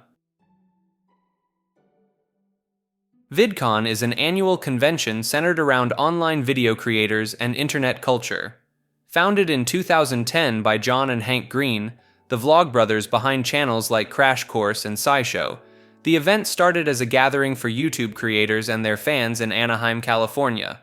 The convention features panel discussions, performances, meet and greets, and networking opportunities for content creators across platforms like YouTube, Twitch, TikTok, and Instagram. It's divided into 3 main tracks, one for fans, one for creators, and one for industry professionals looking to connect with online talent. VidCon quickly grew from a few thousand attendees to tens of thousands, becoming one of the largest gatherings of internet personalities and their audiences. The event has since expanded internationally, with versions in Europe, Australia, and other regions. The convention has become somewhat notorious for extremely long lines, overcrowding, and fans camping out overnight to meet popular creators. Several incidents of security concerns and creator harassment have occurred over the years, leading to increased safety measures and changes in how meet and greets are conducted. In 2018, Viacom acquired VidCon, later becoming part of Paramount Global. Despite corporate ownership, it remains a central hub for the online video community and a place where internet culture trends are both showcased and sometimes born. Anonymity refers to the ability to participate online without revealing your real identity. From the earliest days of bulletin board systems and chat rooms, the internet allowed people to interact through usernames and handles rather than their legal names. This feature became a defining characteristic of internet culture. Anonymous posting enabled people to speak freely about sensitive topics, whistleblow on corruption, organize protests in authoritarian countries, and explore aspects of their identity without real-world consequences. Image boards like 4chan and 8chan were built entirely around anonymous posting with no registration required. The flip side is that anonymity also shields people engaging in harassment, illegal activity, and spreading harmful content. law enforcement agencies have spent decades developing techniques to unmask anonymous users through IP addresses, metadata, and digital forensics. The Tor network and various proxy services emerged specifically to protect anonymity from surveillance. Major social media platforms took the opposite approach, with Facebook's real name policy and verified checkmarks on Twitter attempting to tie online accounts to actual identities. This created a divide between the anonymous image board culture and the personal branding culture of mainstream social media. The debate over anonymity touches on fundamental questions about free speech, accountability, privacy rights, and the nature of online communities. Some forums require verification, while others protect anonymity as a core principle. Internet tribes and echo chamber refer to the phenomenon where online communities become isolated bubbles of like-minded individuals who reinforce each other's beliefs without external challenge or dissenting opinions. The concept became widely discussed in the late 2010s as social media algorithms began prioritizing content that matched user preferences and engagement patterns. This created feedback loops where people saw increasingly homogeneous viewpoints, effectively filtering out opposing perspectives. Internet tribes form around specific ideologies, fandoms, political beliefs, or lifestyle choices. Members often develop their own terminology, inside jokes, and shared enemies. The echo chamber effect amplifies when these groups migrate to platforms or subreddits that actively exclude outsiders or ban dissenting voices. Critics argue this fragmentation has contributed to increased polarization and radicalization online. When every opinion you see confirms what you already believe, it becomes easier to view opposing groups as not just wrong, but fundamentally irrational or malicious. The irony is that people in echo chambers often believe they're the ones thinking critically, while everyone else is brainwashed. Multiple opposing tribes can simultaneously exist in their own echo chambers, each convinced they alone see the truth while the others are trapped in groupthink. Platform algorithms incentivize this behavior because engaged users spend more time clicking and sharing, regardless of whether that engagement is healthy or constructive. Blue Archive is a mobile gacha game developed by Nexon that launched in Japan in 2021 and globally later that year. The game features anime-style characters who are students at various academies, with the player taking on the role of a teacher called Sensei who commands them in tactical combat scenarios. The game gained significant traction in online communities, particularly for its character designs and art style. Blue Archive has spawned an enormous amount of fan art, memes, and fan content across platforms like Twitter, Reddit, and Pixiv. The game's subreddit and various fan communities are notably active, with players sharing artwork, gameplay strategies, and story discussions. Blue Archive became known in wider internet circles for several reasons beyond just being another gacha game. The game's characters and their distinctive Halo accessories became recognizable elements that frequently appeared in memes and art trends. Various character expressions and poses from the game were adopted as reaction images across social media. The game has also generated discussion and controversy regarding its character designs and the nature of the player character being positioned as a teacher to student characters. This has led to debates within anime and gaming communities about the typical gacha game formula and its target audience. Blue Archive maintains a dedicated player base and continues to be referenced in broader anime and gacha gaming discourse online. Augmented reality, commonly abbreviated as AR, refers to technology that overlays digital content onto the real world through a device's camera or specialized headsets. Unlike virtual reality, which creates entirely separate digital environments, augmented reality enhances what you're already seeing by adding layers of computer-generated images, text, or animations on top of it. The concept gained mainstream internet attention through various smartphone applications in the 2010s. Snapchat filters that add dog ears or face swaps became wildly popular, while Pokemon Go in 2016 sent millions of people wandering around public spaces, catching virtual creatures through their phone screens. The game became a genuine cultural phenomenon, leading to both wholesome community meetups and some unfortunate incidents of people walking into traffic or trespassing on private property. AR technology has been used for everything from virtual furniture placement apps that let you see how a couch would look in your living room, to museum exhibits that bring historical artifacts to life, to increasingly sophisticated Instagram and TikTok filters. Google Glass attempted to make AR wearable in the early 2010s, but became more known for privacy concerns and the term glass holes than actual adoption. The technology continues evolving, with companies like Apple and Meta investing heavily in AR headsets and glasses, though widespread everyday use remains more science fiction than reality for most people. Game Theory, also known as the Game Theorists, is a YouTube channel created by MatPat, real name Matthew Patrick, that launched in 2011. The channel specializes in creating theory videos about video games, diving deep into lore, hidden meanings, and conspiracies within gaming franchises. The series became known for its analytical approach to gaming culture, often connecting seemingly unrelated plot points or using real-world science and mathematics to explain game mechanics. MatPat's signature catchphrase, "But that's just a theory, a game theory, thanks for watching," became one of the most recognizable lines on YouTube. Game Theory tackled everything from the physics of Mario's jumps to whether video game characters could survive their own universes. Some theories became controversial within gaming communities, particularly the Sans' Nest theory connecting Undertale and Earthbound, which became a meme in itself for how outlandish fans found it. The channel's success spawned three sister channels: Film Theory, Food Theory, and Style Theory, creating what fans call the Theorist channels.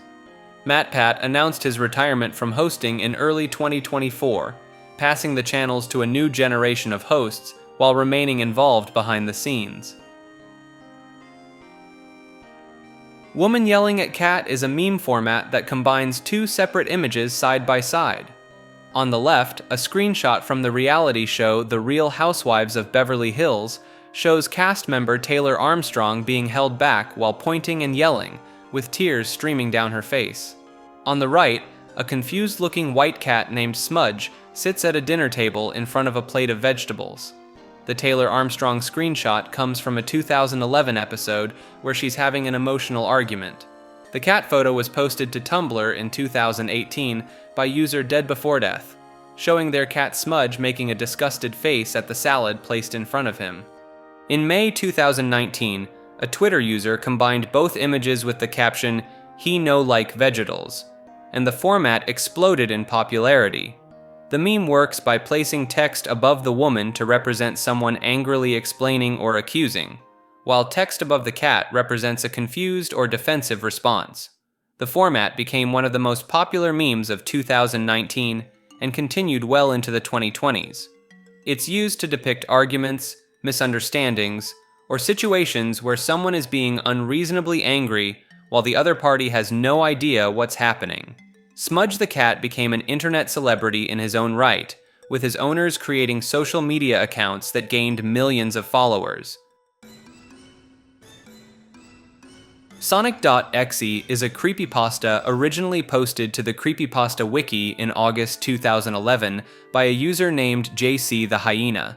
The story describes a haunted Sonic the Hedgehog PC game sent to the narrator by a friend named Tom. In the game, Sonic appears with blood dripping from his eyes and realistic human-like pupils, hunting down Tails, Knuckles, and Dr. Robotnik in twisted versions of classic Sonic levels. The story culminates with Sonic breaking the fourth wall and declaring "I am God" directly to the player. After finishing the game, the narrator discovers that his friend Tom has gone missing. The creepypasta became one of the most recognizable video game horror stories on the internet during the early 2010s, spawning dozens of fan-made games, sequels, and YouTube readings. The imagery of Sonic with bleeding realistic eyes became iconic in creepypasta circles.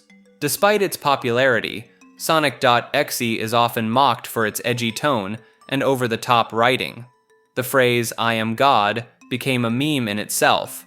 The original story was eventually removed from the Creepypasta Wiki for not meeting quality standards, though it remains widely available elsewhere. JC the Hyena later attempted to create an expanded universe and official remake, but the character had already taken on a life of its own through countless fan interpretations and parody content. The Great Firewall, also known as the Golden Shield Project. China's massive internet censorship and surveillance system that blocks access to foreign websites and regulates what content Chinese citizens can see online. Implemented in the late 1990s and early 2000s, the system uses a combination of DNS tampering, IP blocking, and deep packet inspection to prevent users from accessing sites like Google, Facebook, Twitter, YouTube, and thousands of other foreign platforms. The firewall doesn't just block entire websites.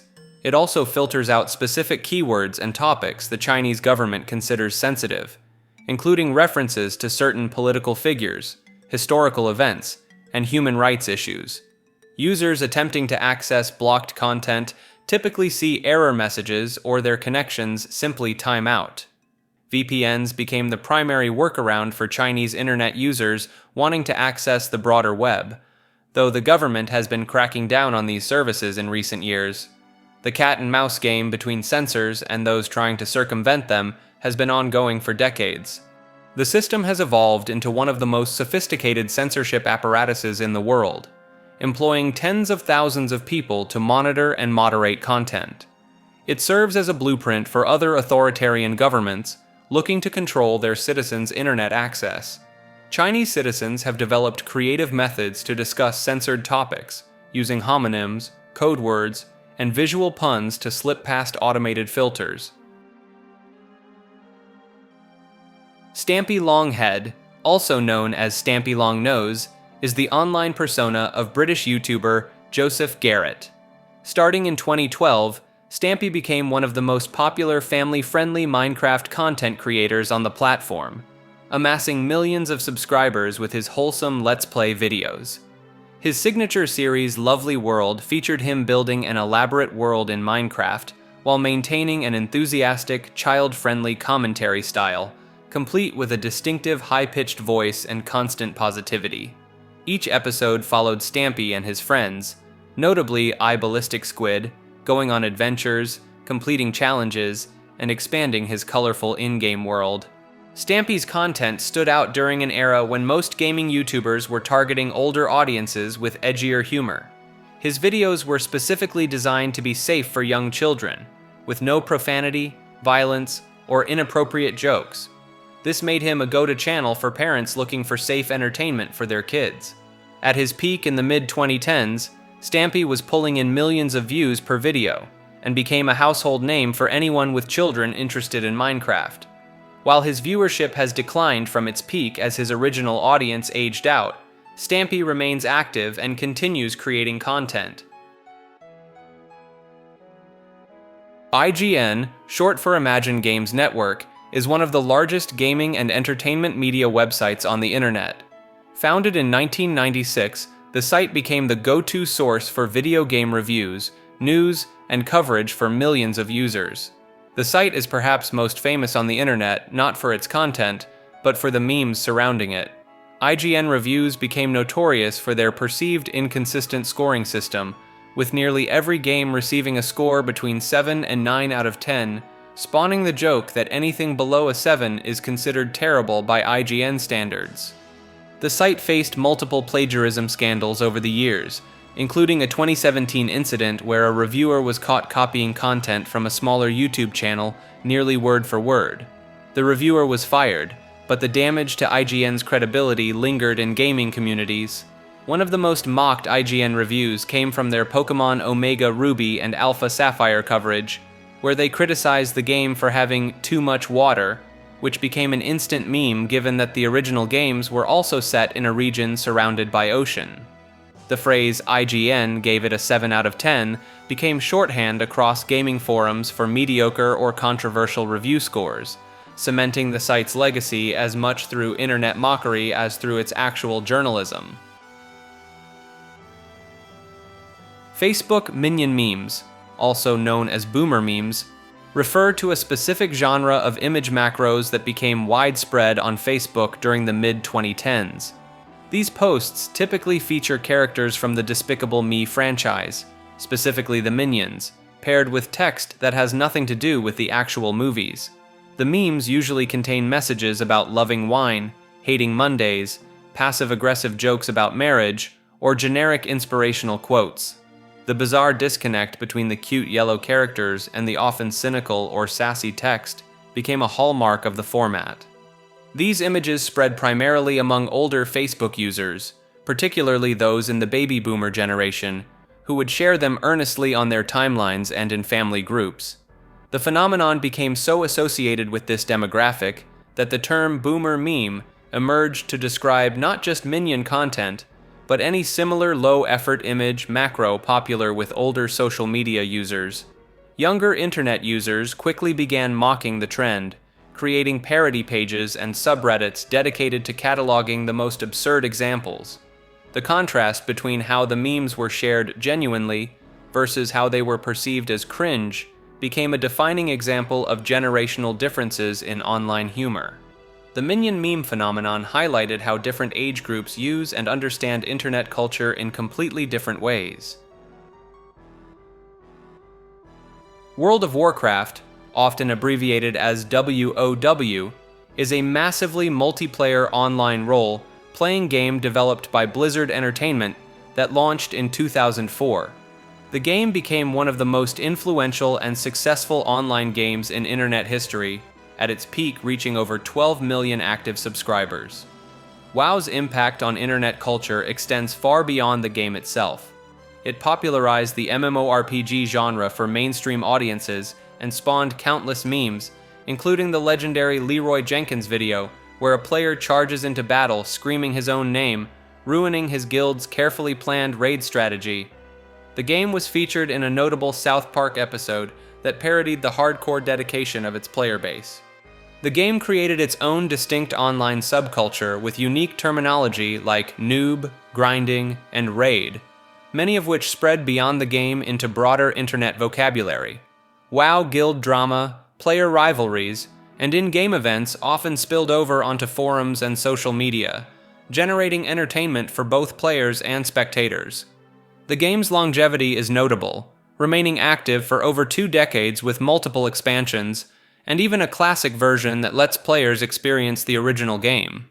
The phrase World of Warcraft addiction became a cultural touchstone, with stories of players neglecting real-life responsibilities to play becoming internet legend. Baidu is China's largest search engine and the country's answer to Google. Founded in 2000 by Robin Li and Eric Xu, the platform dominates the Chinese internet market with over 70% of the search engine market share. The site operates under strict government regulations and censorship policies, filtering results to comply with Chinese law. This means searches for politically sensitive topics, banned content, or certain historical events return heavily curated or no results at all.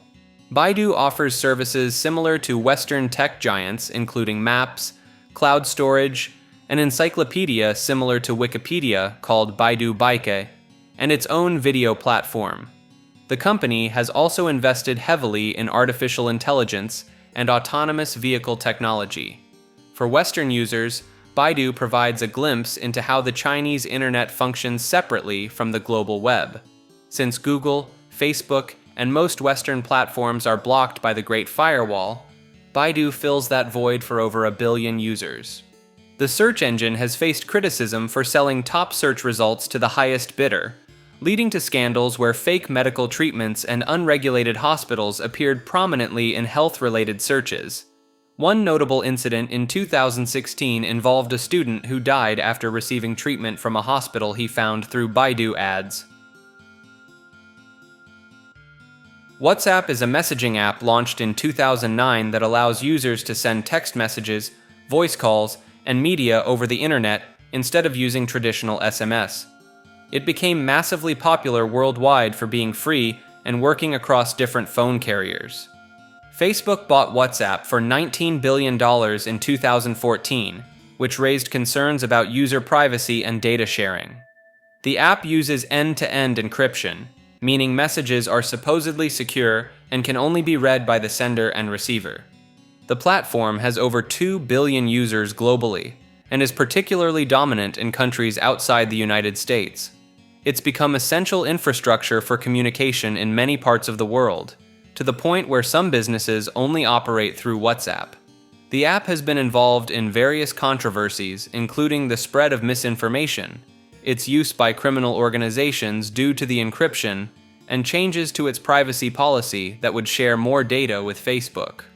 Several times WhatsApp has faced backlash over policy updates that users felt gave Meta too much access to their information. Internet celebrity-based TV shows and movies. The phenomenon of taking popular internet personalities and shoving them into traditional media formats. Throughout the 2010s and early 2020s, studios and networks repeatedly attempted to capitalize on viral fame by giving YouTubers and internet celebrities their own movies and television shows. The movie premiered on Nickelodeon in 2010, adapting Lucas Cruikshank's high-pitched character into a theatrical release that later aired on TV. The Annoying Orange got an entire Cartoon Network series that ran for multiple seasons despite mixed reception. Smosh. The movie hit theaters in 2015 and bombed spectacularly at the box office. Awesomeness TV launched as both a YouTube channel and an MTV series, attempting to bridge the gap between platforms. Netflix produced Hype House, a reality series following TikTok creators living together. YouTube Premium, or YouTube Red, funded several original series starring platform creators, most of which were quietly canceled. The general pattern involved studios misunderstanding what made these personalities popular online in the first place, taking someone who thrived on authentic, unscripted 5-minute videos and forcing them into scripted 90-minute narratives typically resulted in awkward, poorly received content. Critics consistently panned these productions, while established fan bases often rejected the more corporate, sanitized versions of their favorite creators. The track record remains notably unsuccessful, with very few exceptions managing to cross over effectively. Kanye West media controversies, also known as Ye controversies, refers to the extensive catalog of public incidents and statements by rapper and producer Kanye West that have dominated internet discourse since the late 2000s. The controversies span multiple categories. Early incidents include his interruption of Taylor Swift at the 2009 MTV Video Music Awards, which spawned the "Imma let you finish" meme that persisted for years across internet culture. His Twitter account became notorious for lengthy all-caps rants, philosophical tangents, and deleted tweets that would be screenshot and archived by fans before removal. The 2010s saw an escalation with his vocal support for certain political figures, wearing red hats in public appearances and the Oval Office, and his announcement of a presidential campaign in 2020 that many dismissed as a publicity stunt. His divorce from Kim Kardashian generated massive online attention, particularly his public posts about their custody arrangements and her subsequent relationships. His interviews became increasingly erratic, with notable appearances on podcasts and news programs where he made inflammatory statements about various groups and historical events. The 2022 period marked a turning point when anti-Semitic remarks led to mass corporate partnership cancellations, social media bans, and widespread condemnation across platforms. Internet discussions often intersect with debates about mental health, artistic genius versus accountability, and whether platforms should continue giving him attention. His ability to generate headlines and trending topics regardless of context has made him a perpetual fixture in online controversy discourse. Baldi's Basics in Education and Learning is a free indie horror game created by Micah McGonigal, also known as Mistman 12, released in 2018. The game is a deliberate parody of 1990s edutainment titles, featuring intentionally crude graphics, jarring sound effects, and unsettling gameplay mechanics. The premise has players collecting notebooks throughout a surreal schoolhouse while solving basic math problems. The catch is that the third problem in the first notebook is actually impossible to solve, and answering incorrectly causes the titular character Baldi, a bald teacher with a ruler, to begin chasing the player through the halls. The more questions you get wrong, the faster Baldi moves, smacking his ruler and creating an increasingly stressful audio cue. Originally created for the metagame jam in just 2 weeks, Baldi's Basics exploded in popularity after gaming YouTubers began playing it in early 2018. The game's bizarre mix of educational aesthetics and horror elements, combined with its memeable characters and quotable voice lines like "no running in the halls" and Baldi's distorted praise, made it a viral sensation. The success led to a Kickstarter campaign for an expanded version called Baldi's Basics Plus, which reached its funding goal within hours. The game spawned countless fan works, animations, mods, and even inspired a wave of similar horror games that subverted childhood educational media. Left 4 Dead is a cooperative first-person shooter developed by Valve and released in 2008. The game throws 4 players into a zombie apocalypse where they fight through hordes of infected to reach safety. The game became a massive hit and spawned countless memes and inside jokes. Voice lines like "pills here" and "grabbin' peels" became frequently quoted, while the special infected like the Boomer, Witch, and Tank turned into recognizable internet icons. The AI director system, which dynamically adjusted difficulty and enemy spawns based on player performance, was praised as revolutionary for its time. Left 4 Dead 2 released just 1 year later in 2009, which caused significant controversy in the community. Many felt Valve abandoned the first game too quickly and that the sequel should have been downloadable content instead. A boycott movement formed but ultimately fizzled out when players actually got their hands on the game. The series cultivated a dedicated modding community that continues creating custom campaigns, character skins, and total conversions to this day. Popular mods replaced zombies with Teletubbies, added characters from other franchises, and created elaborate new campaigns. The games remain active on Steam with a loyal player base nearly 2 decades later. Half-Life is a first-person shooter series developed by Valve that became a massive cornerstone of internet gaming culture. The original game released in 1998 and introduced players to Gordon Freeman, a silent scientist fighting aliens with a crowbar. The series spawned countless memes and online discussions, but the most notorious aspect is the endless wait for Half-Life 3. After Half-Life 2, Episode 2 in 2007, Valve went completely silent on the series for over a decade. This absence became one of gaming's most enduring jokes, with fans creating elaborate theories about why the game would never release. The phrase "Half-Life 3 confirmed" became a widespread meme, where people would jokingly connect random numbers or events to supposed evidence of the game's announcement. Anytime Gabe Newell, Valve's co-founder, appeared in public, fans would spam questions about Half-Life 3, leading to the running joke that asking about it delays the release by another month. The modding community around Half-Life was equally influential. Counter-Strike, one of the most popular multiplayer shooters ever made, started as a Half-Life mod. Gary's Mod, another hugely successful game, was built on Half-Life 2's engine and became a sandbox for internet absurdist humor and machinima. In 2020, Valve finally released Half-Life Alyx, a virtual reality game set between the first 2 games, but fans are still waiting for a proper Half-Life 3.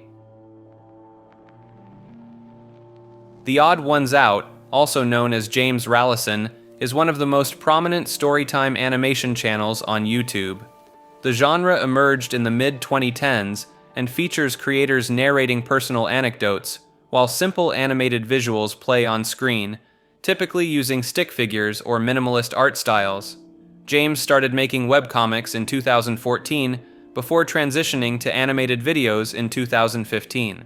His content covers relatable everyday experiences like awkward school moments, working at Subway, his obsession with Pokemon, and stories about his pet bird. The casual, conversational tone combined with simple but expressive animation struck a chord with millions of viewers.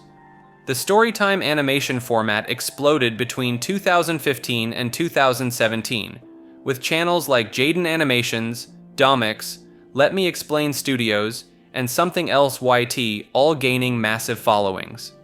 The genre became a YouTube staple because of its accessibility and the parasocial connection viewers felt with the creators sharing their lives. Controversy hit the community when accusations surfaced that some channels were outsourcing animation work to underpaid teams or using ghost animators without proper credit. Critics also pointed out the genre became oversaturated with copycat channels producing formulaic content designed purely to game the algorithm. The odd ones out avoided most of this drama and continued growing his brand beyond YouTube, launching merchandise, creating a card game called Pixeled, and landing voice acting roles in theatrical releases.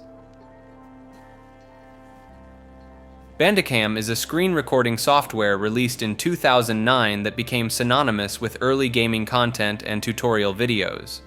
The program allowed users to capture gameplay footage and desktop activity, making it popular among YouTubers in the late 2000s and early 2010s. The free version plastered a watermark reading bandicam.com across the top of recordings, which became an iconic and somewhat nostalgic symbol of amateur YouTube content. Countless gaming montages, Minecraft tutorials, and low-quality Let's Plays featured this telltale watermark, to the point where it became its own meme representing the scrappy, unpolished era of early YouTube. The software competed with other recording programs like Fraps and Camtasia, but Bandicam's free version made it accessible to younger creators who couldn't afford paid alternatives. The watermark became so recognizable that it's now used ironically in videos as a throwback to the golden age of unedited, authentic YouTube content before everyone had professional setups. Fallout is a post-apocalyptic role-playing game series that began in 1997.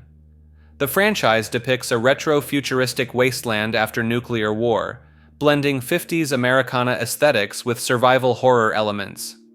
The series gained massive internet popularity, particularly Fallout New Vegas, which became something of a sacred text among gaming communities. The game spawned countless memes, with phrases like, "War never changes," and "Patrolling the Mojave almost makes you wish for a nuclear winter," becoming widely quoted across forums and social media. Online discourse around Fallout frequently debates which entry is superior, with New Vegas fans often treated as a distinct internet subculture. The game's reputation for being extremely buggy at launch became its own meme, with clips of characters glitching through walls or flying across the map circulating widely. The series also inspired extensive modding communities, particularly on PC, where users created everything from quality of life improvements to complete overhauls. Some mods gained notoriety for being extremely ambitious or bizarre, like turning the game into different genres entirely. When Fallout 76 launched in 2018 as an online multiplayer game, it became infamous for its disastrous release, spawning waves of criticism, refund demands, and memes mocking Bethesda's handling of the launch. No Man's Sky, a space exploration game developed by indie studio Hello Games that became one of the most infamous launches in gaming history. Announced in 2013 and heavily marketed through major gaming events, the game promised an entire procedurally generated universe with 18 quintillion planets to explore, each with unique flora and fauna. Players would be able to see each other in the game, engage in large-scale space battles, and experience features shown in numerous gameplay demos. When the game released in August 2016, the internet exploded. Players quickly discovered that many of the advertised features were completely absent from the final product. Multiplayer functionality didn't exist despite developer Sean Murray heavily implying it would. Planetary physics, large creature variety, and elaborate space combat shown in trailers were nowhere to be found. The game was largely a bare-bones exploration experience with repetitive gameplay loops. The backlash was immediate and severe. Sean Murray became the face of the controversy, with players accusing him and Hello Games of false advertising. The situation got bad enough that the Advertising Standards Authority in the UK investigated the game's marketing. Subreddits dedicated to the game became toxic wastelands of disappointment.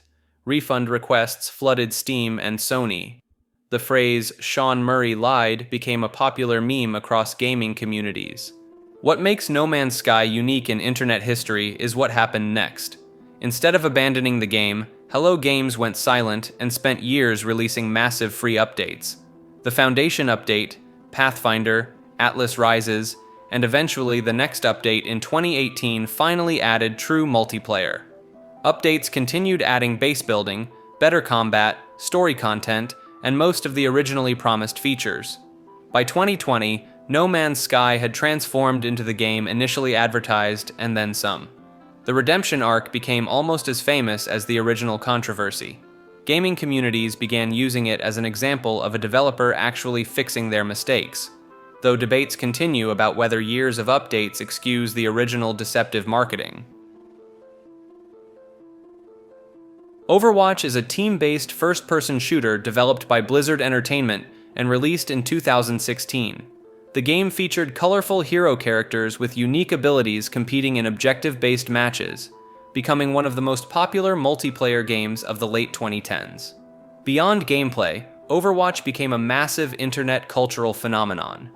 The diverse character roster spawned an overwhelming amount of fan art, cosplay, and adult content that flooded sites like Tumblr, Twitter, and various other corners of the web. Characters like Tracer, Mercy, and Widowmaker became some of the most searched and depicted video game characters online almost immediately after launch. The game popularized several memes and phrases including "I need healing," "play of the game clips," and "nerf this." Blizzard's approach to character lore through animated shorts and comics generated intense fan speculation and shipping culture that rivaled many traditional media fandoms. The game's competitive scene and esports league drew millions of viewers, while controversies around hero balance changes sparked endless debate across forums and social media. Overwatch eventually saw a decline in popularity leading into the 2020s, with the controversial transition to Overwatch 2 in 2022, facing criticism for its free-to-play model and removal of content from the original game. Plants v. Zombies is a tower defense game released by PopCap Games in 2009, where players use various plants with different abilities to defend their home from waves of zombies. The game became a massive hit across PC and mobile platforms, spawning countless memes and becoming a staple of early 2010s internet gaming culture. The game's quirky humor, catchy soundtrack, and the music video for Zombies on Your Lawn by Laura Shigihara gained significant traction online. Characters like Crazy Dave became recognizable internet figures, and the game's plants and zombies were frequently used in meme formats. The franchise took a controversial turn when Electronic Arts acquired PopCap in 2011 and released PvZ2 in 2013 as a free-to-play mobile game heavily focused on microtransactions. Many fans felt this shift prioritized profit over the charm and accessibility of the original, leading to ongoing debate about the direction of the series. Later entries like Plants vs. Zombies, Garden Warfare shifted to third-person shooter gameplay, further dividing the fanbase. The original game maintains a dedicated speedrunning community, and is still regarded as one of the defining casual games of its era. Portal is a 2007 puzzle platform game developed by Valve that became a cornerstone of internet meme culture. The game features a silent protagonist named Chell, who must navigate test chambers using a portal gun while being taunted by an artificial intelligence named GLaDOS. The game's dark humor and memorable quotes spread rapidly across the internet. "The cake is a lie" became one of the most recognizable gaming memes of the late 2000s, referencing the false promise of cake used to motivate the player throughout the game. The phrase appeared everywhere, from image macros to real-world graffiti. GLaDOS herself became an internet icon, with her deadpan, passive-aggressive dialogue being endlessly quoted and remixed. Her song, Still Alive, written by Jonathan Coulton and performed during the end credits, became a viral sensation and is still referenced in internet spaces today. The weighted companion cube, a simple box with hearts on it, somehow triggered mass emotional attachment among players, and spawned countless fan art pieces, plushies, and jokes about its supposed sentience. People genuinely mourned having to incinerate it to progress in the game. Portal's influence on internet humor was so significant that its references became a sort of cultural shorthand. Saying, "Now you're thinking with portals," or making orange and blue portal jokes instantly signaled you were part of the gaming internet community of that era. Deus Ex is a cyberpunk action role-playing game released in 2000 that became one of the most influential titles in gaming history.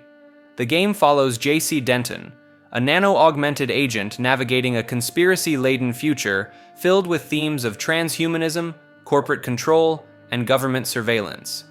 What makes it particularly notable in internet culture is its eerily prophetic content. The game features a New York City skyline with the Twin Towers missing, explained in-game as the result of an attack over a year before the actual events of September 11th. The developers have stated this was due to texture memory limitations, but the coincidence has fueled endless online discussion. It also spawned the so-called Deus Ex phenomenon, an internet curse where merely mentioning the game causes someone to reinstall and replay it. This became a running joke across gaming forums and communities throughout the 2000s and 2010s. Its dense conspiracy narrative covering topics like the Illuminati, MJ-12, synthetic plagues, and the technological singularity has made it a frequent reference point in online discussions about real-world events. Numerous quotes from J.C. Denton and other characters became widely circulated memes. Its focus on player choice and immersive simulation design influenced countless discussions about game development philosophy online. The Griddy is a dance move that originated in Louisiana high school football around 2016 to 2017, created by Alan Davis, who earned the nickname Griddy. The dance involves a specific leg movement where you swivel your feet while swinging your arms, and it gained mainstream attention when LSU wide receiver Jamar Chase started performing it as a touchdown celebration. The move exploded into internet culture when Minnesota Vikings wide receiver Justin Jefferson made it his signature celebration during the 2020 season. His version of the Griddy became instantly recognizable and spawned countless imitations across social media platforms, particularly TikTok, where users recreated the dance in various contexts. The Griddy reached peak internet saturation when Fortnite added it as an emote in April 2022, cementing its status as a cultural phenomenon. The dance became so ubiquitous that it transcended sports entirely, appearing in memes, school events, and even corporate social media accounts attempting to stay relevant. By 2023, the Griddy had reached that inevitable stage where it was simultaneously everywhere and potentially cringe, depending on who was performing it and in what context. The dance remains a staple of sports celebrations and internet culture, though its overuse has led to the typical backlash cycle where something becomes popular enough to become uncool. Swag, an internet slang term that exploded in popularity during the early 2010s, roughly between 2010 and 2012. The word itself existed long before as general slang meaning style or confidence, but its internet incarnation became something entirely different. During this period, swag became the defining characteristic of a very specific online aesthetic. Think snapback hats, Diamond Supply clothing, Obey brand everything, and an overall attitude of manufactured coolness. The term was plastered across social media profiles, used in countless memes, and became inseparable from its companion phrase, YOLO. What made swag particularly notable was how quickly it went from genuine usage to ironic mockery. By 2013, using the term unironically marked you as either very young or very out of touch. The swag era produced some of the most memorable cringe content of the early 2010s, with countless tutorial videos teaching people how to have swag and photos of preteens posing with peace signs and tilted snapbacks. The term eventually faded from mainstream internet usage, becoming a relic of that specific moment in internet history. Today, it exists primarily as a nostalgic reminder of early 2010s internet culture, occasionally resurfacing in throwback memes that poke fun at how seriously everyone took it at the time. A snow clone is a type of formulaic phrase or template where certain words can be swapped out while keeping the same structure. The term was coined by linguist Jeffrey Pullum in 2004 on the language log blog. The classic example is X is the new Y, like 40 is the new 30, or orange is the new black. Other common snow clones include X all the Y, from the X all the things meme. In Soviet Russia, Y does X to you, from Yakov Smirnov jokes, and I can has X from lolcat speak. The name itself comes from a journalistic cliché about Eskimo words for snow, specifically the phrase, if Eskimos have N words for snow, X surely have Y words for Z. The term caught on in linguistic circles and eventually spread across the internet as people became more aware of these repetitive phrase patterns. Snow clones are everywhere online. They make up a huge portion of meme formats, clickbait headlines, and social media posts. Once you know what they are, you start seeing them constantly. White knight is internet slang used to describe someone who rushes to defend another person online, usually a man defending a woman, often in a way that seems excessive or motivated by a desire for approval or romantic attention rather than genuine concern. The term became popular on forums and social media in the late 2000s and early 2010s. It's typically used as an insult to mock users who appear to be defending someone not because they actually care about the issue, but because they're trying to impress them or gain favor. Common scenarios include someone jumping into an argument or debate to defend a stranger, especially if that person is receiving criticism, even when the defense seems unnecessary or overly dramatic. The implication is that the white knight expects praise, gratitude, or romantic interest in return for their chivalrous online behavior.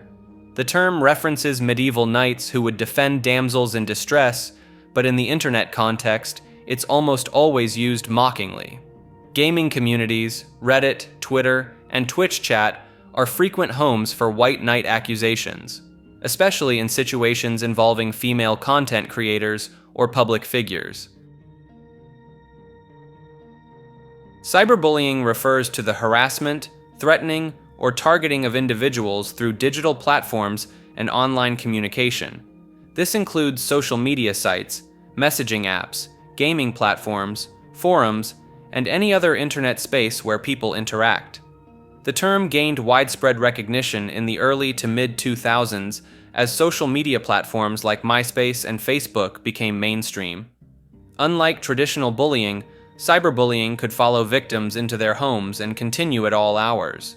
The anonymous or semi-anonymous nature of the internet often emboldened attackers who might not engage in such behavior face-to-face. Common tactics included spreading rumors, sharing embarrassing photos or videos, sending threatening messages, creating fake accounts to impersonate or mock someone, and coordinating group harassment campaigns. The permanent nature of online content meant that harmful material could resurface repeatedly and spread far beyond the original context. By the 2010s, cyberbullying had become a serious concern for parents, educators, and lawmakers. Multiple high-profile cases where victims experienced severe psychological harm or engaged in self-removal led to increased awareness and the development of anti-cyberbullying legislation in various countries. Social media platforms eventually implemented reporting systems and content moderation policies specifically targeting harassment, though enforcement remained inconsistent. The rise of doxing, swatting, and other more extreme forms of online harassment showed how cyberbullying could escalate into real-world danger.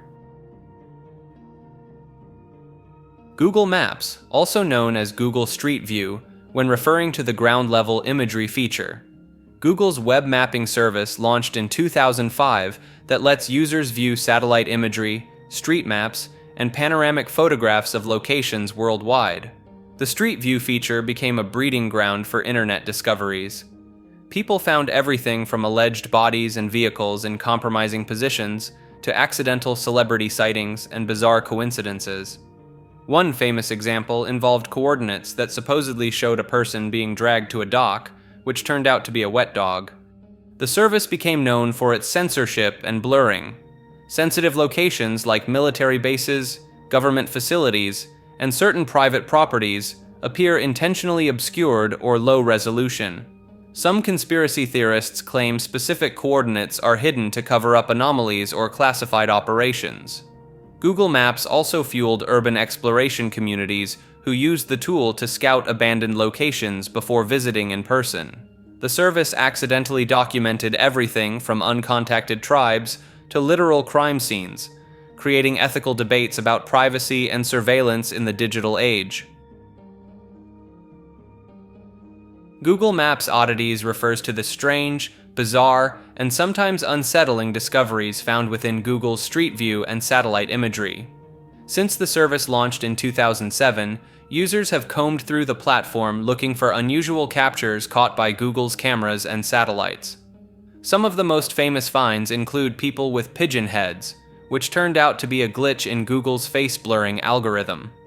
There's also the image of what appeared to be a body being dragged to the end of a pier in the Netherlands, which was later confirmed to be a wet dog.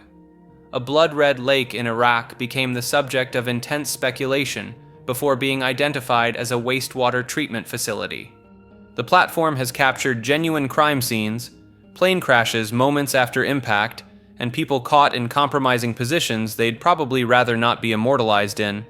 Military bases and government facilities sometimes appear heavily blurred or pixelated, leading to conspiracy theories about what's being hidden.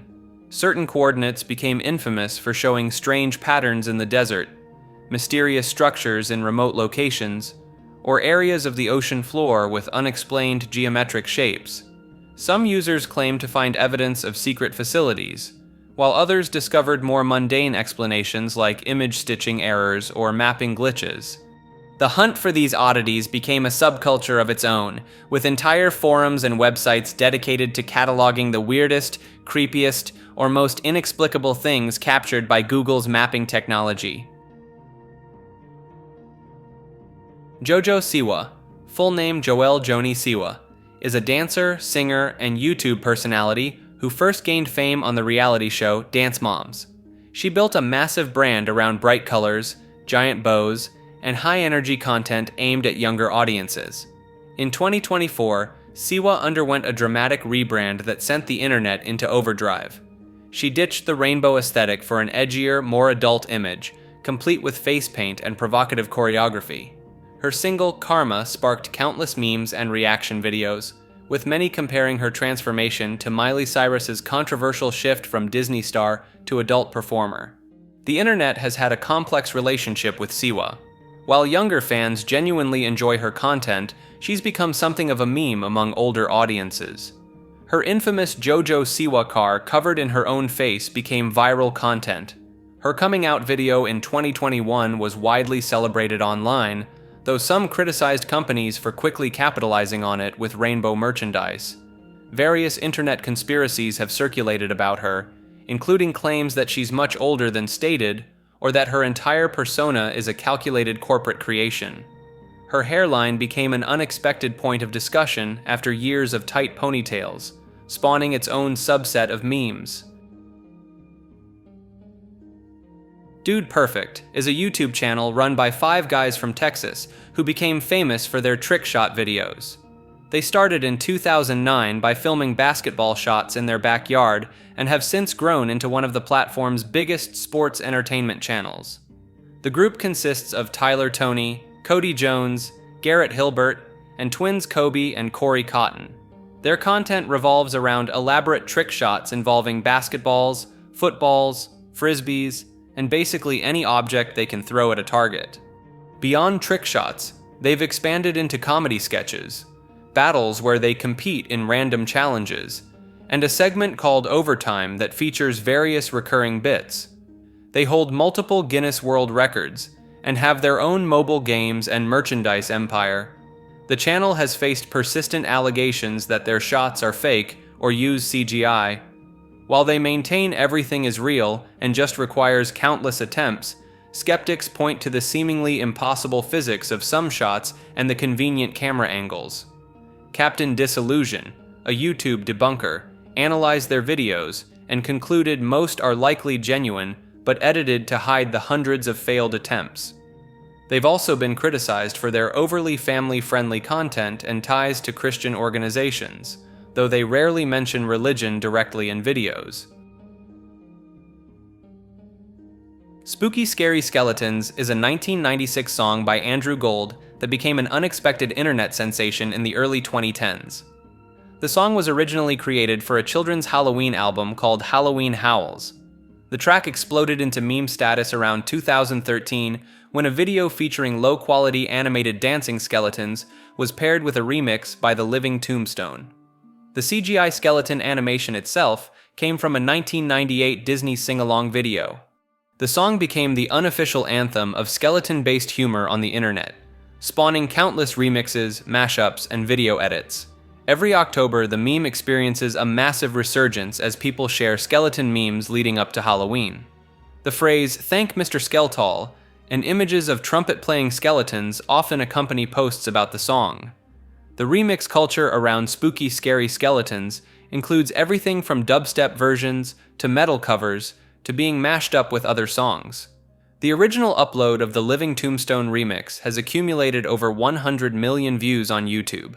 Andrew Gold, who passed away in 2011, never lived to see his children's Halloween song become one of the internet's most enduring seasonal memes. After Dark was a screensaver software collection that became iconic in the early 1990s. The program featured dozens of animated screensavers, but none more famous than the flying toasters with wings that flapped across your monitor. Created by Berkeley Systems, After Dark wasn't just functional software to prevent screen burn-in on CRT monitors. It became a cultural phenomenon, and one of the first examples of software as entertainment. People would literally sit and watch the screensavers like television. The flying toasters became so recognizable they appeared on merchandise, in TV shows, and even inspired a lawsuit when a similar screensaver appeared in Windows. The toasters had their own lore too, with different varieties including burnt toast and even ninja toasters in later versions. Berkeley Systems kept releasing new modules with increasingly weird animations. There was Bad Dog that would destroy your desktop, Lunatic Fringe, which was basically a full space shooter game, and one called Daredevil Dan, where a tiny man would walk across your screen doing stunts. The company went under in 1998 after losing market share when screensavers became built into operating systems, but After Dark left its mark as one of the first pieces of software that made computers feel fun rather than just functional. Speaking of After Dark, Mr. Kitty is an electronic music artist from Austin, Texas, whose dark synthwave tracks became unexpectedly viral across the internet. The artist, real name Forrest Lemaire, gained massive recognition when the 2014 track After Dark exploded on TikTok and YouTube around 2019 and 2020. The song became the soundtrack for countless edits, particularly moody aesthetic videos, anime compilations, and Sigma male memes. What started as underground darkwave music transformed into internet culture phenomenon, with After Dark alone reaching hundreds of millions of streams. The track's haunting synths and melancholic vocals perfectly matched the internet's appetite for nostalgic, atmospheric content. Mr. Kitty's music has been used in everything from Blade Runner edits to late-night driving playlists, cementing the artist's place in internet music history despite originally being part of a niche electronic music scene. The artist has released over a dozen albums since 2008, maintaining a cult following that extends far beyond the viral success of that one track. PogChamp, also known as Pog or Poggers, was one of Twitch's most iconic emotes, featuring the face of Ryan Gutex Gutierrez with his mouth open in shock and excitement. The image came from a 2010 outtake video where Gutex reacted to a cameraman knocking over his tripod while filming a promotional video about Pogs, those collectible milk caps from the 90s. The emote became the universal way to express hype, excitement, or amazement in Twitch chat whenever something incredible happened on stream. Typing PogChamp would display Gutex's face, and it spawned countless variations like Poggers, Pogu, and Poggers. In January 2021, Twitch removed the original PogChamp emote after Gutex made controversial statements on social media following the Capitol events. The platform initially replaced it with a rotating selection of different streamers' faces doing the PogChamp expression, before eventually settling on a Komodo dragon with its mouth open. The term Pog itself transcended Twitch and became general internet slang for anything awesome or exciting. People would comment Pog or Poggers on completely unrelated platforms, and the phrase "that's pretty Pog" entered the vocabulary of an entire generation of internet users. AJR is an American indie pop band made up of three brothers, Adam, Jack, and Ryan Met. The band gained massive traction online through their DIY approach to music production, creating all their songs in their New York City apartment using Logic Pro. Their breakout came when their single, "I'm Ready," sampled SpongeBob SquarePants, which caught attention across social media platforms in 2013. The band's sound blends electronic production with orchestral elements and deliberately processed vocals that became their signature. AJR became a polarizing force on music forums and Reddit, with listeners either loving or hating their maximalist production style and theatrical approach. Their song "World's Smallest Violin" exploded on TikTok in 2021, spawning thousands of videos using the track's dramatic crescendo for comedic effect. The band has cultivated a dedicated online fan base, while simultaneously becoming a frequent target of music memes and criticism for their overly earnest lyrics and production choices. Their song "Bang" became inescapable on social media platforms, particularly in animated memes and transition videos. Their DIY success story and bedroom production methods made them icons in online music production communities, though music critics and online commentators remain deeply divided on whether their sound represents innovation or irritation. Mudeng is a pygmy hippopotamus at the Khao Keo Open Zoo in Thailand who became an internet sensation in 2024.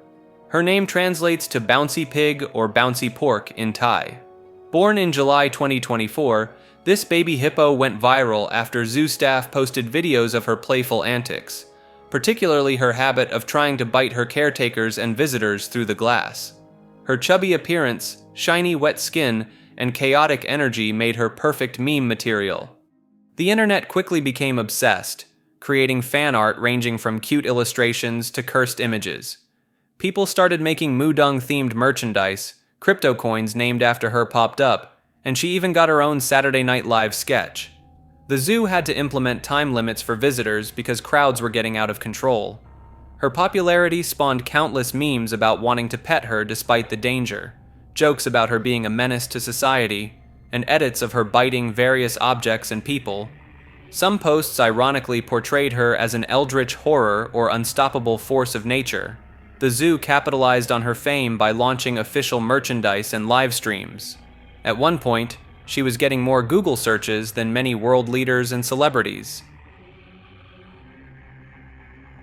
Modding, short for modifying or modifications. This refers to the practice of altering video games through custom content created by players rather than the original developers. Mods can range from simple texture swaps and bug fixes to complete overhauls that transform games into entirely different experiences. The modding community emerged in the early 1990s with games like Doom and Quake, where players could create custom levels using built-in tools. This evolved into more complex modifications as games became more sophisticated. Some of the most successful games today started as mods. Counter-Strike began as a Half-Life mod. Defense of the Ancients, or Dade, was a Warcraft 3 mod that spawned the entire MOBA genre. DayZ started as an Arma 2 mod, before becoming standalone. The relationship between game companies and modders has always been complicated. Some developers embrace mods, providing official tools and even hiring talented modders. Others view them as threats to their business model, especially when mods fix problems the developers haven't addressed or when they compete with paid downloadable content. The paid mods controversy of 2015 saw Valve and Bethesda attempt to monetize Skyrim mods through Steam Workshop, causing massive backlash from the community. The program was canceled after just 4 days. Modern modding spans everything from quality of life improvements to total conversions, nude patches, Thomas the Tank Engine replacing dragons in Skyrim, and the endless pursuit of making every game somehow run Doom. The Running Man Challenge was a viral dance trend from 2016 where people performed the Running Man dance move to Ghost Town DJ's 1996 song, My Boo. The challenge started when two University of Maryland basketball players posted a video of themselves doing the dance in their locker room. Within weeks, the trend exploded across Instagram, Twitter, and other social platforms. Police departments, fire stations, sports teams, and celebrities all posted their own versions. The New York Giants did it on the field, Ellen DeGeneres did it on her show, and even the New Zealand police got involved, creating elaborate choreographed videos. The Running Man dance itself dates back to the late 1980s hip-hop scene, but this challenge gave it new life for a younger generation. The trend peaked around April and May of 2016 before gradually fading like most viral challenges do. What made it particularly notable was how it brought together different communities and professions, with everyone from professional athletes to office workers posting their attempts at the nostalgic dance move. My Boo refers to a viral augmented reality filter that swept across TikTok and Instagram in 2022. The filter places a small, translucent ghost companion that floats around the user's head in videos, typically accompanied by the song My Boo by Usher and Alicia Keys. The ghost character became an instant sensation due to its simple but endearing design, featuring dot eyes and a wavy bottom edge. Users created countless videos showing their ghost friend following them through daily activities, reacting to different situations, or appearing to interact with pets and objects. The filter was created by Instagram user belledelphine.exe, though many copycat versions quickly appeared across different platforms. At its peak, the hashtag MyBooChallenge generated over 400 million views on TikTok alone. Some users reported experiencing uncanny moments where the ghost would appear to track movement, even when the camera was stationary, leading to jokes about the filter being genuinely haunted. The trend eventually died down by early 2023, though the ghost occasionally resurfaces in nostalgic compilation videos. Bottle flipping refers to the viral challenge of tossing a partially filled plastic water bottle into the air with the goal of landing it upright on its base. The trend exploded in 2016 after high school student Mike Senatore performed a bottle flip during his school's talent show, with the video going viral on social media. The challenge became an internet phenomenon as millions attempted to recreate and film their own successful flips. The key was using a bottle filled about 1/3 with water, creating the right weight distribution for a stable landing. Schools across the world started banning the practice as students became obsessed with flipping bottles during class time.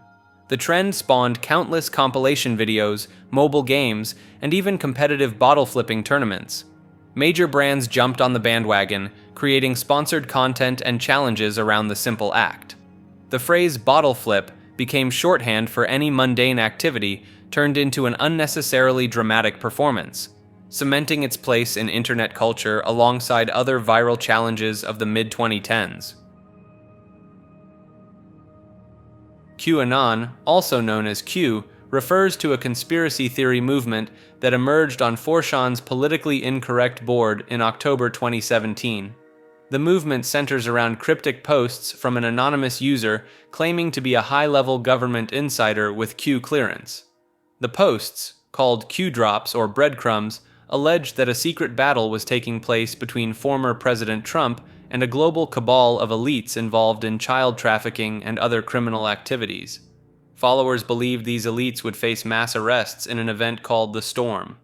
The movement spread from 4chan to 8chan, later rebranded as 8kun, and eventually reached mainstream social media platforms.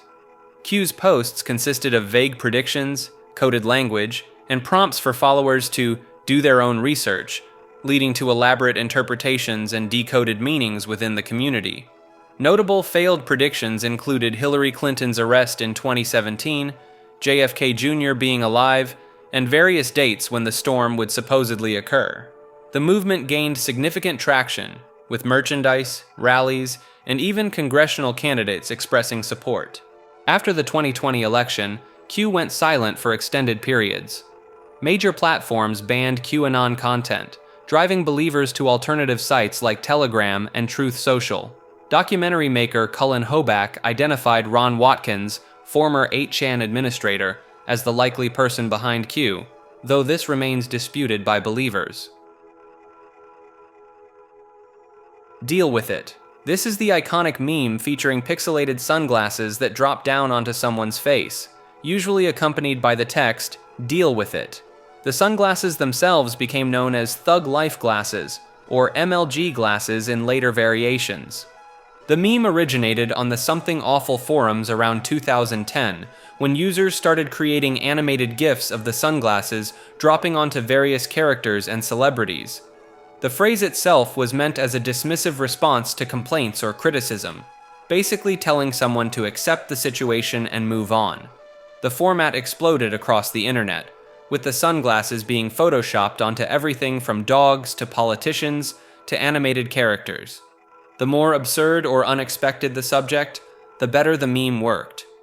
Eventually, it evolved into the Thug Life meme variant, where the sunglasses would appear after someone did something unexpectedly bold or savage, often accompanied by rap music. The pixelated design of the sunglasses became so recognizable that they started appearing on actual merchandise and as Instagram filters.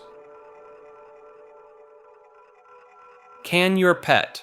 This is a Flash game from 2010 that became infamous across the internet for its deceptive nature.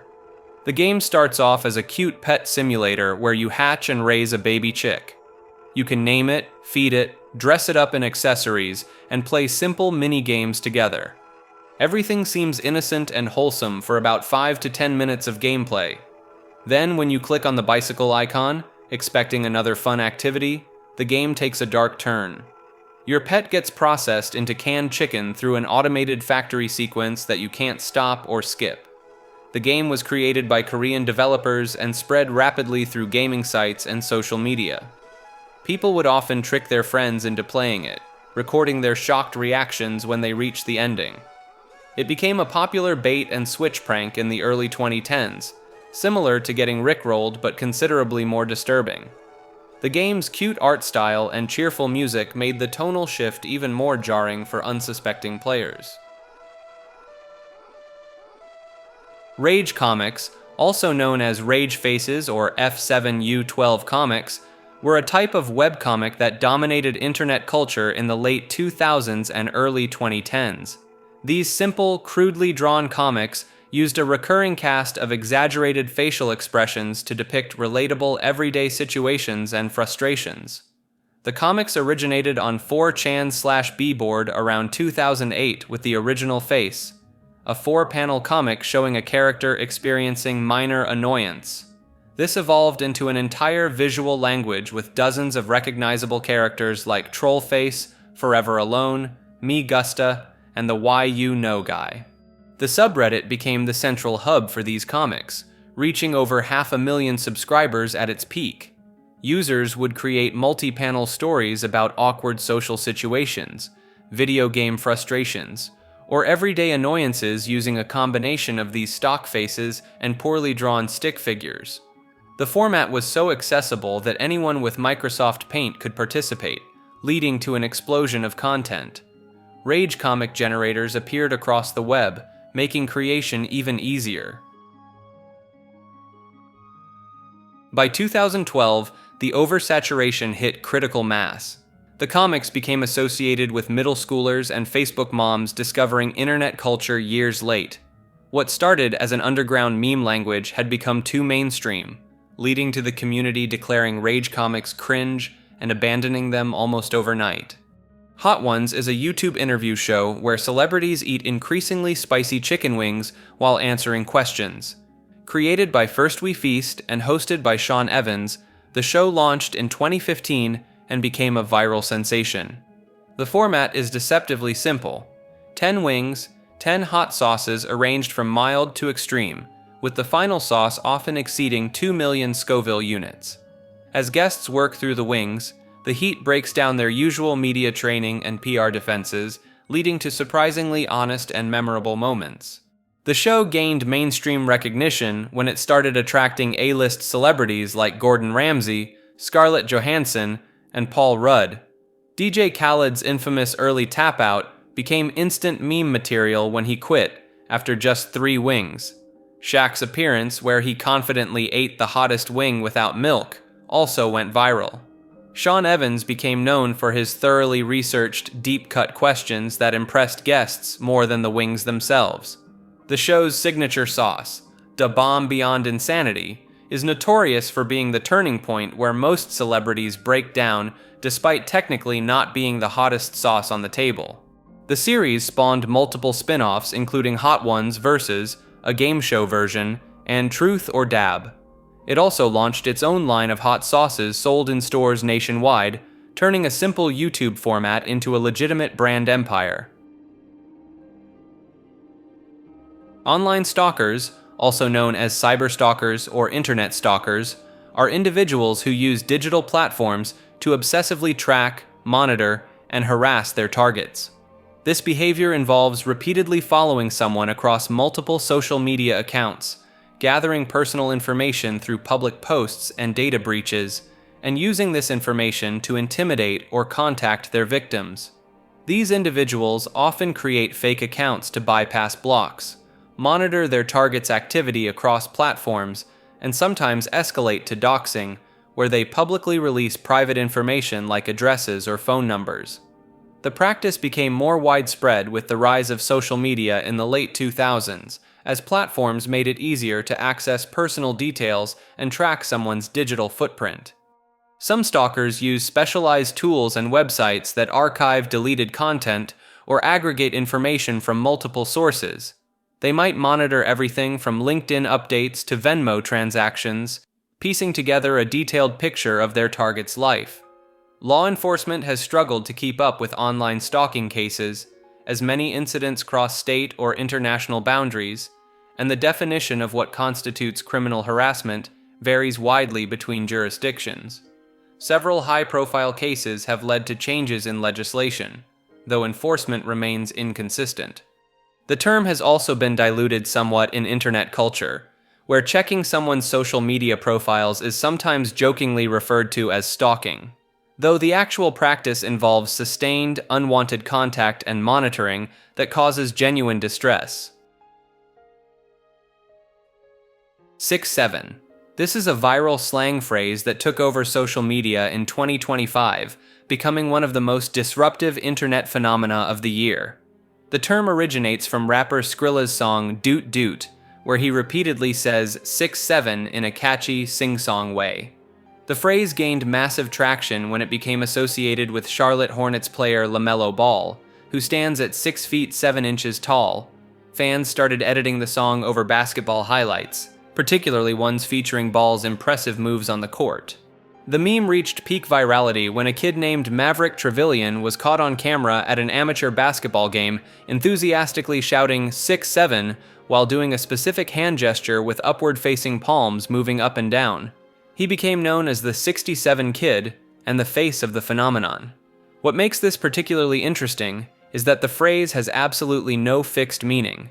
Gen Alpha adopted it specifically because it means nothing, using it as an inside joke to confuse older generations. Kids shout it in classrooms whenever a teacher mentions page 67, when the clock shows 6:07, or just randomly for no reason at all. The disruption got so bad that schools across the United States and England started banning students from saying it. Teachers reported hearing it dozens of times per day, with one science teacher documenting 75 instances in a single school day. Dictionary.com named 67 their 2025 word of the year, describing it as a burst of energy that spreads and connects people long before anyone agrees on what it actually means. Edgelord, also known as edgelording or being edgy, refers to someone who intentionally says shocking, dark, or offensive things online to get attention or provoke reactions from others. The term combines edge, as in pushing boundaries, with lord, mockingly suggesting they rule over this behavior. Edgelords typically post extreme political views, dark humor about tragedies, or graphic content purely for shock value. They often congregate in forums like 4chan, certain Discord servers, or comment sections where moderation is minimal. The behavior peaked in the early 2010s when being deliberately offensive was seen as countercultural by some internet communities. The edgelord persona usually involves nihilistic philosophy quotes, profile pictures of villains or dark anime characters, and usernames referencing violence or depression. They'll drop controversial takes in casual conversations, often defending their behavior as just jokes, or claiming others are too sensitive. Many edgelords are teenagers going through a phase of rebellion, though some adults never grow out of it. The term itself has become an insult used to dismiss someone trying too hard to appear dark or intellectual through shocking content, rather than genuine discourse. Offensive memes, also known as edgy memes or shock humor memes. These are internet memes deliberately created to provoke strong reactions through controversial, taboo, or shocking content. They emerged from image boards and forums in the early 2000s and became a distinct category of internet humor that pushes boundaries of what's considered acceptable. The content typically includes dark humor about sensitive topics, stereotypes, historical tragedies, or current events presented through standard meme formats. They spread primarily through anonymous platforms like 4chan, certain subreddits, and later through encrypted messaging apps and private Discord servers. The culture around these memes often operates on layers of irony, where the actual beliefs of creators and sharers become intentionally ambiguous. This ambiguity led to debates about whether sharing such content normalizes harmful ideologies or simply represents transgressive humor. Many platforms implemented strict content policies specifically targeting these types of memes after various incidents where they were linked to real-world events. This created a cat and mouse game between moderators and users, with memes becoming increasingly coded or abstract to avoid detection. The phenomenon spawned its own ecosystem of websites, forums, and communities dedicated to preserving and sharing content banned from mainstream platforms. Digital age collapse refers to the theoretical scenario where our modern digital infrastructure catastrophically fails, taking most of human knowledge and society with it. The concept gained traction in the early 2010s as more of civilization became dependent on interconnected computer systems. The theory suggests that a combination of factors could trigger this collapse. Solar flares, electromagnetic pulses, coordinated cyber attacks, or even just the gradual decay of physical hardware could wipe out the internet, banking systems, and digital records simultaneously. What makes this particularly concerning is that most modern knowledge exists only in digital form. Physical books are increasingly rare, newspapers have gone online, and even basic infrastructure like power grids rely on computer systems to function. Some preppers and tech pessimists argue we're already seeing early signs. Link rot destroys millions of web pages yearly, digital media formats become obsolete within decades, and entire platforms disappear, taking years of user content with them. The 2011 loss of GeoCities wiped out 38 million user pages overnight. There's also the digital dark age component, where future historians might know less about our era than any previous one, simply because our records are trapped in dead formats on unreadable devices. Your childhood photos on a corrupted hard drive are already a microscale version of this collapse. Chicken dance, also known as the bird dance, dance little bird, or in German, der Ententanz. This is the flapping arms, wiggling tail feathers dance that somehow infected every wedding reception and school function since the 1980s. Originally created by Swiss accordion player Werner Thomas in the 1950s, the dance didn't become the cursed wedding staple we know today until the 1980s when it hit the United States. The internet turned this already annoying dance into prime meme material. Countless remix versions exist online, from dubstep to death metal covers. There's even a world record attempt where over 14,000 people did the chicken dance simultaneously in Ohio. The dance has 4 basic moves repeated in sequence. Make beaks with your hands, flap your wings, wiggle your backside, and clap 4 times. Simple enough that drunk wedding guests can manage it, complex enough that someone will still mess it up on camera. Some internet historians claim the chicken dance is actually a form of mass hypnosis designed to make rational adults look ridiculous at formal events. Others say it's a social experiment that got wildly out of hand. The song has been sampled in vaporwave tracks and appears in ironic TikToks where Gen Z discovers what their parents did for fun. Webcomic and web animation refers to two major forms of independent creative content that defined early internet culture. Webcomics are comic strips or graphic stories published directly online, bypassing traditional print media. They exploded in popularity during the late 90s and early 2000s with titles like Penny Arcade, XKCD, and Homestuck building massive fan bases. Web animations are animated shorts or series created specifically for internet distribution. Flash animation dominated this space in the early 2000s, with Newgrounds serving as the primary hub. Series like Homestar Runner, Happy Tree Friends, and countless stick figure fight animations became cultural touchstones for an entire generation of internet users. Both formats gave creators unprecedented creative freedom without corporate oversight or censorship. This led to experimental storytelling, niche humor, and content that traditional media would never touch. The barrier to entry was essentially just having a computer and basic software.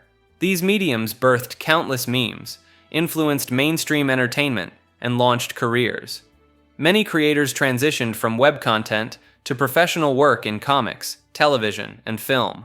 The death of Flash in 2020 marked the end of an era for web animation, though webcomics continue thriving on social media platforms. YouTuber diss tracks, also known as YouTube beef tracks or diss songs, are musical videos where content creators roast, insult, or call out other YouTubers through rap or song format. These tracks exploded in popularity during the mid-2010s, transforming platform drama into monetizable content.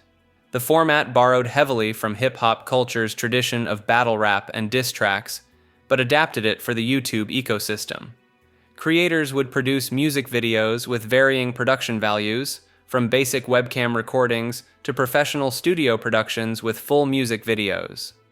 The trend reached peak popularity around 2016 to 2018, with some diss tracks pulling in tens of millions of views within days. Notable examples include Rice Gum's various diss tracks, the KSI vs. W2S beef, and perhaps most famously, PewDiePie's Beach Lasagna, which became one of the most viewed diss tracks on the platform.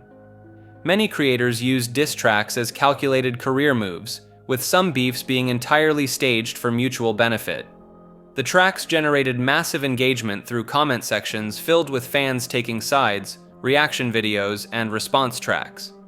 This created entire content cycles that could sustain channels for weeks.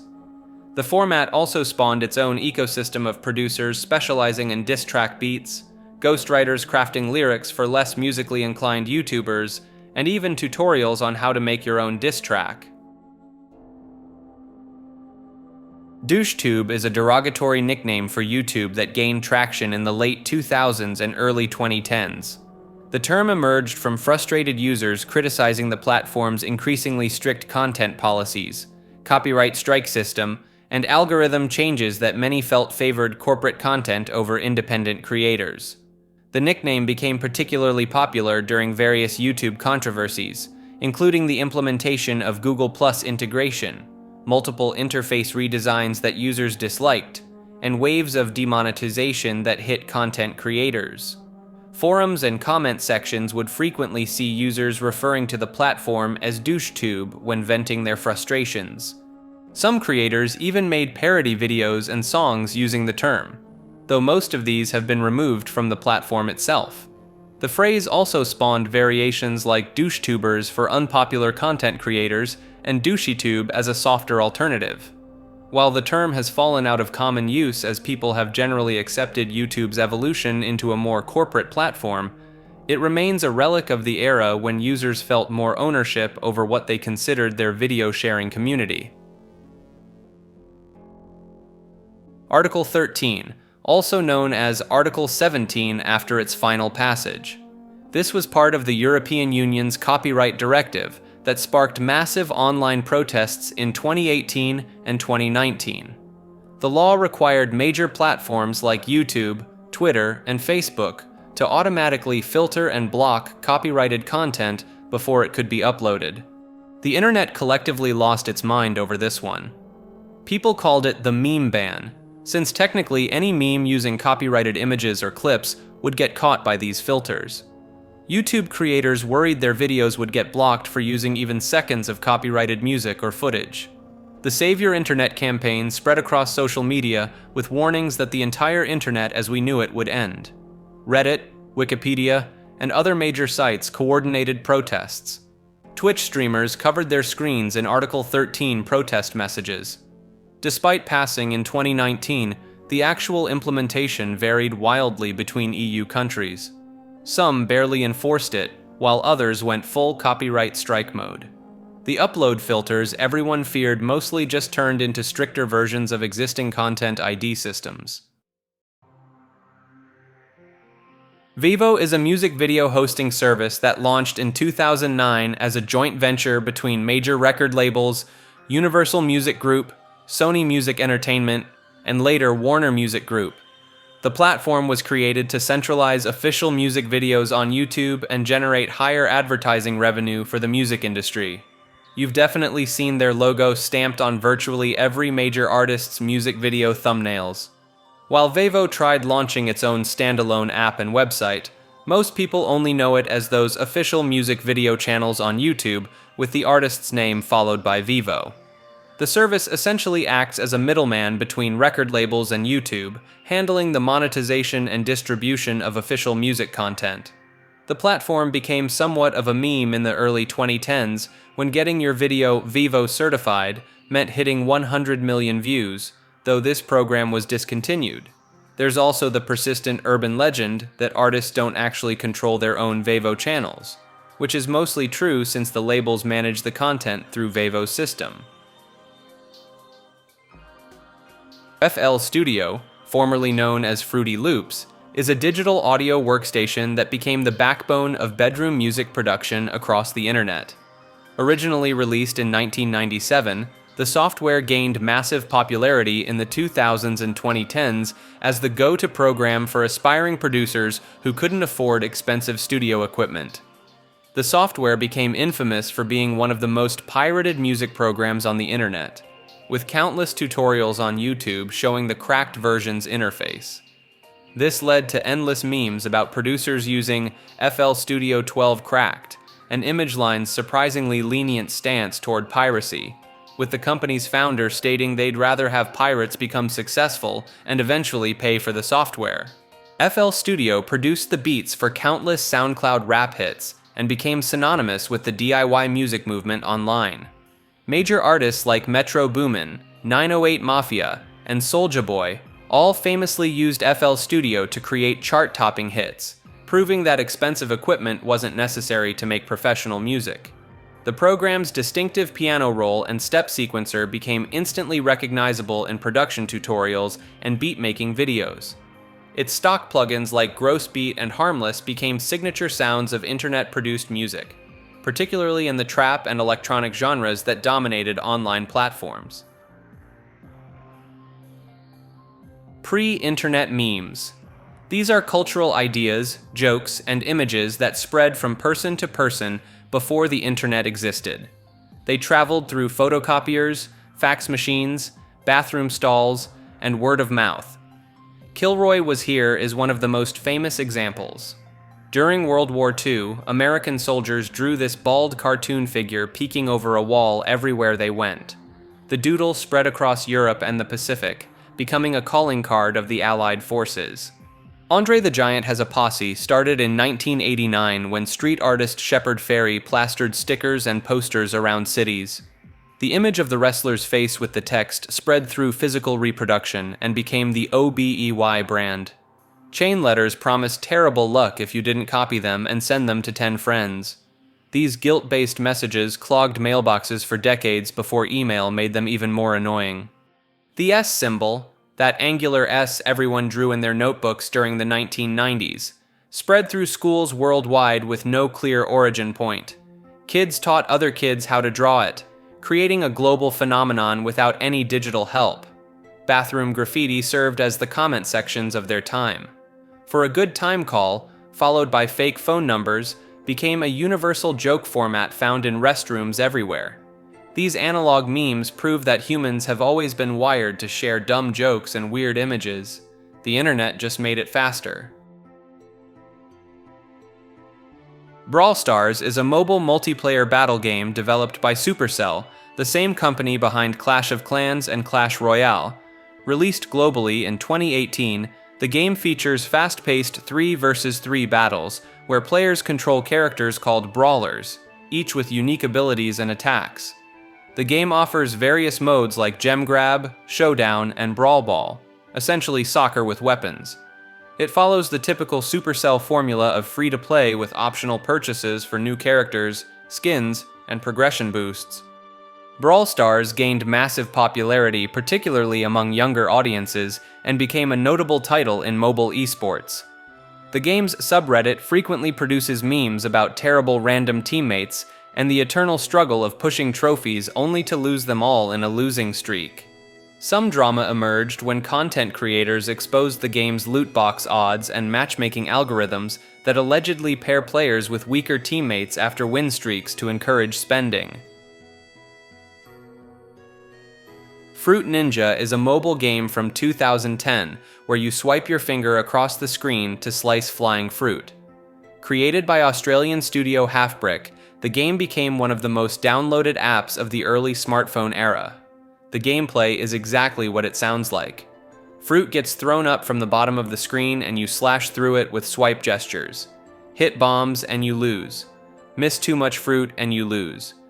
The game spawned countless clones and became synonymous with early touchscreen gaming alongside Angry Birds.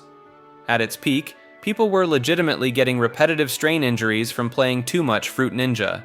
There's also an arcade version with a massive screen and motion controls where you physically karate chop the air like you're actually a fruit ninja.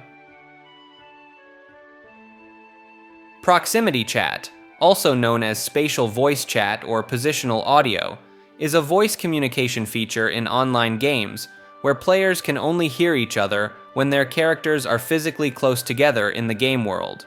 The volume and clarity of voices decrease as distance increases, mimicking real-world sound physics. This technology gained mainstream popularity in the early 2020s through games like Phasmophobia and modded versions of Among Us. In these games, players can't communicate across the entire map, forcing them to stick together or risk being isolated. The feature creates intense moments where you might hear distant screams or whispers growing closer. Proximity chat has become a content creator goldmine, spawning countless viral clips of players getting jump-scared by friends sneaking up on them or accidentally revealing crucial information to nearby enemies.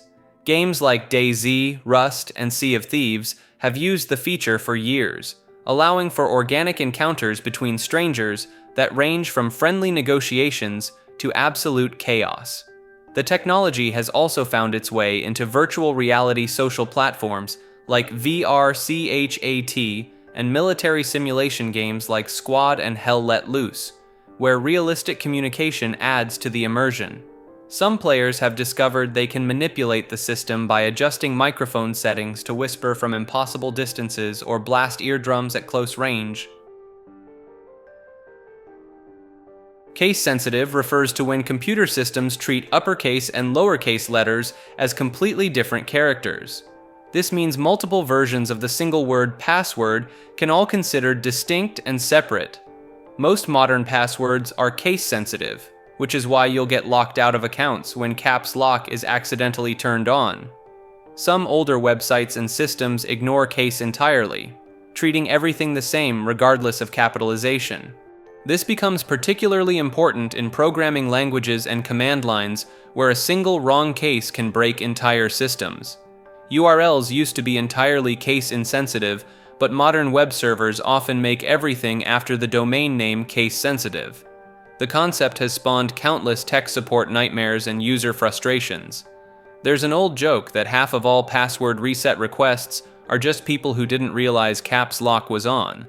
Some platforms deliberately make usernames case-insensitive to avoid confusion, while keeping passwords case-sensitive for security. Others go fully case-sensitive for everything, leading to situations where multiple users can have nearly identical-looking names with different capitalizations. Auto-clicker, also known as auto-clicking software or mouse-clicking bots. These are programs that automatically simulate mouse clicks at predetermined intervals without any human input. Originally created as accessibility tools for users with mobility issues, auto-clickers found their true calling in the gaming world. They became particularly popular with idle games and clicker games like Cookie Clicker, Adventure Capitalist, and Clicker Heroes, where the entire gameplay revolves around clicking repeatedly. Players use them to bypass the tedious clicking mechanics and progress faster through the game. In the RuneScape community, auto-clickers became infamous for botting activities like alching, where players could gain magic experience by clicking the same spot thousands of times. This led to widespread bans and the eternal cat and mouse game between bot developers and anti-cheat systems. The software ranges from simple free programs that click at set intervals to sophisticated versions that can randomize click patterns, move between multiple locations, and even simulate human inconsistencies to avoid detection. While they're technically against the terms of service in most online games, auto-clickers occupy a gray area in single-player and idle games where many players see them as quality-of-life improvements rather than cheating.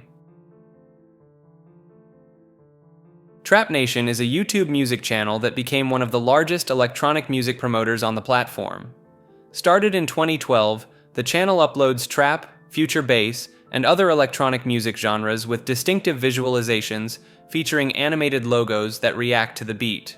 The channel helped popularize the trap music genre beyond its hip-hop origins into the electronic dance music mainstream. Their uploads regularly hit millions of views and launched careers for bedroom producers who got featured on the channel. Trap Nation became part of the Nation's network, which expanded into different genre channels like Chill Nation and House Nation. The channel's comment sections became notorious for arguments about whether songs were actually trap music or not, with genre purists constantly battling in the comments. The channel faced criticism for allegedly not properly crediting or compensating smaller artists in its early days, though this was never fully substantiated. Some producers claimed their music was uploaded without permission, leading to disputes over monetization and exposure versus artist rights. Wiktionary is Wikipedia's lesser-known dictionary sibling. It's a free online dictionary run by the Wikimedia Foundation that anyone can edit, just like Wikipedia. While Wikipedia gives you encyclopedia articles about topics, Wiktionary gives you actual dictionary definitions, etymologies, pronunciations, and translations. It covers words from basically every language on Earth, including dead languages, constructed languages, and even internet slang that traditional dictionaries wouldn't touch. The site launched in 2002 and has grown to include millions of entries across hundreds of languages. Each language version of Wiktionary defines words from all languages in that particular language. So the English Wiktionary defines French words in English, while the French Wiktionary defines English words in French. What sets it apart from traditional dictionaries is its inclusion of extremely niche terms, regional dialects, and contemporary internet terminology that would never make it into Webster's or Oxford. You can find everything from ancient Sanskrit terms to the latest TikTok slang, complete with usage examples pulled from actual sources. The collaborative editing model means definitions can be updated in real time as language evolves, though this also leads to occasional edit wars over controversial terms or politically charged definitions. WinRAR is a file archiving and compression utility that's been around since 1995. It handles RAR and zip files, along with dozens of other archive formats.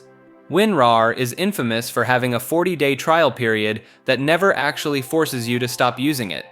After the trial expires, it just shows a pop-up reminder asking you to purchase a license, which you can simply close and continue using the program indefinitely. This has become one of the internet's longest-running jokes. Buying a WinRAR license is seen as either the ultimate flex of disposable income or a genuine act of charity toward the developers. Some people claim that purchasing WinRAR is what separates adults from children, while others treat registered WinRAR users like mythical creatures. The software's business model seems to rely on corporate licenses rather than individual users, which explains why they've kept this honor system approach for nearly 3 decades. Despite millions of users worldwide, the number of people who've actually paid for a personal license remains one of the internet's great mysteries. Google Doodles, the decorative alterations to the Google logo on the search engine's homepage. These temporary logo modifications celebrate holidays, anniversaries, and notable figures throughout history.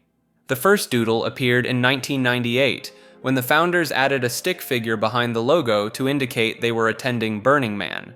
What started as an inside joke evolved into elaborate interactive games, animations, and educational experiences. The Pac-Man doodle from 2010 reportedly cost the economy $120 million in lost productivity as workers played it instead of working. Google employs a team of illustrators and engineers called doodlers who create these designs. Some doodles are region-specific, appearing only in certain countries to mark local holidays or cultural events. The selection process for which historical figures get honored has sparked occasional controversy. Some users claim certain doodles push political agendas or ignore important religious holidays while celebrating obscure anniversaries. The company maintains a public archive of every doodle created since the beginning. Troom is a Ukrainian YouTube channel that started in 2015, known for creating DIY and life hack videos featuring colorful visuals and upbeat narration. The channel gained notoriety for producing content that ranges from questionable craft ideas to completely impractical life hacks, often involving hot glue guns in ways that defy logic. Their videos typically feature scenarios that no human has ever encountered, like sneaking food into class using elaborate contraptions or pranking friends with increasingly absurd methods. The channel became prime meme material around 2017 when viewers started ironically watching their content. Troom operates multiple channels in different languages with millions of subscribers across them. The production quality is high, but the actual usefulness of their tips is virtually non-existent. Internet culture has embraced them as unintentional comedy, with reaction channels and parody videos getting millions of views just roasting their content. The channel is part of a larger content farm operation based in Ukraine that pumps out similar videos across multiple channels. They've been criticized for targeting young audiences with content that sometimes promotes unsafe or wasteful practices, though they continue producing videos at an industrial pace. Noob is internet slang for someone new to a game, online community, or activity. The term originated in the 1990s from the word newbie, which itself came from military slang for new recruits. In gaming culture, noob became the go-to insult for players who demonstrated poor skills or lack of game knowledge. The LeetSpeak spelling N00B emerged in early 2000s gaming forums and chat rooms, using zeros instead of the letter O to emphasize the mockery. There's a distinction in some communities between noob and noob. A noob is simply new and learning, while a noob refuses to learn or improve despite having experience. The term spread beyond gaming into general internet usage, describing anyone inexperienced with technology, memes, or online culture. The phrase NoobTube became popular in first-person shooters, referring to grenade launchers and other weapons considered too easy to use. Get Good Noob evolved into a widespread meme response to complaints about game difficulty. HTTP cookie, also known as web cookies or browser cookies. These are small text files that websites save on your computer when you visit them. They store information like your login status, shopping cart items, and site preferences. This is why you can close Amazon and come back later with items still in your cart. Cookies were invented in 1994 by Netscape programmer Lou Montulli. The name comes from fortune cookies and magic cookies, an old programming term for packets of data passed between programs. While cookies make browsing more convenient, They've become controversial for privacy reasons. Third-party cookies track your activity across different websites, building detailed profiles about your interests and habits. This is why you see ads for things you just searched for following you around the internet. The European Union's cookie consent law from 2011 is why every website now asks if you accept cookies with those annoying pop-up banners. Most people just click accept without reading what they're agreeing to. Some users regularly clear their cookies or use private browsing to avoid tracking, though this means having to log into everything again. Browser extensions like Cookie Auto Delete give more control over which cookies stay and which get removed. Shorter for content refers to the practice of deliberately truncating, editing, or cutting down material specifically to make it more suitable for online content creation. This phrase became popular among streamers and video creators who would intentionally shorten gameplay sessions, conversations, or activities to fit platform requirements or audience attention spans. The term gained traction around the late 2010s when creators started openly acknowledging they were modifying their natural behavior for content optimization. Streamers would end matches early, skip dialogue, or rush through experiences while saying they were making things shorter for content. This became both a genuine production technique and an ironic meme within creator communities. Content creators began using the phrase sarcastically when doing the opposite, dragging things out unnecessarily long while claiming it was shorter for content. The concept highlights the artificial nature of online content production, where authentic experiences are constantly modified to fit algorithmic preferences, viewer retention metrics, and platform monetization requirements. Some creators have built entire personas around subverting this idea, deliberately making unnecessarily long content as a form of anti-content. The React Brothers, also known as the Fine Brothers or Fine Bros. These are Benny and Rafi Fine, YouTube creators who pioneered the React video format, where people watch and respond to viral videos, trends, or pop culture moments. They built a massive channel empire with series like Kids React, Elders React, and YouTubers React throughout the 2010s. In January 2016, they announced React World, a licensing program that would let other creators make official React videos under their brand. They also filed trademarks for terms like React and the format itself. The internet immediately revolted. Creators saw this as an attempt to monopolize a basic video concept that existed long before the Fine Brothers popularized it. The backlash was swift and brutal. They lost hundreds of thousands of subscribers in days, with live subscriber count streams showing the numbers plummeting in real time. Other YouTubers made parody videos mocking the situation. Within a week, they apologized, canceled React World, and rescinded all their trademark applications. The incident became a textbook example of corporate overreach on YouTube, and how quickly internet communities can mobilize against perceived threats to creative freedom. Their channel recovered eventually, but the React World fiasco remains one of YouTube's most memorable PR disasters. Magusta is a rage comic face from the early 2010s that became one of the most recognizable memes of that era.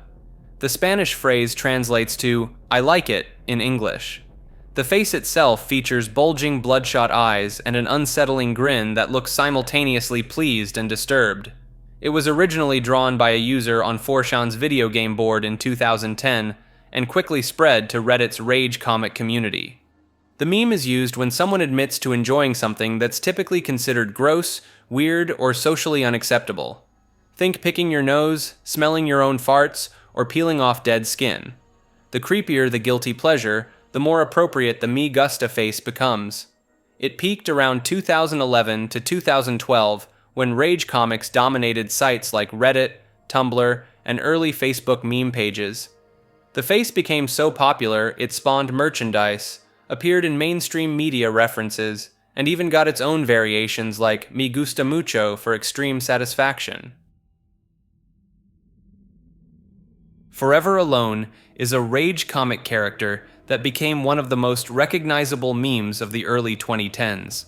The image shows a poorly drawn face with an exaggerated sad expression, typically used to express feelings of loneliness and romantic rejection.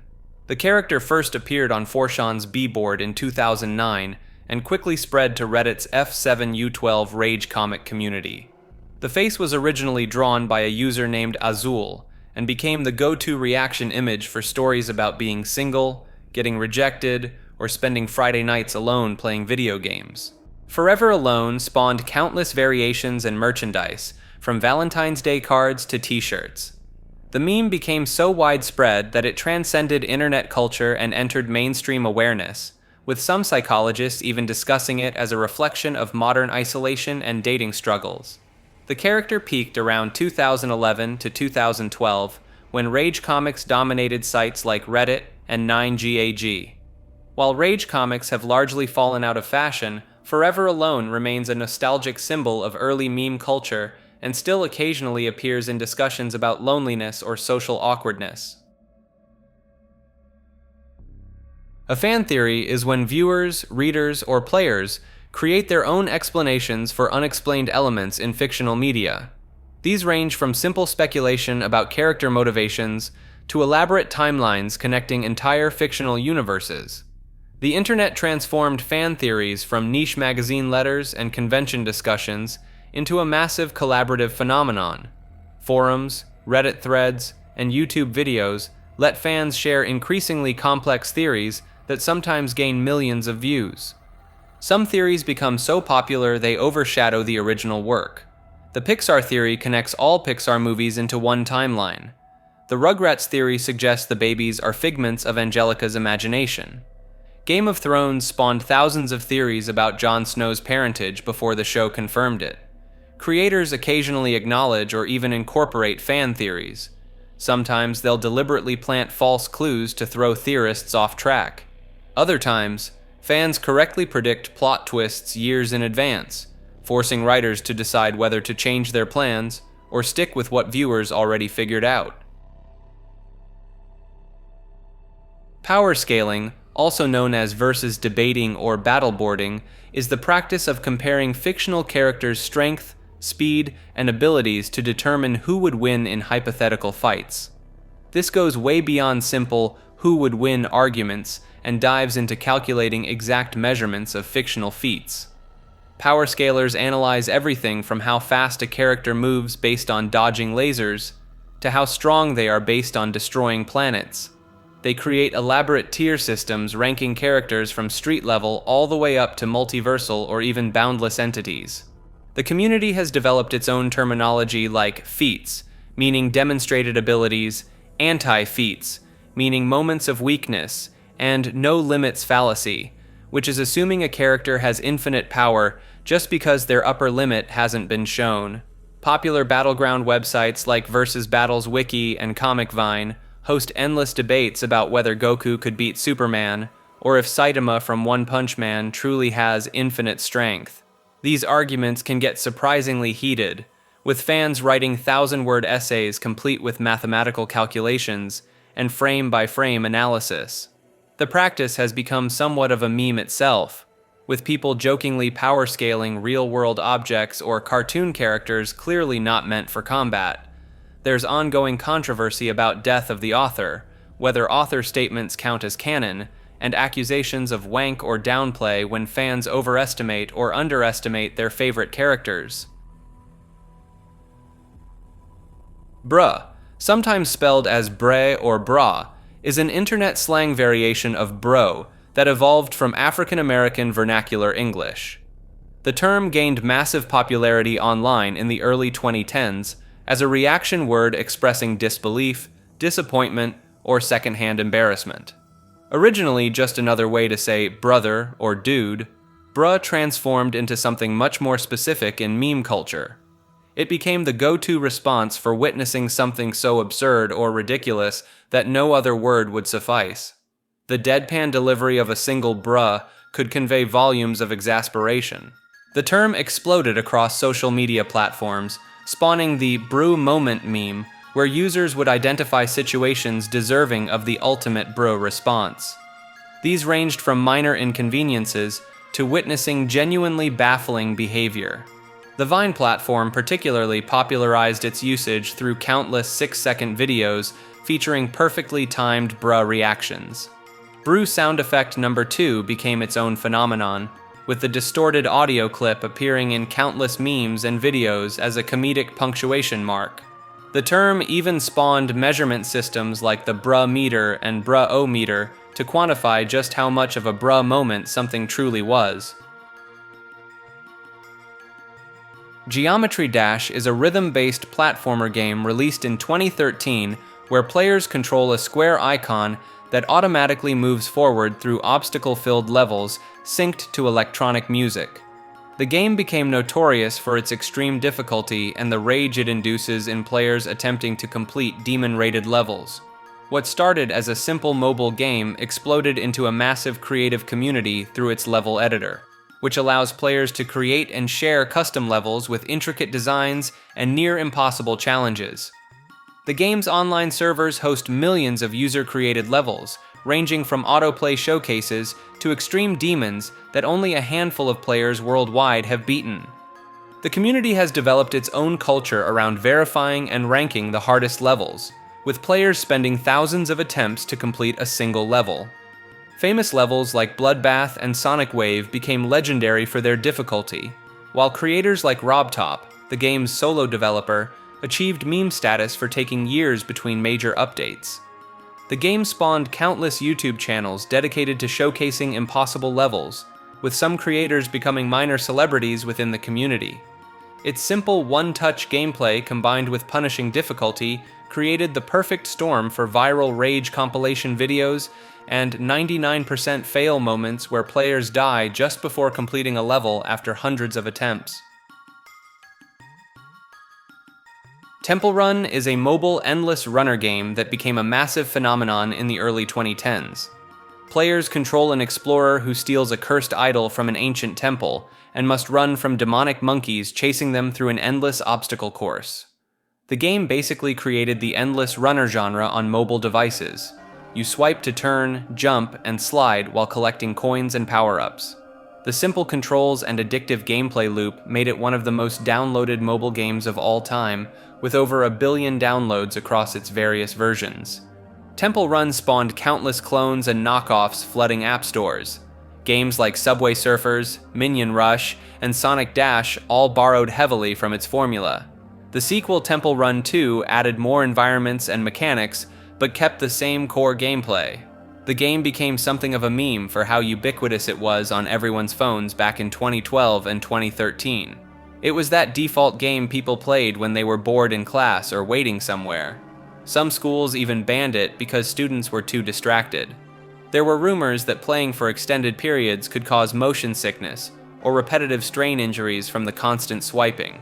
The game's monetization through in-app purchases for coins and power-ups also helped establish the freemium model that dominates mobile gaming today. Vocaloid is a voice synthesizer software developed by Yamaha that lets users create songs using virtual singers. The most famous Vocaloid is Hatsune Miku, a turquoise-haired anime character who became an internet icon and even performs live concerts as a hologram.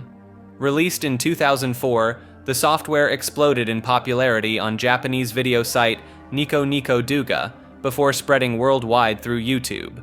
Users input lyrics and melody, and the software generates a synthetic singing voice. Each Vocaloid has its own character design and voice bank, creating an entire cast of virtual idols.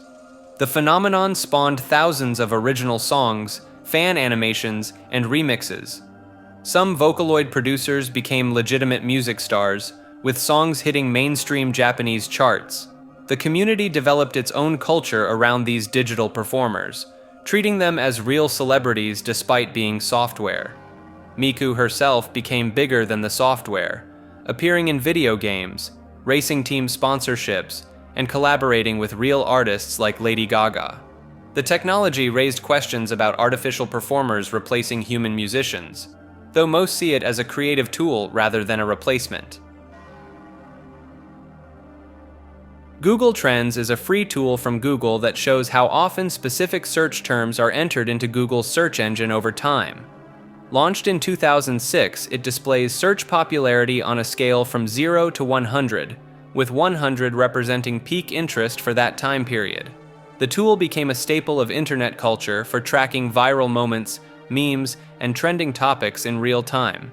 Content creators and journalists use it to spot emerging trends, while regular users enjoy comparing random search terms to see which is more popular. It's also spawned countless memes showing bizarre spikes in searches, like the annual spike in "Why is my poop green every St. Patrick's Day?" or people searching "Did we lose an hour twice a year during daylight saving time changes?"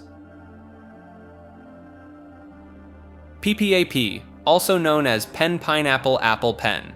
This is a viral music video from 2016 created by Japanese comedian Pikataro. The video features him in a leopard print outfit, performing a simple dance while singing about combining pens with apples and pineapples. The entire song lasts 45 seconds and consists of extremely basic English lyrics. Despite its simplicity, or perhaps because of it, the video exploded across social media platforms and became one of the shortest songs ever to enter the Billboard Hot 100. The video gained over 100 million views within 2 months of its release. Justin Bieber tweeted about it, calling it his favorite video on the internet, which helped propel it to mainstream attention. The song spawned countless remixes, mashups, and parody videos. It became particularly popular as a meme format where people would replace the items being combined or create increasingly absurd variations. At its peak, PPAP merchandise was everywhere in Japan, and the dance was being performed at schools and offices worldwide. The video represents that specific era of internet culture where random, absurd content could achieve massive global reach practically overnight. Gangnam Style, the music video by South Korean artist Psy that broke the internet in 2012. The video featured Psy performing a horse riding dance in various locations around Seoul's Gangnam district, set to an infectious K-pop beat. It became the first YouTube video to reach 1 billion views, then 2 billion, and at its peak was gaining millions of views per day. The dance became a global phenomenon, with everyone from celebrities to random people at weddings attempting the signature moves. Flash mobs broke out worldwide. The song charted in dozens of countries despite most listeners not understanding the Korean lyrics, which were actually satirizing the wealthy, materialistic culture of the Gangnam neighborhood. The video's view count eventually became so high it broke YouTube's counter, which wasn't programmed to handle numbers beyond 2,147,000,000. YouTube had to upgrade their entire system to a 64-bit integer just to accommodate it. Gangnam Style essentially became the template for what a truly viral video could achieve, transforming Psy from a relatively unknown Korean artist into an international celebrity overnight. The video currently sits at over 4 billion views and remains one of the most watched videos in YouTube history. Charlie Bit My Finger, also known as Charlie Bit My Finger Again. A 56-second home video uploaded to YouTube in May of 2007 by Howard Davies Carr. The clip features his 2 young sons, Harry and baby Charlie. Harry sticks his finger in Charlie's mouth. Charlie bites down, and Harry delivers the immortal line, "Ouch, Charlie, that really hurt." The video became one of the most viewed uploads in YouTube history, racking up over 800 million views and cementing itself as a cornerstone of early viral internet culture. The family reportedly earned thousands of dollars from ad revenue over the years. In May of 2021, the original video was auctioned off as an NFT for over $760,000. The buyer initially had the video removed from YouTube as part of the deal, but it was later re-uploaded after public backlash. The Davies Carr family has since leveraged their internet fame into various media appearances and even a Super Bowl commercial. Charlie and Harry are now adults, which makes everyone feel ancient. Harambe was a 17-year-old western lowland gorilla at the Cincinnati Zoo who was shot by zoo officials on May 28, 2016, after a 3-year-old boy climbed into his enclosure. The incident sparked immediate controversy over whether lethal force was necessary, with animal rights activists and the public debating the zoo's decision. But what truly cemented Harambe in internet history was the explosion of memes that followed. Within days, Harambe became a symbol of internet mourning culture, spawning countless tribute videos, petitions, and the rallying cry, "Dicks out for Harambe," which spread across Twitter, Reddit, and Facebook. The phrase didn't mean what it sounded like, instead becoming an ironic way to pay respects. The meme evolved beyond simple tributes into absurdist territory. People jokingly blamed world events on Harambe's death, claiming his passing marked a turning point into a darker timeline. He appeared in election discourse, with thousands of write-in votes cast in his name during the 2016 presidential election. Harambe merchandise flooded the internet, from shirts to prayer candles. The gorilla's image was photoshopped into religious iconography, movie posters, and historical photos. Even celebrities and brands got in on the joke, though some faced backlash for appearing tone-deaf about the actual animal's death. The meme's staying power was remarkable. Years later, Harambe references still appear online as shorthand for peak internet culture of the mid-2010s. Raids, also known as raid parties or organized attacks, refer to coordinated efforts by a group of internet users to flood, spam, or overwhelm a specific online target. The target could be a forum, chat room, website, live stream, or social media account. Raids became a hallmark of early internet culture, particularly associated with image boards like 4chan and groups like Anonymous during the mid-2000s. These operations typically involved users descending on a chosen target all at once, posting spam, inappropriate content, or repeating specific phrases to disrupt normal activity. The goal was usually chaos, laughs, or punishing someone the community deemed deserving. Some raids were relatively harmless pranks, like spamming a poll to make an absurd option win. Others crossed into harassment territory, targeting individuals with personal attacks, or attempts to get their accounts banned through mass reporting. The term also exists in gaming communities, where a raid means something completely different. In MMOs like World of Warcraft, raids are large-scale cooperative missions requiring multiple players. More recently, Twitch introduced raid features that let streamers send their viewers to another channel when they end their broadcast, turning raids into something positive rather than destructive. The line between a raid and genuine harassment campaigns has always been blurry. While some communities treated raids as harmless trolling, victims often experienced real stress, doxing, or lasting damage to their online presence. Flappy Bird, a mobile game released in May 2013 by Vietnamese developer Dong Nguyen. The game featured extremely simple mechanics, where players tapped the screen to make a pixelated bird flap through green pipes that looked suspiciously similar to Super Mario Bros. Assets.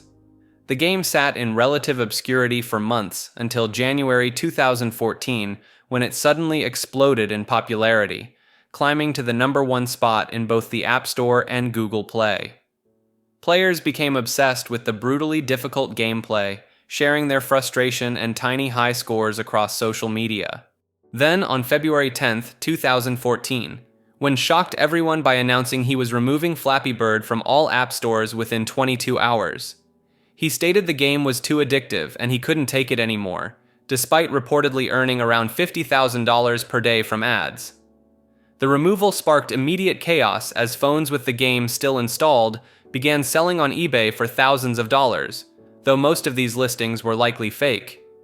Conspiracy theories ran wild about the real reason for the takedown, ranging from Nintendo sending cease and desist letters over the pipe design, to the game being used for money laundering, to Wen receiving death threats.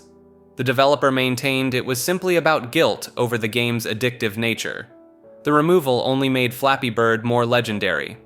Countless clones flooded the app stores within days. When eventually brought back a modified version called Flappy Bird's Family in 2014, exclusively for Amazon Fire TV devices.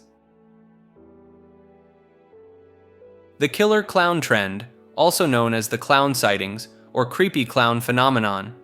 In 2016, reports began flooding social media of people dressed in sinister clown costumes appearing in random locations across the United States and eventually spreading worldwide. These weren't your typical birthday party entertainers. These clowns would stand silently in woods, chase people down streets, lurk near schools, or just appear in places where clowns absolutely should not be. The panic spread faster than the actual sightings. Schools went into lockdown, police departments issued warnings, and some areas banned clown costumes entirely. Social media turned it into a viral sensation, with countless videos claiming to show real encounters, though many were quickly revealed as hoaxes or pranks jumping on the trend. The timing coincided with marketing for the It remake, leading some to suspect the whole thing started as guerrilla advertising that spiraled out of control. Others point to earlier isolated incidents dating back to 2013 and 2014 in states like California and New Jersey. Whatever the origin, it became a self-sustaining cycle where media coverage inspired copycats, which generated more coverage, which inspired more copycats. The trend resulted in actual arrests for disorderly conduct, making terroristic threats, and in some cases people defending themselves against what they perceived as real danger. By late 2016, the phenomenon had largely died down, though it left a lasting impact on how quickly internet-fueled mass hysteria can manifest in the real world. Bacon hair is the nickname for the default male hairstyle in Roblox called pal hair. The hair consists of brown ridged strips that players thought looked like bacon, and the name stuck. When new players join Roblox without purchasing or customizing their avatar, they're given this hairstyle by default. This made bacon hair a visual indicator that someone was either new to the platform or chose not to spend Robux on cosmetics. The term became popular in the Roblox community during the early 2010s and evolved into its own subculture. Bacon hairs were often stereotyped as inexperienced players, leading to both mockery and a sense of nostalgia. Some veteran players would intentionally wear the bacon hair as a badge of honor or for trolling purposes. In 2017, Roblox changed the default avatar system, removing bacon hair as the automatic hairstyle for new male accounts. This sparked controversy among players who saw it as the end of an era. The hair can still be obtained for free in the avatar shop, but it's no longer the default. Bacon hair became a symbol of Roblox's early culture and is frequently referenced in memes, YouTube videos, and within the game itself. The term is still widely recognized by the Roblox community today. Skibidi Toilet is a YouTube web series created by animator Alexei Gerasimov starting in February 2023. The series features human heads emerging from toilets while singing a remixed version of Give It To Me by Timbaland, battling against humanoid figures with cameras, speakers, and television screens for heads. The videos are made using Source Filmmaker and contain no dialogue, only sound effects and music. Each episode typically runs between 1 to 3 minutes and shows the escalating war between the toilet army and the hardware heads. The series exploded in popularity among Generation Alpha, particularly children ages 5 to 12, becoming one of the fastest growing YouTube channels in 2023. The term skibidi itself became part of Gen Alpha slang, often used as a filler word similar to how millennials used like or The bizarre nature of the content spawned countless memes, parodies, and debates about its appeal. Many parents and older internet users expressed confusion about why children found it entertaining, leading to a generational divide in understanding the humor. The series has been compared to earlier absurdist internet content like Crazy Frog or Salad Fingers. By late 2023, Skibidi Toilet had accumulated billions of views and spawned an entire ecosystem of fan content, merchandise, and Roblox games. Free Robux refers to the widespread category of scams and clickbait schemes targeting players of the online game Roblox. Robux is the premium currency used within Roblox to purchase items, accessories, and other in-game content.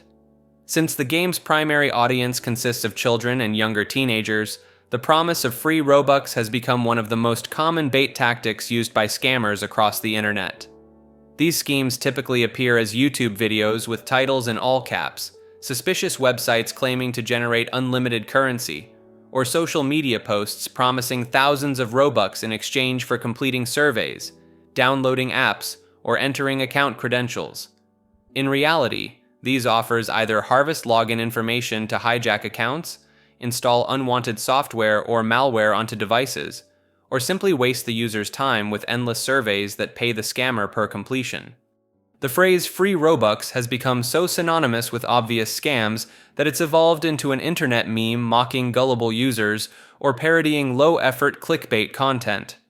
Commentary channels and meme pages frequently reference free Robux scams as the bottom tier of internet deception, often lumping them together with other classic schemes like hot singles in your area, or you've won a free iPhone. Roblox Corporation has repeatedly warned users that there is no legitimate way to generate free Robux outside of their official methods, which include purchasing it directly, earning it through the premium subscription program, or creating popular games that other players spend money on. Despite these warnings, new variations of free Robux scams continue to appear daily, preying on users who don't know better. Despacito is a 2017 Spanish-language song by Luis Fonsi featuring Daddy Yankee that became the most viewed video in YouTube history. The song hit nearly 8 billion views and held the top spot until Baby Shark overtook it in 2020. The remix version with Justin Bieber helped push the song into English-speaking markets and turned it into an inescapable earworm across the internet. It spawned countless memes, parodies, and became shorthand for anything that achieved massive viral success. In 2018, the music video was briefly hacked by two different groups who changed the thumbnail to images from a Spanish heist series. The video was temporarily taken down during the incident.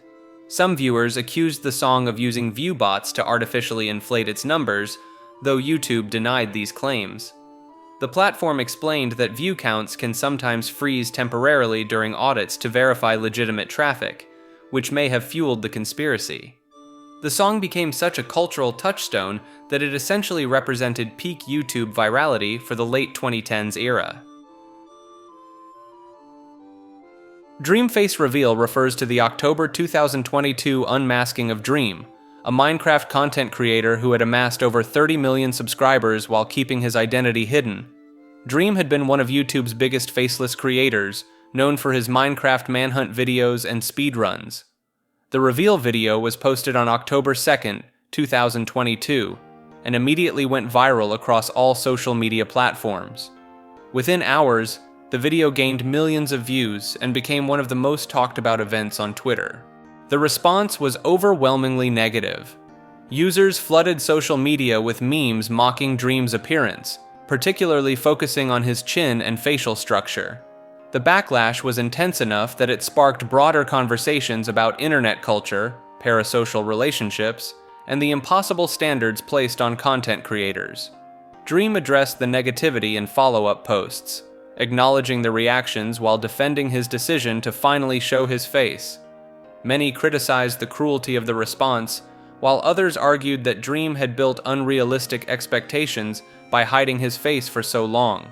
The incident became a case study in how the internet treats public figures, especially when reality doesn't match fan expectations. The phrase "Dream Face Reveal" became shorthand for the disconnect between online personas and real-life identities. Touhou Project, also known simply as Touhou, is a series of Japanese bullet hell shooter games created entirely by one person who goes by Zun starting in the mid-1990s. The games feature dozens of characters, mostly girls with magical abilities, fighting through waves of elaborate bullet patterns. What sets Touhou apart on the internet is its absurdly permissive approach to fan content. Zun essentially gave fans free rein to create derivative works, leading to one of the most productive fan communities in internet history. The Touhou fandom has generated tens of thousands of fan games, music remixes, animations, and artwork across sites like Pixiv and Nico. The music in particular became hugely popular for remixes, with some tracks being rearranged thousands of times. One of the most recognizable pieces of Tuhu content is the Bad Apple Shadow art video, which became a benchmark for testing what devices could display video. People have recreated it on everything from oscilloscopes to Minecraft to literal potatoes. The series maintains a massive presence in Japanese internet culture and has a dedicated following in the West, though many people have seen Tuhu fan content without realizing where it came from. Vsauce is an educational YouTube channel created by Michael Stevens that launched in 2007.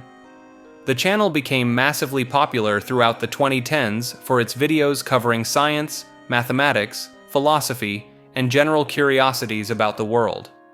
The channel is instantly recognizable by Stevens' signature greeting, "Hey Vsauce, Michael here," which opens nearly every video.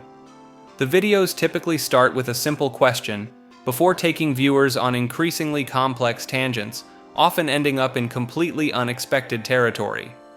A viewer might click on a video titled, "What color is a mirror?" and find themselves learning about the speed of light, human perception, and existential philosophy 20 minutes later. Vsauce spawned 2 additional channels, Vsauce 2 and Vsauce 3, hosted by Kevin Lieber and Jake Roper respectively, covering similar educational content with their own unique styles. The channel became a source of numerous internet memes, particularly the phrase, "or is it?" accompanied by the Vsauce theme music, which parodied Stevens' tendency to question seemingly straightforward concepts. Stevens' dramatic pauses, raised eyebrows, and the way he leans into the camera have all become iconic elements imitated across the internet. The main channel has over 20 million subscribers and helped define the educational entertainment genre on YouTube during its peak popularity. PewDiePie vs. T-Series refers to the subscriber race that dominated YouTube in late 2018 through early 2019. The competition was between PewDiePie, the Swedish gaming and commentary creator who had held the most subscribed channel spot for years, and T-Series, an Indian music and film production company. The race became a symbol of YouTube's shift from individual creators to corporate entities. PewDiePie's fan base rallied hard, creating the "subscribe to PewDiePie" meme that spread across the entire internet. People hacked printers, projected his name on buildings, and even interrupted live broadcasts to promote his channel. Things got messy when the Christchurch incident happened, and the attacker referenced the meme, forcing PewDiePie to ask everyone to stop. T-Series eventually won in March 2019, surpassing 100 million subscribers first. The drama included accusations of T-Series using sub-bots, PewDiePie releasing diss tracks like "Bitch Lasagna" and "Congratulations," and the whole thing turned into a debate about old YouTube versus new YouTube. T-Series filed legal complaints in India over the diss tracks, claiming defamation. JStation, also known by his real name Jason Ethier, is a former YouTube content creator who became one of the platform's most controversial figures during the late 2010s. He specialized in sensationalist paranormal content, particularly 3 AM challenge videos and Ouija board videos, where he claimed to contact dead celebrities and public figures shortly after their passing. His content was characterized by extreme clickbait thumbnails, fake reactions, and exploitative timing that capitalized on recent tragedies. His most notorious controversy came in early 2020 when he faked the death of his girlfriend Alexia Morano for views. He posted videos claiming she had passed away and even made Ouija board content supposedly contacting her spirit. When it was revealed to be a hoax, the backlash was immediate and severe. Beyond this incident, JStation faced criticism for allegedly staging break-ins and crimes for content, making videos about deceased individuals within hours of their passing, and repeatedly violating YouTube's terms of service. His main channel was eventually terminated by YouTube, though he attempted comebacks on alternate channels. He represents a particular era of YouTube where exploitative, low-effort paranormal content could generate millions of views despite being transparently fake. His channel termination is often cited as an example of YouTube finally taking action against creators who repeatedly crossed ethical lines for profit. Loot Girl refers to a woman photographed during the Vancouver Stanley Cup riots in June 2011. After the Vancouver Canucks lost Game 7 of the finals, riots broke out in downtown Vancouver with widespread property damage and looting.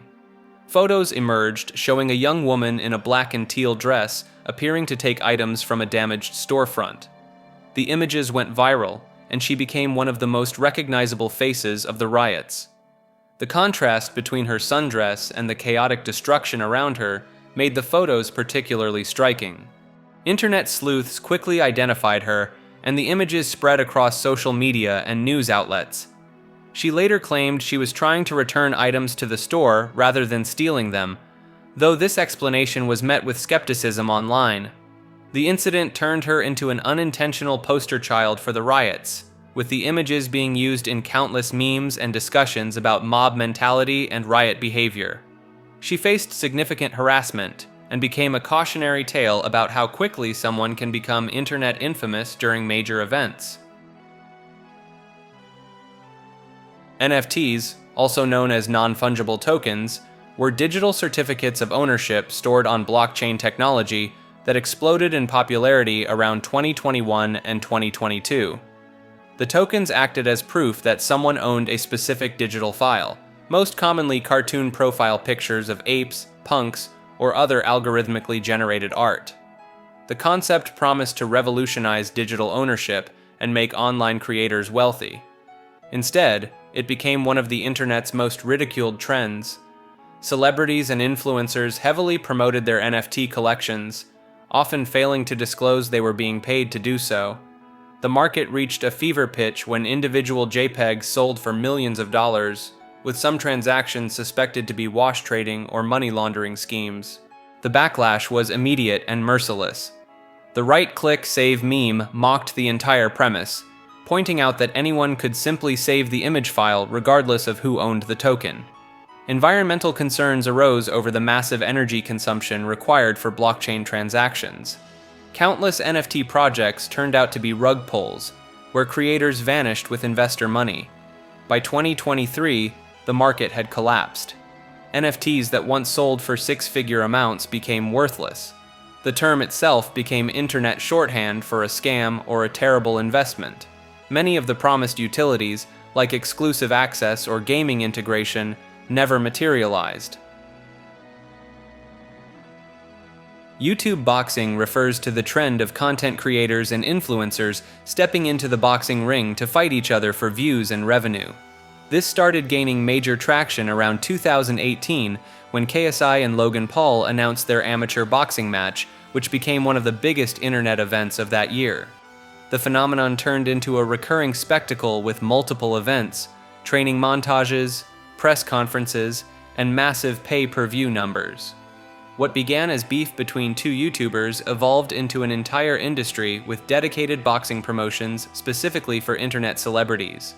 Creators like Jake Paul took it further by transitioning to professional boxing and fighting actual athletes, while others treated it more as entertainment stunts. The events often featured undercard fights with other influencers, turning boxing matches into multi-creator showcases. Critics pointed out that most participants had little to no actual boxing experience, and the matches were more spectacle than sport. Supporters argued it brought new audiences to boxing and generated huge amounts of money for everyone involved. The trend spawned countless imitation events across different platforms and regions, with creators from TikTok, Twitch, and other platforms getting in on the action. Training footage and call-out videos became content goldmines, sometimes generating more attention than the actual fights. Ryan's World, originally known as Ryan Toys Review, is a YouTube channel that launched in 2015 featuring Ryan Kaji, who was 3 years old at the time, opening and reviewing toys. The channel quickly exploded in popularity, becoming one of the highest-earning YouTube channels in the world, with Ryan reportedly making over $20 million annually at his peak. What started as simple toy unboxing videos evolved into a massive media empire. The brand expanded to include merchandise in major retailers like Walmart and Target, a television series, mobile apps, and even a line of toys and clothing. Ryan's face became plastered on everything from backpacks to bedsheets. The channel sparked debate about child labor laws and whether featuring young children in monetized content for hours of filming constitutes exploitation. Others raised concerns about the blurred lines between entertainment and advertising, as many videos essentially functioned as extended commercials for toy companies. The FTC actually fined the channel's parent company in 2019 for not properly disclosing sponsored content in videos aimed at children. The success of Ryan's World inspired countless imitators and family vlog channels trying to replicate the formula of kids reviewing toys and products, creating an entire genre of child-focused content on YouTube. Discord is a voice, video, and text communication platform that launched in 2015. Originally marketed as a chat service for gamers, it quickly became the go-to replacement for older programs like Skype, TeamSpeak, and Ventrilo. The platform revolves around servers, which are essentially communities that can contain multiple text and voice channels. Anyone can create a server for free and invite others to join. Discord exploded in popularity throughout the late 2010s and early 2020s, expanding far beyond gaming into communities for everything from study groups to crypto projects to fan clubs. The platform became so ubiquitous that it spawned its own internet culture and memes. Discord moderators became a popular joke online, stereotyped as power-hungry volunteers who take their unpaid positions way too seriously. The term Discord kitten emerged as slang, usually referring to younger users who receive special treatment from moderators or server owners. Discord has also gained a reputation as a breeding ground for drama, with countless servers imploding due to interpersonal conflicts, moderator abuse, or community splits. The platform's direct message system and relative anonymity have made it controversial in some circles, though it remains one of the most widely used communication tools on the internet. Alt-right, also known as the alternative right, refers to a far-right political movement that gained prominence online during the 2010s. The term describes a loose collection of internet communities that rejected mainstream conservatism in favor of white nationalism and identity politics, largely organized through forums like 4chan, 8chan, and various subreddits. Richard Spencer is an American white nationalist who popularized the term alt-right and became one of its most visible public figures. He founded several websites including AlternativeRight.com and later Radix Journal, using these platforms to promote his ideology and organize real-world events. Spencer gained widespread attention in 2016 during a conference where attendees were filmed giving Roman salutes after he declared, "Hail Trump, hail our people, hail victory." The footage went viral and brought mainstream media scrutiny to the movement. He became even more infamous following the 2017 Unite the Right rally in Charlottesville, where he was a featured speaker. The alt-right used internet culture and memes as recruitment tools, appropriating symbols like Pepe the Frog, and creating coded language to spread their ideas while maintaining plausible deniability. They coordinated harassment campaigns and doxing operations against targets they deemed enemies. Spencer himself became the subject of multiple viral videos, including one where he was punched in the face during an interview, which sparked debates about political violence and became a widespread meme. Incels, short for involuntary celibates, and MGTOW, which stands for Men Going Their Own Way, two interconnected online communities that gained prominence throughout the 2010s. Incels originated from a support forum created in the late 1990s by a Canadian woman looking to discuss dating struggles. The term was meant to be inclusive and supportive. Over time, the community shifted dramatically, becoming predominantly male-focused spaces centered around the belief that physical appearance determines romantic success. The communities developed their own terminology, rating systems, and increasingly extreme viewpoints about dating dynamics and society. MGTOW emerged as a separate but overlapping movement, positioning itself as men choosing to disengage from romantic relationships and traditional expectations entirely. The philosophy ranges from simply prioritizing personal goals to more extreme rejection of interaction with women altogether. Both communities became controversial due to the misogynistic content that proliferated within them, as well as their connection to several real-world violent incidents in the late 2010s. Multiple platforms including Reddit banned or quarantined related communities for violating content policies. The group spawned countless memes, terminology, and talking points that spread beyond their original forums into wider internet discourse. Terms from these spaces frequently appear in discussions about online radicalization, dating culture, and gender relations on social media. Darman is a YouTube content creator who rose to prominence in the late 2010s with his short-form motivational videos. His channel produces daily scripted mini-movies that follow a strict formula where characters face moral dilemmas, make poor choices, and ultimately learn heavy-handed life lessons. His videos typically open with someone being rude, discriminatory, or selfish, followed by an ironic twist where they realize their mistake. Each video ends with text on screen spelling out the exact moral message, often beginning with his signature phrase, "So you see."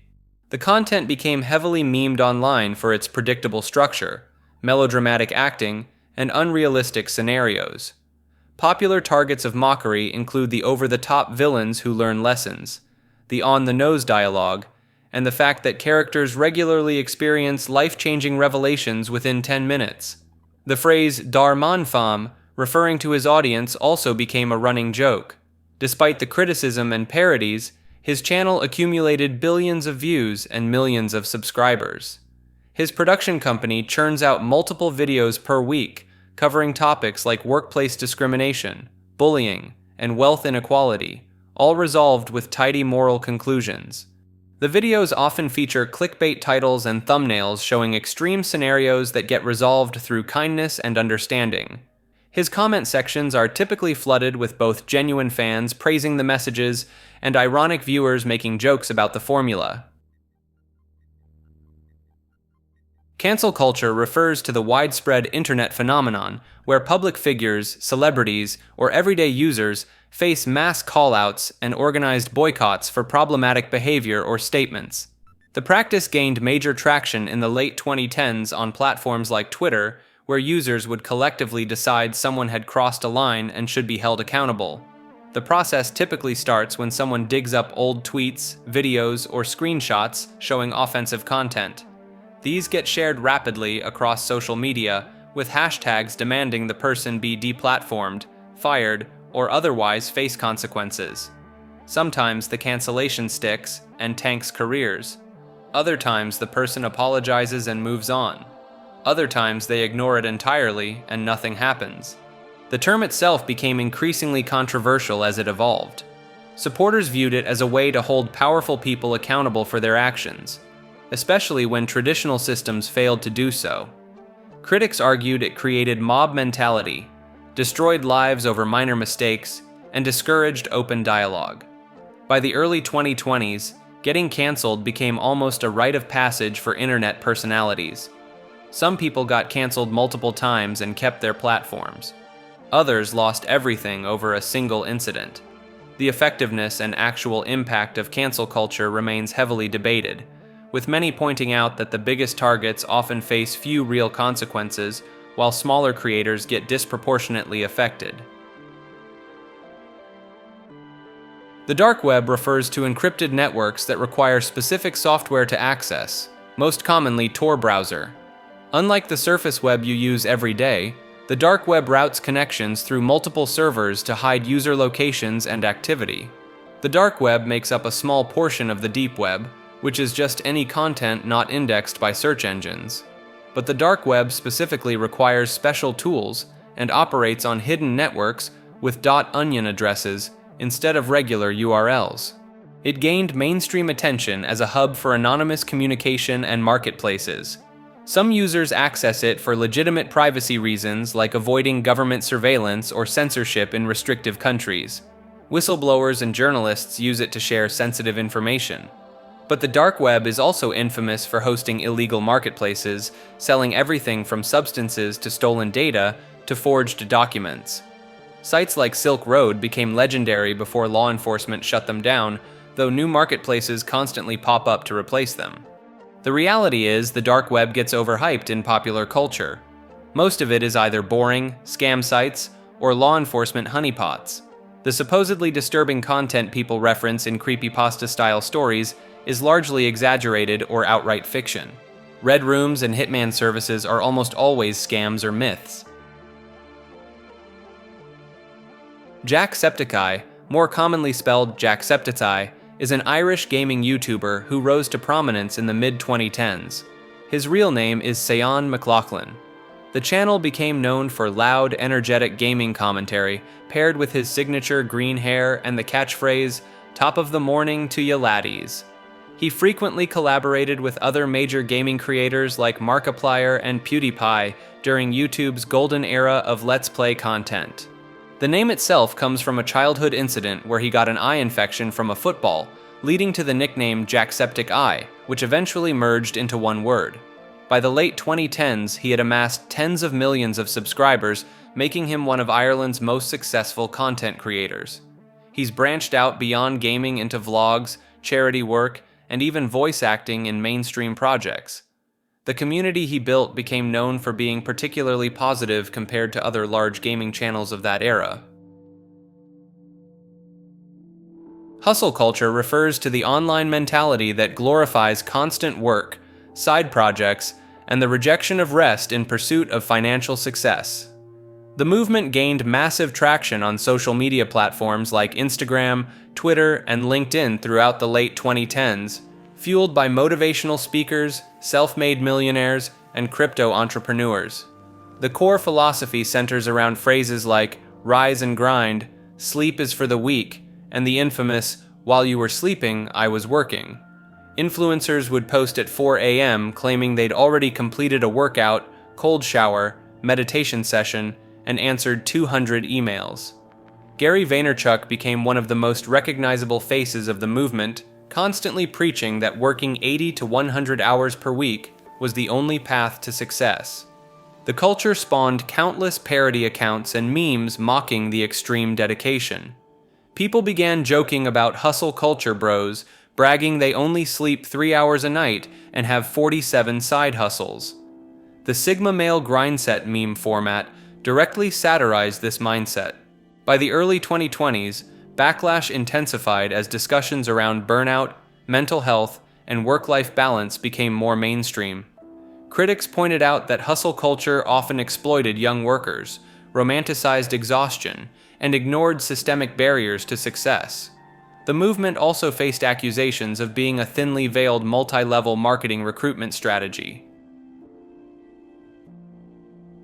Internet Protocol Loggers refers to tools and services that capture the Internet Protocol address of anyone who clicks on a specific link. An IP address is essentially the unique numerical identifier assigned to every device connected to the Internet, which can reveal the general location of the user, their Internet service provider, and other technical details. IP loggers became widely known across Internet communities as a method to track or identify anonymous users. The process works by creating a seemingly innocent link that, when clicked, secretly records the visitor's IP address and sends it back to whoever created the logger. These links are often disguised as image hosting sites, file downloads, or shortened URLs to trick people into clicking them. The tool gained notoriety in online communities for its use in doxing attempts and personal disputes. Someone could send an IP logger link disguised as a meme or interesting article, and when the target clicked it, their location information would be exposed. This led to widespread paranoia in certain online spaces, with users warning each other to be cautious about suspicious links and to use VPNs for protection. IP loggers themselves are not inherently malicious. Website owners and businesses use similar tracking technology for legitimate purposes like analytics and security. However, the term specifically refers to the deliberate act of tricking someone into revealing their IP address without their knowledge. HTTPS, or Hypertext Transfer Protocol Secure, is the encrypted version of HTTP that most modern websites use. When you see the padlock icon in your browser's address bar, that means the site is using HTTPS to protect your data while it travels between your device and the website's server. This encryption keeps your passwords, credit card numbers, and personal information safe from anyone trying to intercept them. HTTP without the S was the original standard, but it sent everything in plain text that could be read by anyone on the same network. HTTPS became increasingly common throughout the 2010s as browser makers like Google started marking HTTP sites as not secure to push website owners toward better security. The difference might seem minor, but it's basically the reason you can safely shop online or log into accounts without someone at your local coffee shop stealing your credentials over public Wi-Fi.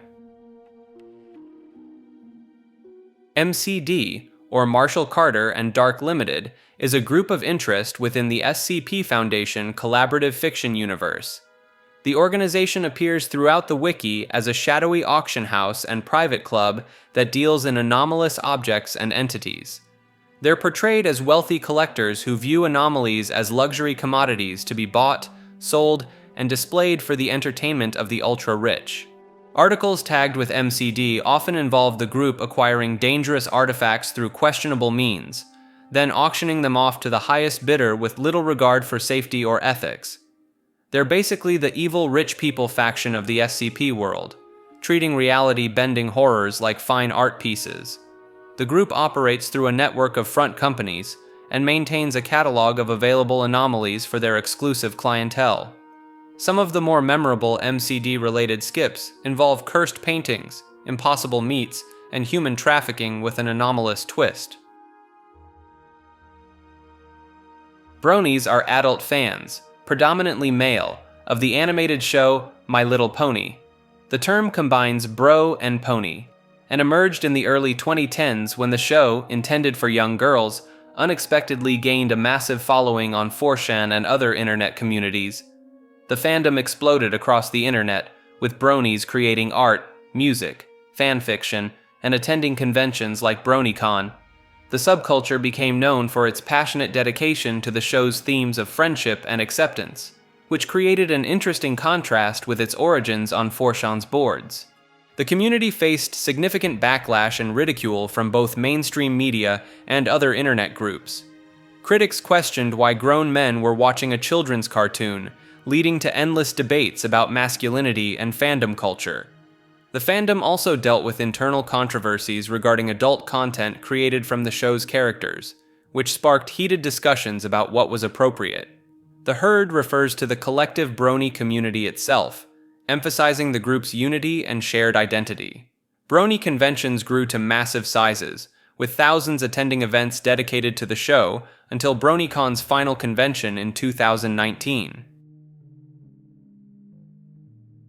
Neo-Nazi refers to the significant presence of neo-Nazi groups, ideology, and recruitment efforts across various internet platforms. These communities have established themselves on forums, social media, image boards, and dedicated websites since the early days of the web. The internet has provided these groups with tools for organization, propaganda distribution, and attracting new members, particularly targeting young people through memes, gaming communities, and seemingly innocuous content that gradually introduces extreme views. Sites like Stormfront, established in 1995, became one of the earliest and largest white supremacist forums online. Various platforms have struggled with moderating this content, leading to cycles of bans and migrations to alternative sites. Image boards like certain sections of 4chan and 8chan became known for harboring these communities, often disguising extreme ideology through irony and internet humor. Symbols, coded language, and dog whistles are frequently used to communicate while avoiding detection by moderators. The term also encompasses the broader network of online radicalization pipelines, where individuals are gradually exposed to increasingly extreme content through algorithms and recommendation systems. Many platforms have implemented stricter content policies in recent years, though enforcement remains inconsistent. GMod, short for Gary's Mod, is a physics sandbox game built on Valve's Source engine. Created by Gary Newman, it started as a free mod in 2004 before becoming a standalone paid game in 2006. The game gives players a toolbox to manipulate objects, ragdolls, and props with no set objectives or goals. Players can spawn items, weld them together, create contraptions, pose characters, and generally mess around with the physics engine in whatever way they want. Gmod became a massive part of YouTube culture in the late 2000s and early 2010s. The game's flexible nature made it perfect for creating machinima, skits, and horror content.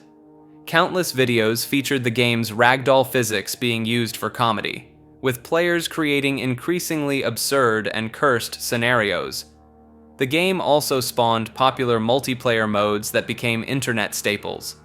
Trouble in Terrorist Town turned the game into a social deduction experience, where players hunt down hidden traitors. Prop Hunt let players disguise themselves as objects and hide from seekers. Both modes generated thousands of YouTube videos and Twitch streams. Gmod's workshop allowed users to create and share custom content, leading to an endless supply of maps, models, and game modes. This modding community kept the game alive and relevant for nearly 2 decades. The game's low barrier to entry and high creative ceiling made it a playground for internet content creators and basement-dwelling teenagers with too much free time.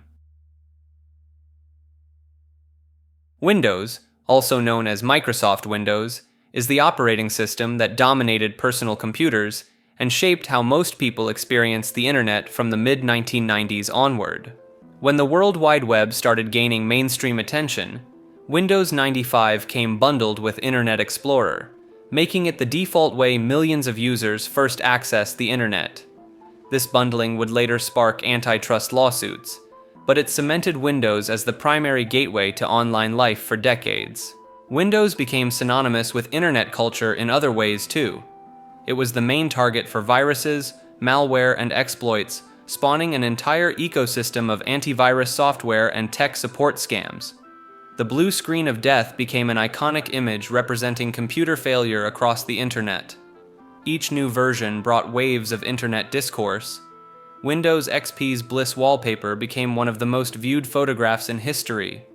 Windows Vista was widely mocked for its poor performance. Windows 8's tile interface confused users.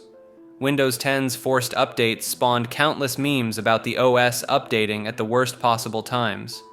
The operating system also enabled early internet communities through programs like MSN Messenger and Internet Explorer's ACTIVEX controls, which powered early web games and interactive content. Microsoft Edge is the web browser developed by Microsoft to replace Internet Explorer. It launched in 2015 alongside Windows 10 and became the default browser for all Windows operating systems. The browser gained a reputation for being aggressively promoted by Microsoft, with Windows constantly pushing users to switch from competing browsers like Chrome and Firefox. Pop-up notifications and forced default settings became a running joke in the tech community. Edge became most famous as an internet meme for being used exclusively to download other browsers. Users would open Edge once after installing Windows, immediately download Chrome or Firefox, then never touch it again. Microsoft themselves eventually acknowledged this meme in their marketing. In 2020, Microsoft rebuilt Edge using Chromium, the same engine that powers Google Chrome. This made it essentially Chrome with Microsoft branding, which some users saw as Microsoft admitting defeat in the browser wars. The browser continues to be bundled with Windows, where it remains permanently installed even if users prefer alternatives. Attempts to uninstall or avoid Edge often result in the system pushing back, making it difficult to fully escape. OnlyFans is a subscription-based content platform launched in 2016 by British entrepreneur Tim Stokely.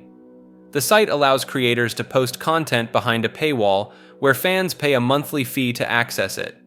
While the platform technically hosts all types of creators, including fitness instructors, chefs, and musicians, it became overwhelmingly associated with adult content creators. The site exploded in popularity during the 20s, particularly during the pandemic, when many people turned to it as an income source. In August 2021, OnlyFans announced they would ban explicit content due to pressure from payment processors and banks. The backlash was immediate and severe.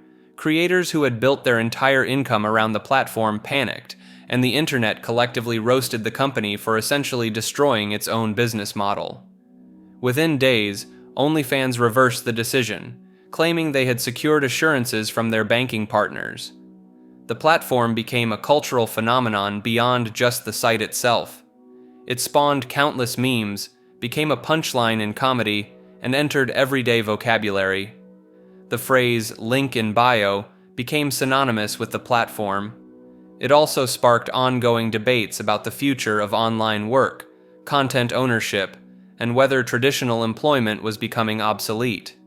By 2023, the platform reported over 3 million creators and had paid out billions to its users. It fundamentally changed how independent creators could monetize their work online, for better or worse.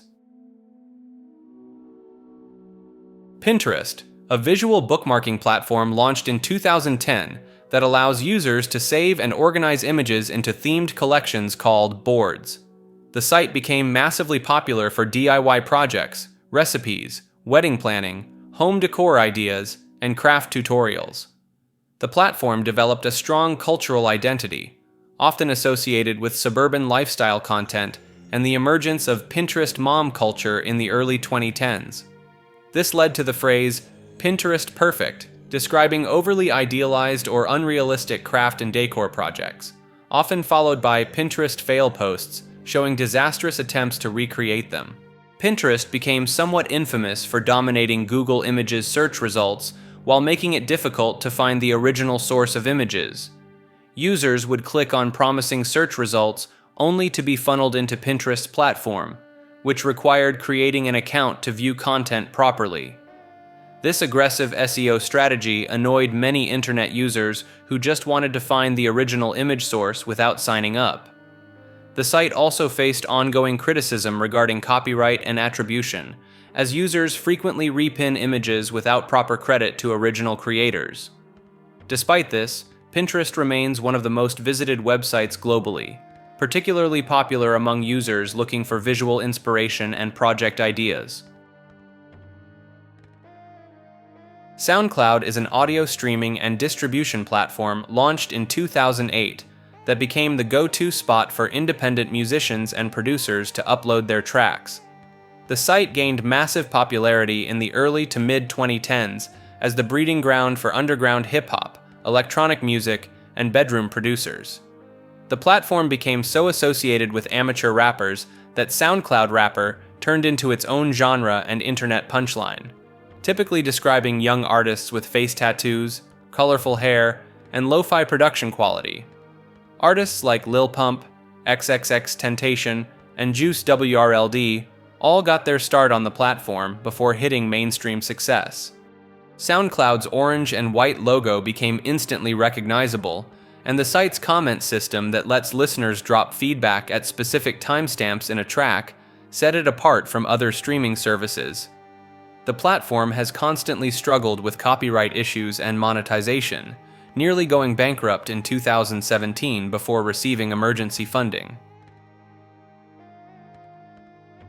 Black markets, online marketplaces operating on the dark web where users could buy and sell illegal goods and services anonymously.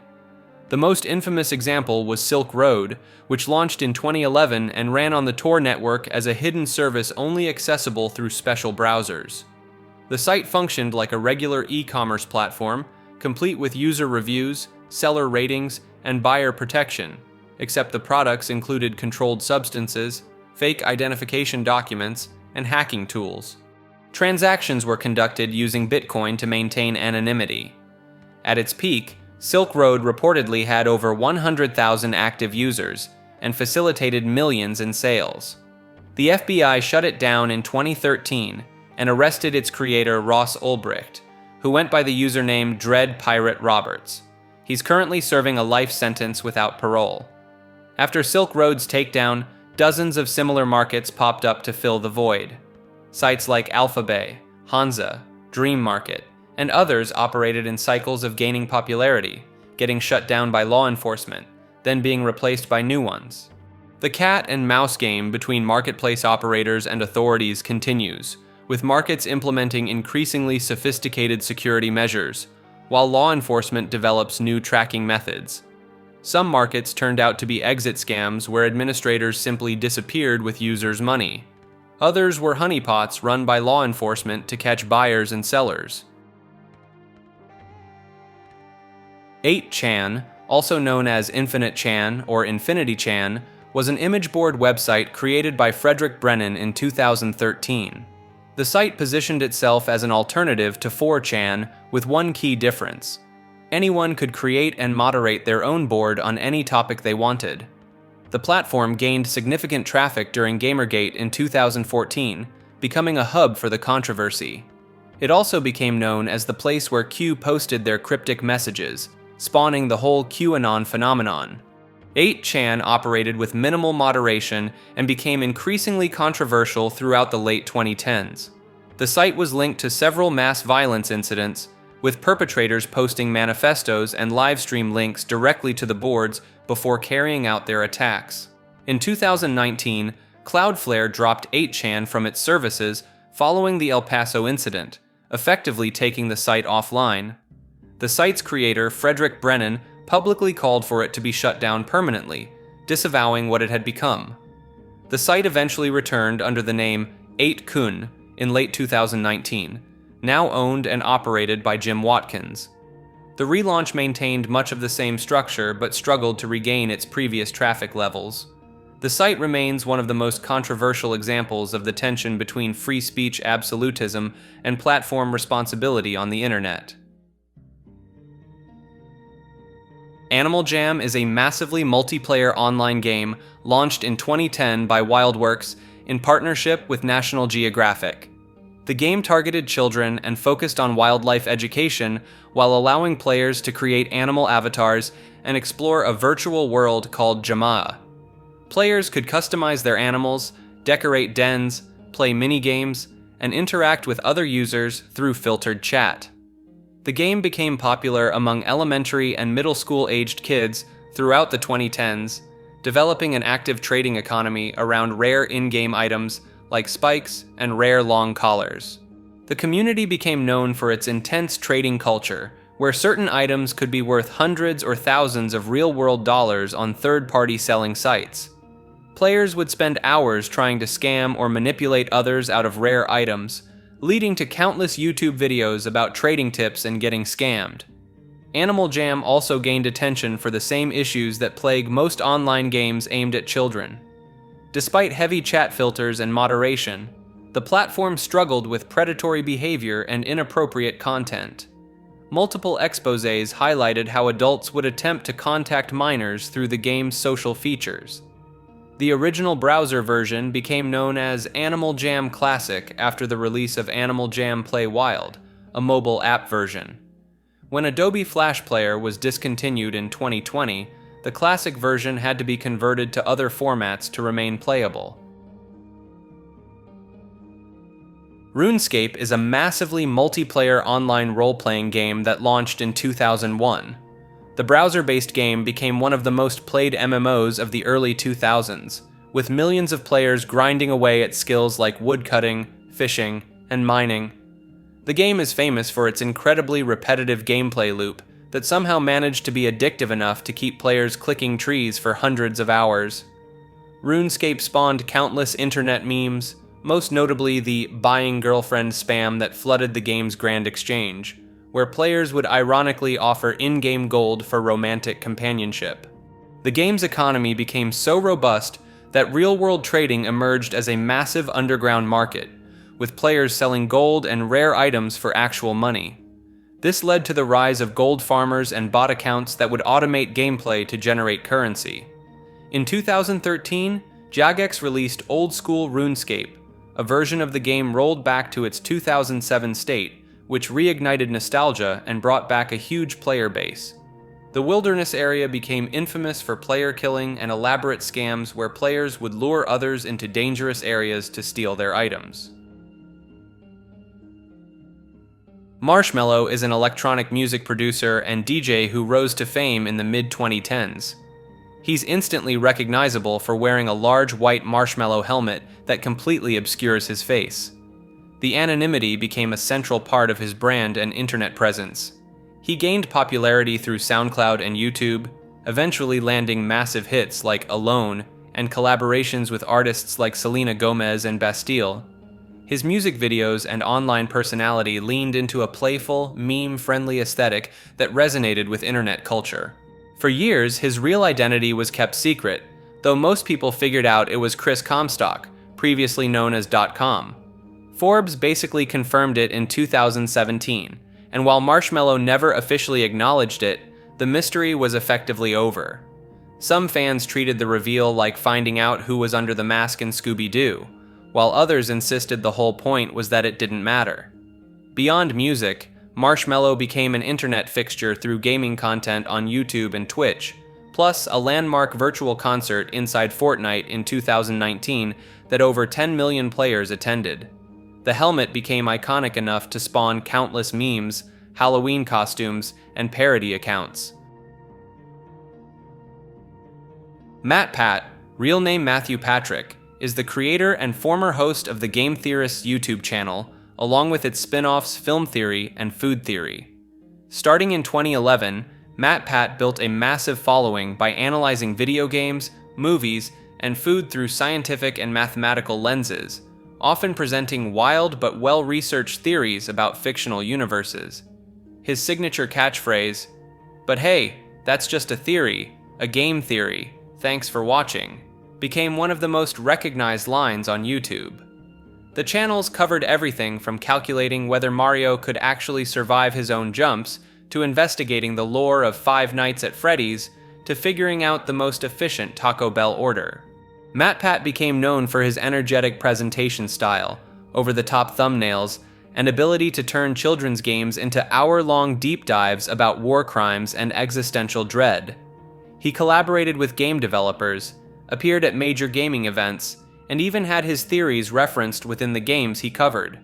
In January 2024, MatPat announced his retirement from hosting after 13 years, passing the channels to hand-picked successors. His final Film Theory episode in March 2024 marked the end of an era for educational gaming content on YouTube. The channels continue without him, though many longtime viewers still associate the brand exclusively with MatPat himself. Dark Viper AU, also known simply as Dark Viper, is an Australian gaming content creator and Twitch streamer who rose to prominence in the mid-2010s for his Grand Theft Auto V content. He's best known for his speedruns of GTA 5, particularly his Chaos mod runs where random effects trigger every 30 seconds to make the game nearly impossible to complete, and his Pacifist challenge where he attempts to beat the game without causing a single death. Beyond the gameplay, Dark Viper became a controversial figure in the YouTube and Twitch communities for his outspoken criticism of reaction content. In 2021, he released a lengthy document and video essay arguing that reaction streamers who watch other people's videos with minimal commentary were essentially stealing content and hurting smaller creators. This sparked massive drama across the platform, with other large creators like XQC and Hassan pushing back against his arguments. He's also known for his Rambles series, where he discusses various topics related to content creation, the gaming industry, and internet culture, often with very strong opinions that don't always land well with audiences. His community tends to be deeply loyal, though his confrontational style and willingness to call out other creators has earned him a reputation as one of the more polarizing figures in the GTA content sphere. XQC, real name Felix Lengyel, is a Canadian Twitch streamer and former professional Overwatch player who became one of the most watched content creators on the platform. He started his career as a competitive esports player in the mid-2010s, playing for teams like Dallas Fuel before transitioning to full-time streaming in 2018. His streams are known for their chaotic energy, variety game content, and his distinctively fast and often incomprehensible speaking style that spawned countless memes and compilations.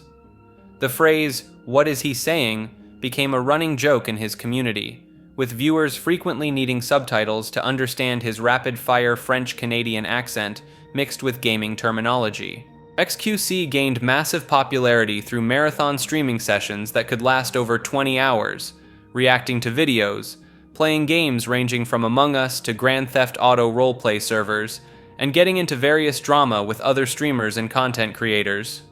His unpredictable behavior and hot takes made him a constant source of Twitter discourse and Reddit threads. He became controversial for his gambling streams in the early 2020s, promoting crypto gambling sites to his young audience, which drew criticism from other creators and viewers. In 2023, he signed a reported $100 million deal to stream on Kick, a newer platform partially owned by gambling company Stake. Moist Critical, also known as Penguin Zero, or by his real name Charlie White, is a YouTube content creator and Twitch streamer who became one of the platform's most recognizable voices. Starting in the late 2000s, Charlie gained initial fame for his gameplay videos featuring completely deadpan, monotone commentary delivered over various indie titles. His signature style involved describing mundane gaming moments with the same serious tone someone might use to narrate a nature documentary about apex predators. The channel exploded in popularity throughout the 2010s as he expanded into reaction content, internet drama commentary, and coverage of bizarre news stories. His videos typically clock in under 15 minutes and get straight to the point without excessive editing or loud reactions.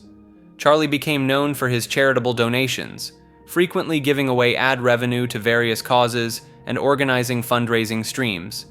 He also co-founded the esports organization Moist Esports. His influence on YouTube commentary style is significant, with the dry humor approach being copied by countless smaller creators.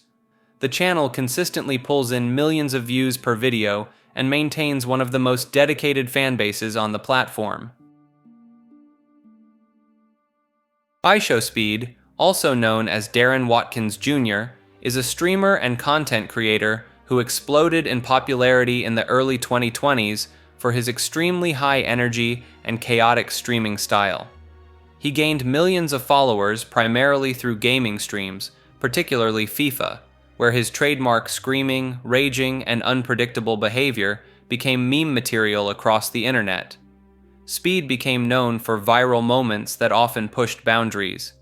He accidentally set off a Pikachu firework in his bedroom that filled his room with smoke.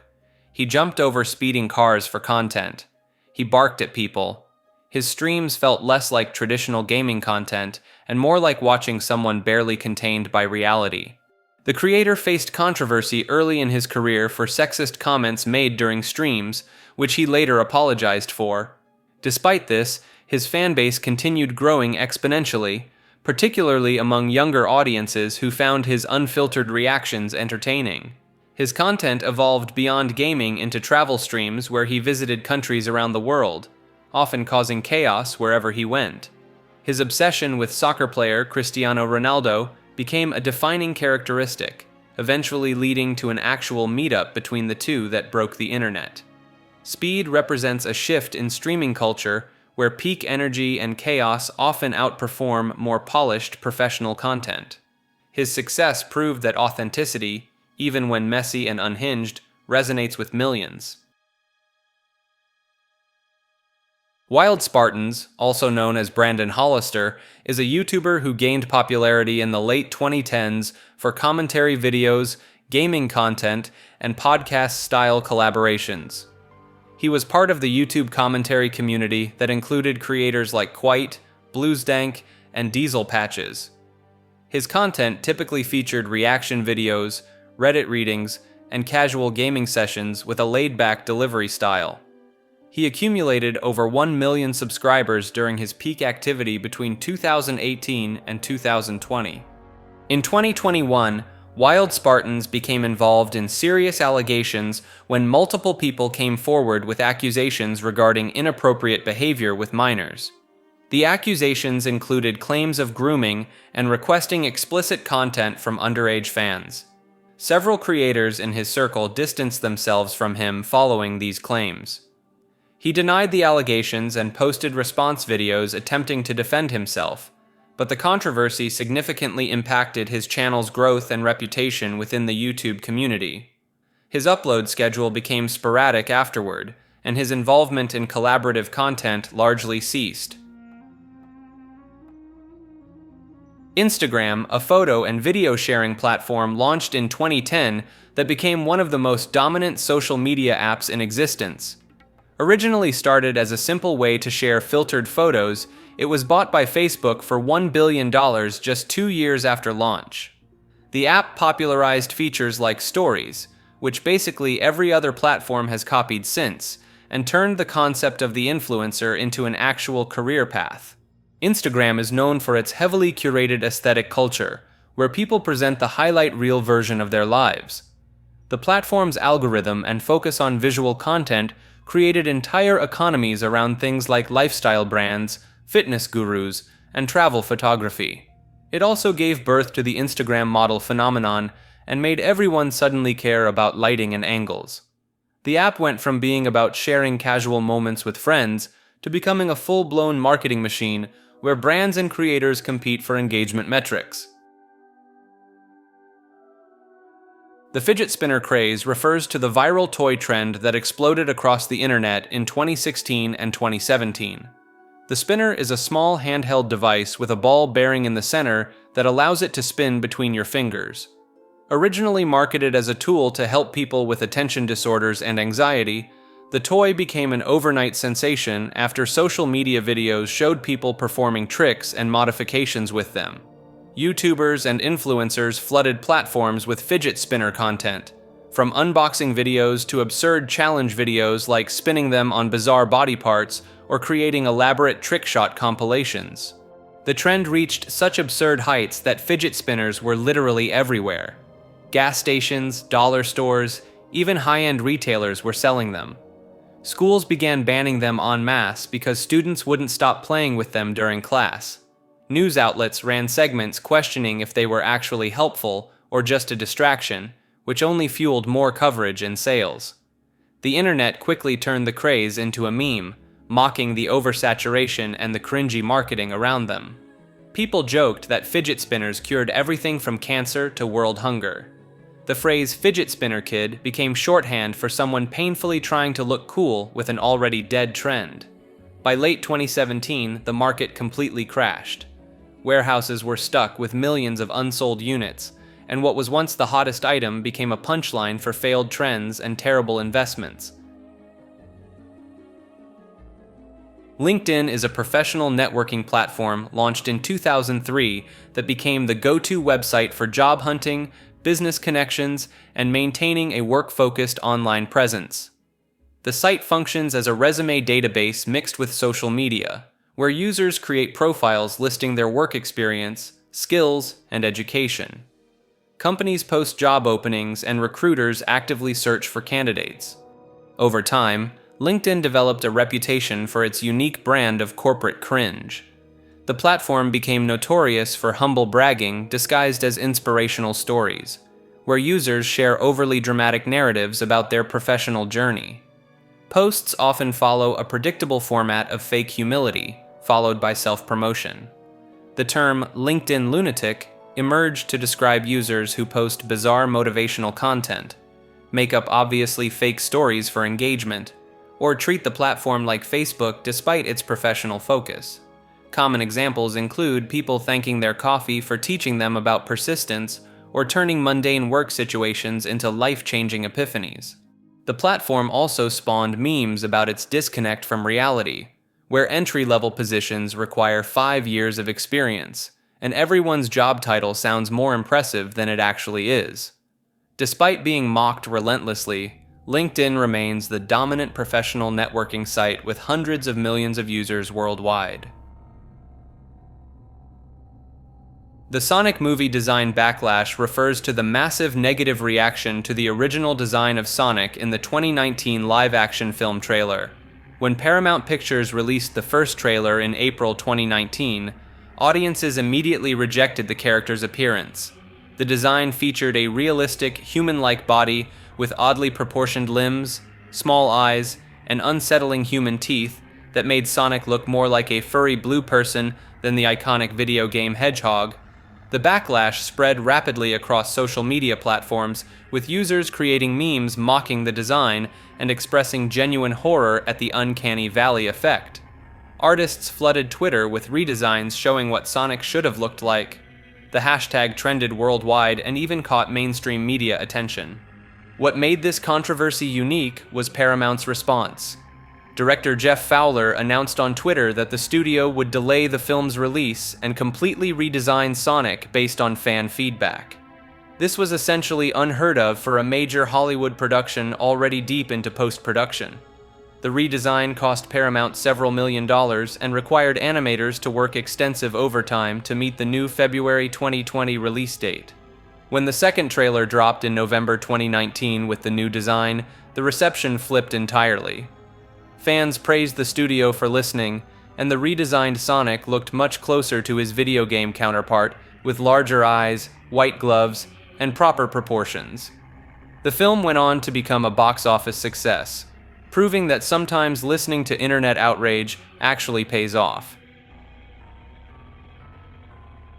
Gamergate was a major internet controversy that erupted in 2014 and became one of the most divisive events in gaming and internet culture. The conflict started in August of that year when allegations surfaced about indie game developer Zoe Quinn, with claims spreading across forums like 4chan and Reddit. The movement split into two camps with completely different interpretations of what was happening. Supporters claimed they were fighting for ethics in gaming journalism and transparency about relationships between developers and media outlets. Critics argued the movement was primarily a harassment campaign targeting women in the gaming industry, particularly Quinn, game developer Brianna Wu, and media critic Anita Sarkeesian. The hashtag Gamergate became a rallying point on Twitter, generating millions of tweets over several months. Major tech companies and gaming publications were forced to take sides or issue statements. Several people on both sides faced doxing, threats, and had to leave their homes. The FBI eventually got involved in investigating threats made during the controversy. The whole thing became a prototype for later online culture wars, with tactics and rhetoric from Gamergate showing up in political movements years later. Gaming journalism sites updated their ethics policies, though whether this was because of legitimate concerns or just to quiet the backlash remains debated. The movement essentially fizzled out by 2015, though people still argue about what it actually was and who the real bad guys were. Yanny or Laurel is a viral audio clip that divided the internet in May of 2018. The recording featured a robotic voice saying a single word, but listeners were split on what word they actually heard. Some people heard the name Yanny, while others heard the name Laurel. The audio was originally posted to Reddit and quickly spread across Twitter, Instagram, and YouTube, where it sparked heated debates. Laurel. Laurel. The phenomenon worked similarly to the dress, where the same stimulus produced completely different perceptions depending on the listener. Factors like age, audio quality, and which frequencies your ears pick up on determined which word you heard. Younger people with better high-frequency hearing tended to hear Yanny, while those who picked up lower frequencies heard Laurel. The original recording came from Vocabulary.com's pronunciation of the word Laurel, but when played back through certain devices or at different pitches, it could sound like Yanny. Sound engineers and scientists weighed in to explain the acoustic reasons behind the split perception. The debate became so widespread that even celebrities, politicians, and official brand accounts joined in to declare which team they were on. It dominated social media for several days before eventually fading like most viral trends do. The Will Smith slapping incident, also known as the slap or the Oscars slap, refers to a moment at the 2022 Academy Awards when actor Will Smith walked onto the stage and slapped comedian Chris Rock across the face. The incident occurred after Rock made a joke about Jada Pinkett Smith's shaved head, comparing her to G.I. Jane. Jada has spoken publicly about having alopecia, a condition that causes hair loss. After slapping Rock, Smith returned to his seat and shouted at Rock to keep his wife's name out of his mouth, using explicit language. The entire exchange was broadcast live to millions of viewers worldwide. The slap immediately became one of the most talked about moments in internet history. Memes flooded social media within minutes, with users creating jokes, image macros, and video edits of the incident.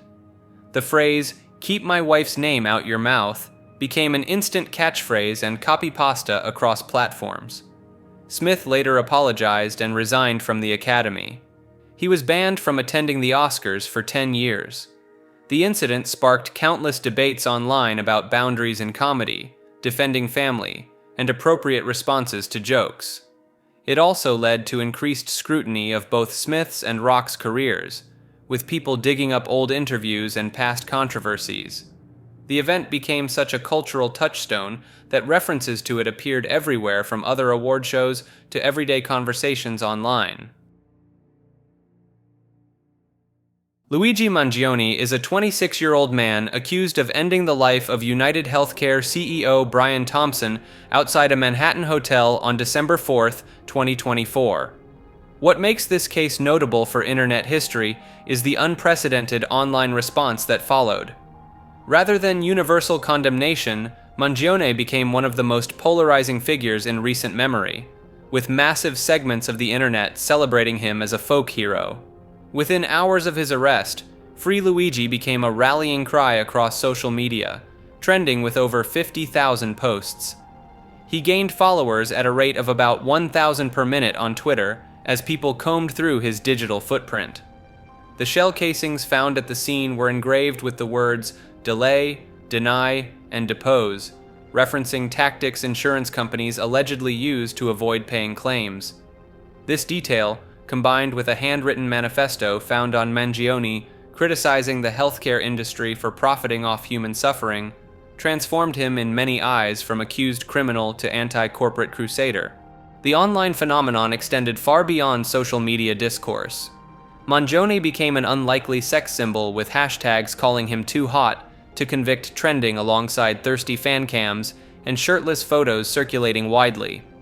His courtroom fashion went viral multiple times, from a burgundy sweater that sold out after being dubbed the Mangione Merino, to photographs of his ankles in loafers that caused Google searches to spike by 1,400%. Street art, graffiti, billboards in California, and murals in Seattle appeared in his support. Merchandise flooded sites like Etsy and Amazon. Some corners of the internet dubbed him Saint Luigi, patron saint of healthcare access for all, complete with religious iconography. His legal team launched an official website that received so much support that crowdfunding for his defense exceeded $900,000. Fellow inmates were heard chanting "Free Luigi" during live news broadcasts, and over 100 supporters packed courthouse hallways during his appearances. A hastily produced documentary about him became one of the most controversial true crime specials, with viewers accusing it of corporate bias for not adequately exploring systemic healthcare issues. The case revealed a massive generational and class divide in public opinion. Polls showed younger and more economically struggling Americans were far more likely to view him favorably, while older and wealthier demographics condemned his alleged actions. The support transcended typical political divisions, with people from across the spectrum expressing frustration with the American healthcare system. Media outlets described him as the most debated murder suspect in recent history. Mangione's background only added to the internet's fascination. He came from a wealthy Baltimore family, was valedictorian at an elite prep school, and earned degrees from an Ivy League university with zero criminal record. Friends described him as a normal, thoughtful guy. He had suffered from chronic back problems and underwent spinal fusion surgery in 2023, leading many to speculate about personal grievances with the medical industry, though he was never insured by United Healthcare. As of late 2025, Mangione faces multiple state and federal charges, including terror-related counts, though a judge dismissed some terrorism charges in September. Federal prosecutors are seeking the maximum penalty. His case continues to generate intense online activity and remains one of the most followed legal proceedings in years. The Fermi paradox is a question posed by physicist Enrico Fermi that essentially asks, if the universe is so vast and old, where is everybody? The paradox points out that with billions of galaxies and even more planets, the odds of intelligent life existing somewhere out there should be pretty high. Yet we have zero concrete evidence of alien civilizations. The concept exploded in popularity on the internet during the 2010s, becoming a favorite topic on forums like Reddit, YouTube explainer channels, and science discussion boards. Countless threads and videos attempt to solve the paradox with various theories. Some suggest aliens are intentionally hiding from us, or that civilizations destroy themselves before achieving interstellar travel. Others propose we're living in a simulation, or that we're simply the first intelligent species to emerge. The internet's obsession with the Fermi paradox connects to broader fascinations with space, existentialism, and humanity's place in the cosmos. It spawned endless debate about the Great Filter theory, which suggests there's some barrier that prevents civilizations from reaching the point of galactic colonization. The paradox remains unresolved, making it perfect fuel for speculation and late-night internet rabbit holes. That Was Epic is a YouTube prank channel run by Juan Gonzalez, also known as Juan Atkins. The channel started gaining traction in the mid-2010s with a specific formula that combined traditional prank content with charitable acts.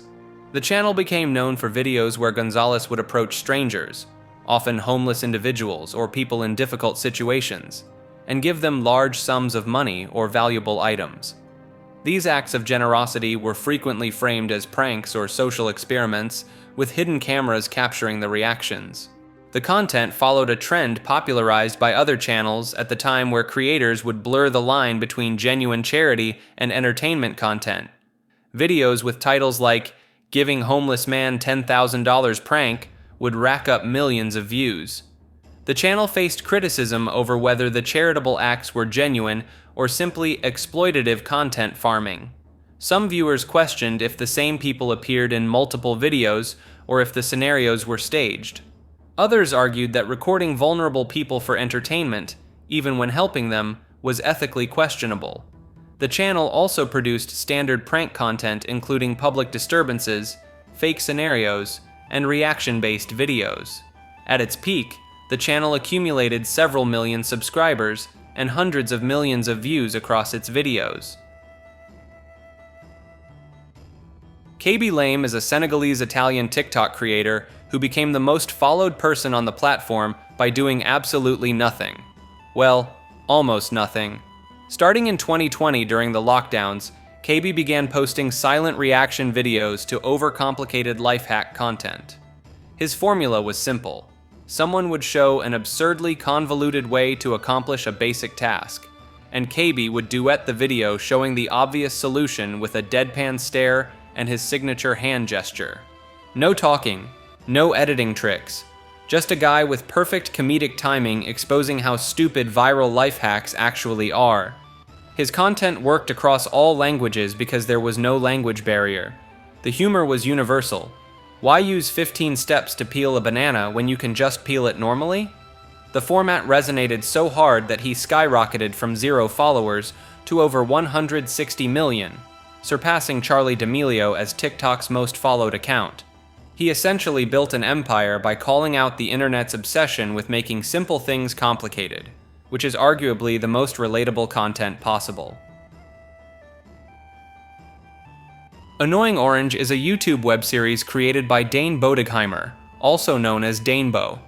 The show premiered in October 2009 and featured a talking orange with a human mouth superimposed onto it, living in a kitchen alongside other anthropomorphic fruits and objects. The orange would torment the other characters with bad puns, obnoxious noises, and warnings about an incoming knife before they inevitably got chopped up. The series became known for its catchphrases like, "Hey Apple," and the orange's distinctive high-pitched laugh. The channel exploded in popularity during the early 2010s, becoming one of the most viewed channels on YouTube at the time. It spawned a massive amount of merchandise, a video game, and even got its own television series on Cartoon Network that ran from 2012 to 2014. The series was polarizing. Some found the absurdist humor and over-the-top, annoying personality funny, while others found it genuinely unbearable to watch. The show became a frequent target of parodies and represented a specific era of YouTube content where loud and random often equaled views. The channel is still active today, though it no longer holds the same cultural relevance it once did. Daily Dose of Internet is a YouTube channel run by a content creator named Jason that uploads short compilation videos featuring interesting, funny, or unusual clips from around the internet. The channel launched in late 2016 and grew massively popular for its simple format and consistent upload schedule. Each video typically runs between 2 to 4 minutes long and opens with the host's signature greeting in a calm, monotone voice. The content ranges from wholesome animal videos to impressive stunts, satisfying footage, and bizarre occurrences that get passed around online. The channel is notable for actually crediting the original sources of clips in the description, which sets it apart from most compilation channels that tend to just rip content without attribution. Daily Dose became somewhat of a meme in itself due to the host's distinctive delivery, and the phrase, "This is your daily dose of internet," being parodied across various platforms. The channel amassed over 15 million subscribers and became a go-to source for people wanting a quick, easily digestible summary of interesting things happening online without having to scroll through hours of social media feeds. The content stays firmly in advertiser-friendly territory, avoiding controversial or graphic material in favor of feel-good or intriguing clips that appeal to a broad audience. Internet Explorer is Microsoft's web browser that shipped with Windows from 1995 to 2022. At its peak in the early 2000s, Internet Explorer held over 95% browser market share before losing ground to Firefox and Chrome. The browser became infamous for slow performance, security vulnerabilities, and poor standards compliance. By the 2010s, Internet Explorer was primarily known through memes mocking its sluggishness and the joke that its only purpose was downloading better browsers. Microsoft officially discontinued Internet Explorer in June 2022, replacing it with Edge. The announcement sparked nostalgic tributes across the internet despite years of ridicule. Some conspiracy theories suggest Microsoft intentionally kept Internet Explorer subpar to avoid another antitrust lawsuit after their 1990s legal battles over browser bundling. Try Not To, also known as Try Not to Laugh Challenge or Try Not to Cry Challenge, refers to a video format that became massive on YouTube during the 2010s. The premise is straightforward.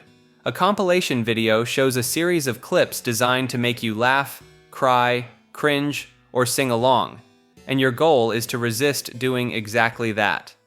The format exploded in popularity around 2015 to 2017. With creators like Markiplier, Jacksepticeye, and countless others churning out these videos by the thousands. The appeal came from the simplicity and the reaction element. Viewers could test themselves while watching their favorite creators fail miserably at holding back laughter or tears. The comment sections would fill up with people claiming they made it to a certain timestamp before breaking, turning it into a weird flex competition. The format eventually became so oversaturated that it turned into a punchline itself. Every possible variation got made, from try not to get scared to try not to feel old, each one more clickbaity than the last. Despite the format wearing out its welcome, these videos still get pumped out regularly because they're incredibly easy to make, and the algorithm seems to love them. April Fool's Day. The 1st of April is when the internet collectively loses its mind. Every website, company, and content creator tries to outdo each other with fake announcements and elaborate pranks. Google practically made it a tradition, dropping ridiculous products every year like Google Knows, which claim to let you smell through your screen, or Google Maps for the NES. YouTube got in on it too, flipping videos upside down or adding fake video filters. The internet turned April Fools into an arms race. Companies would invest actual money into fake product pages, video announcements, and functional demos just for the bit. Some pranks were so convincing, people actually wanted the fake products to be real. Reddit goes into chaos mode with subreddits swapping themes or implementing joke features.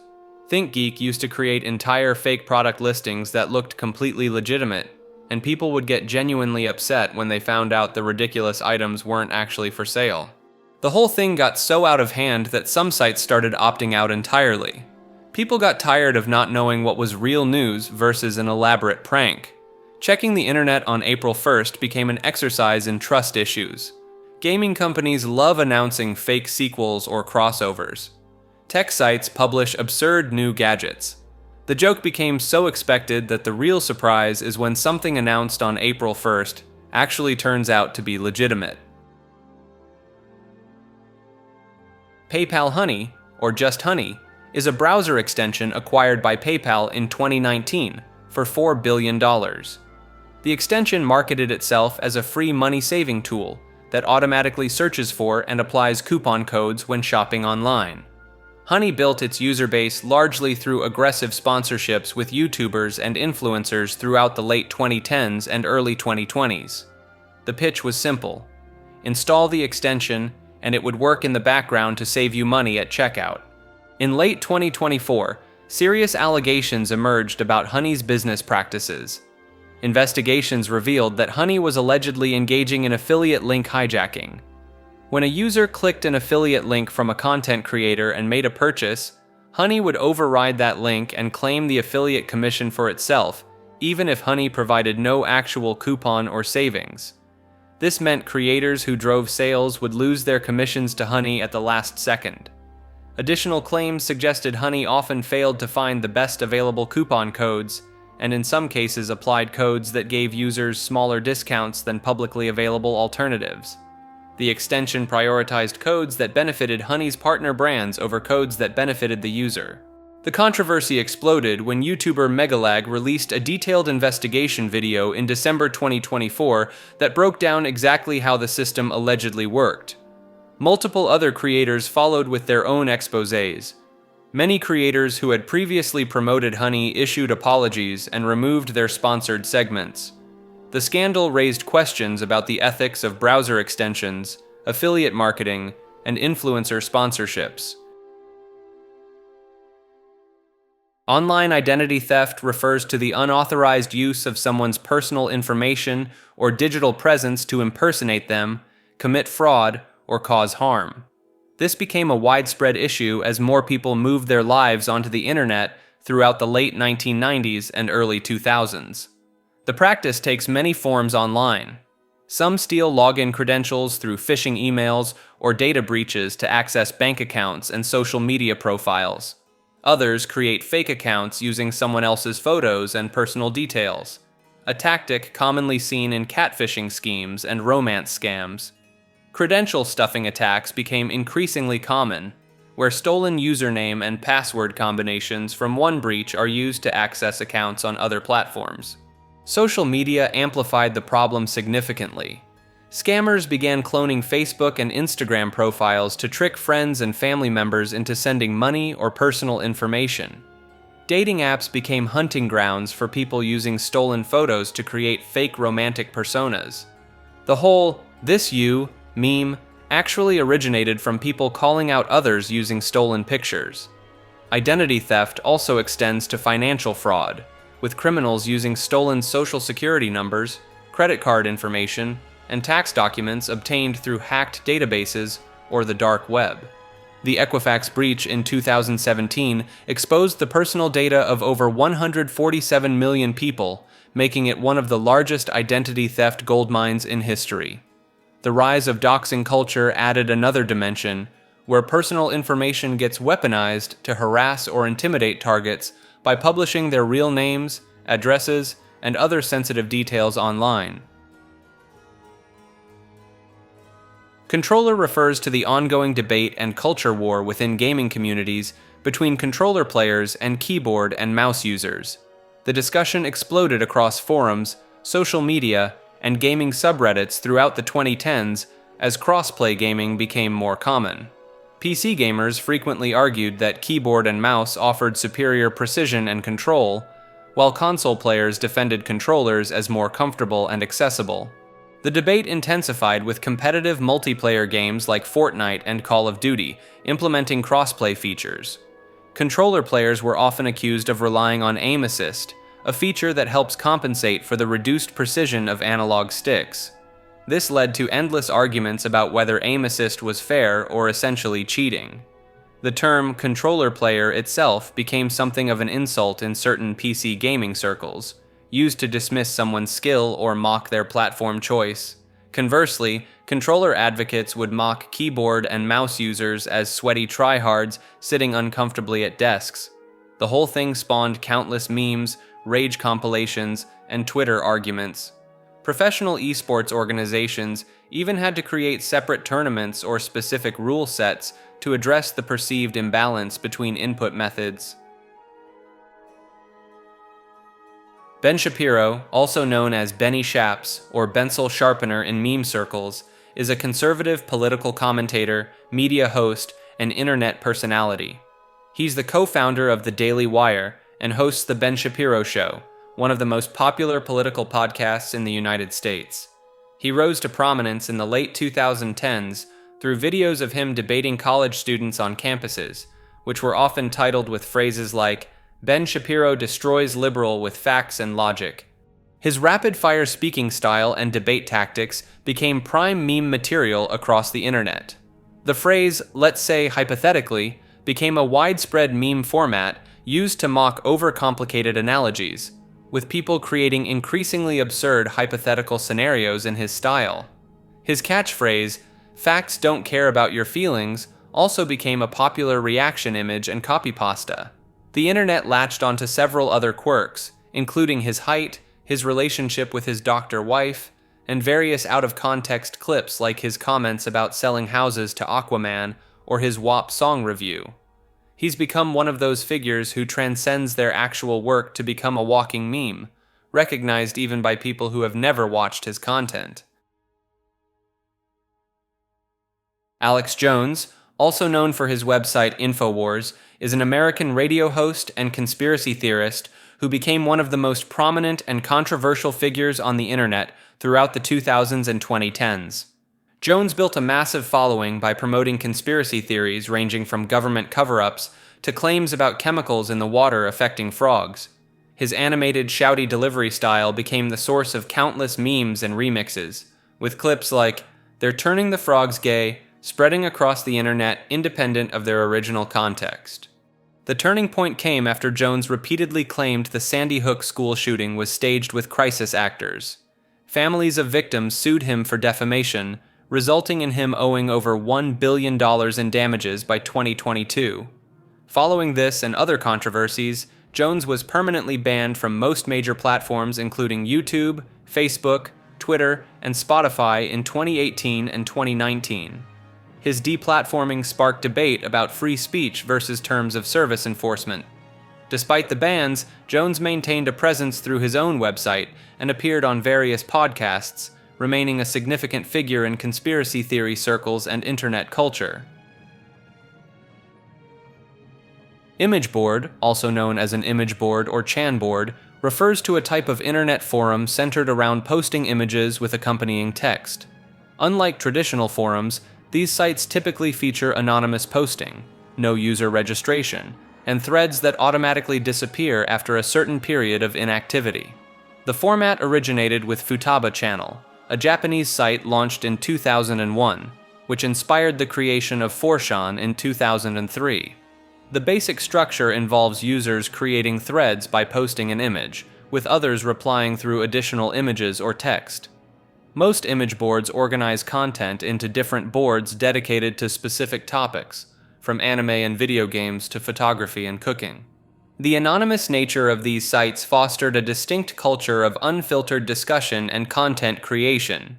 Image boards became breeding grounds for internet memes, with countless viral images and phrases originating from these communities before spreading to mainstream social media. Rickrolling, lolcats, Pepe the Frog, and Wojak variations all trace their roots back to image board culture.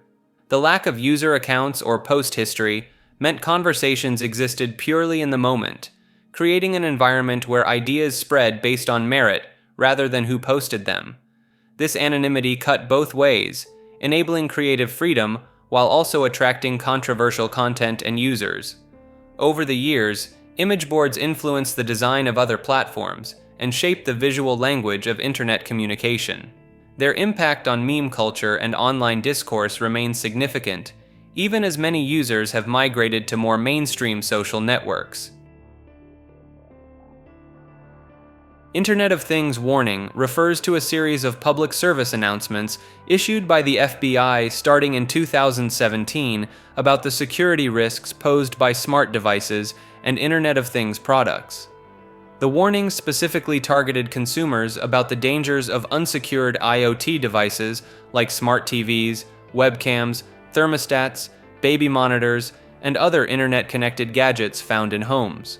The FBI cautioned that hackers could exploit these devices to access home networks and steal personal information, financial data, or use the devices as entry points for larger cyber attacks.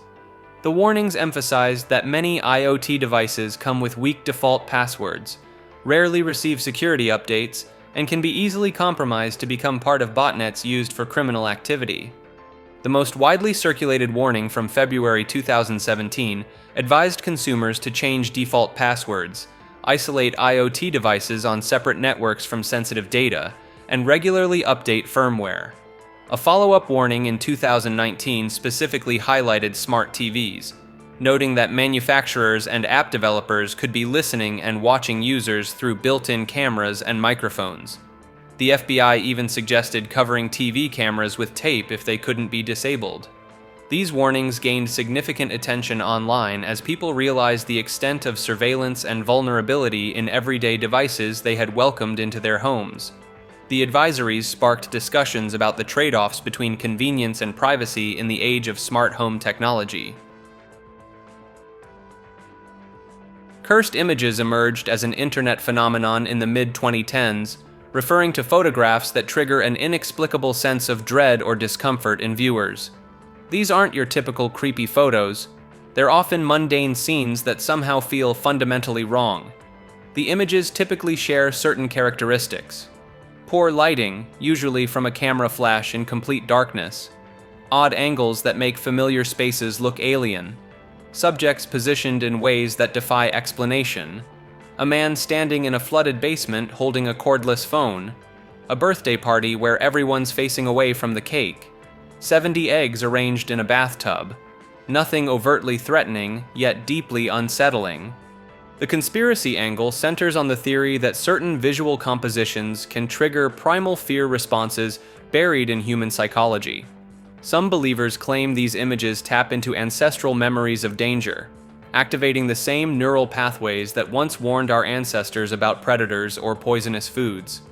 The uncanny valley effect turned up to maximum. Online communities developed complex rating systems to measure how cursed an image truly is. Factors include the presence of a lone figure in an empty space, images taken between 2 a.m. and 5 a.m., bizarre food arrangements, and that distinct quality of feeling like you're seeing something you weren't meant to see. The most devoted collectors argue that prolonged exposure to cursed images can cause lasting psychological effects: sleep disturbances, intrusive thoughts, a persistent feeling of being watched. Whether this stems from genuine psychic properties or simple suggestion remains the core debate. Grindr is a geolocation-based dating app primarily used by gay, bisexual, and queer men. Launched in 2009, it was one of the first apps to use GPS technology to show nearby users in a grid format, allowing people to connect based on their physical proximity. The app became massively popular in the early 2010s and essentially pioneered the location-based dating model that apps like Tinder would later adopt for straight audiences. Users create profiles with photos and basic information, and the app displays other users sorted by distance. Grindr has faced controversy over the years regarding user privacy and data collection practices. Security researchers discovered the app was sharing users' HIV status and location data with third-party companies, which raised significant concerns about outing users or exposing sensitive health information.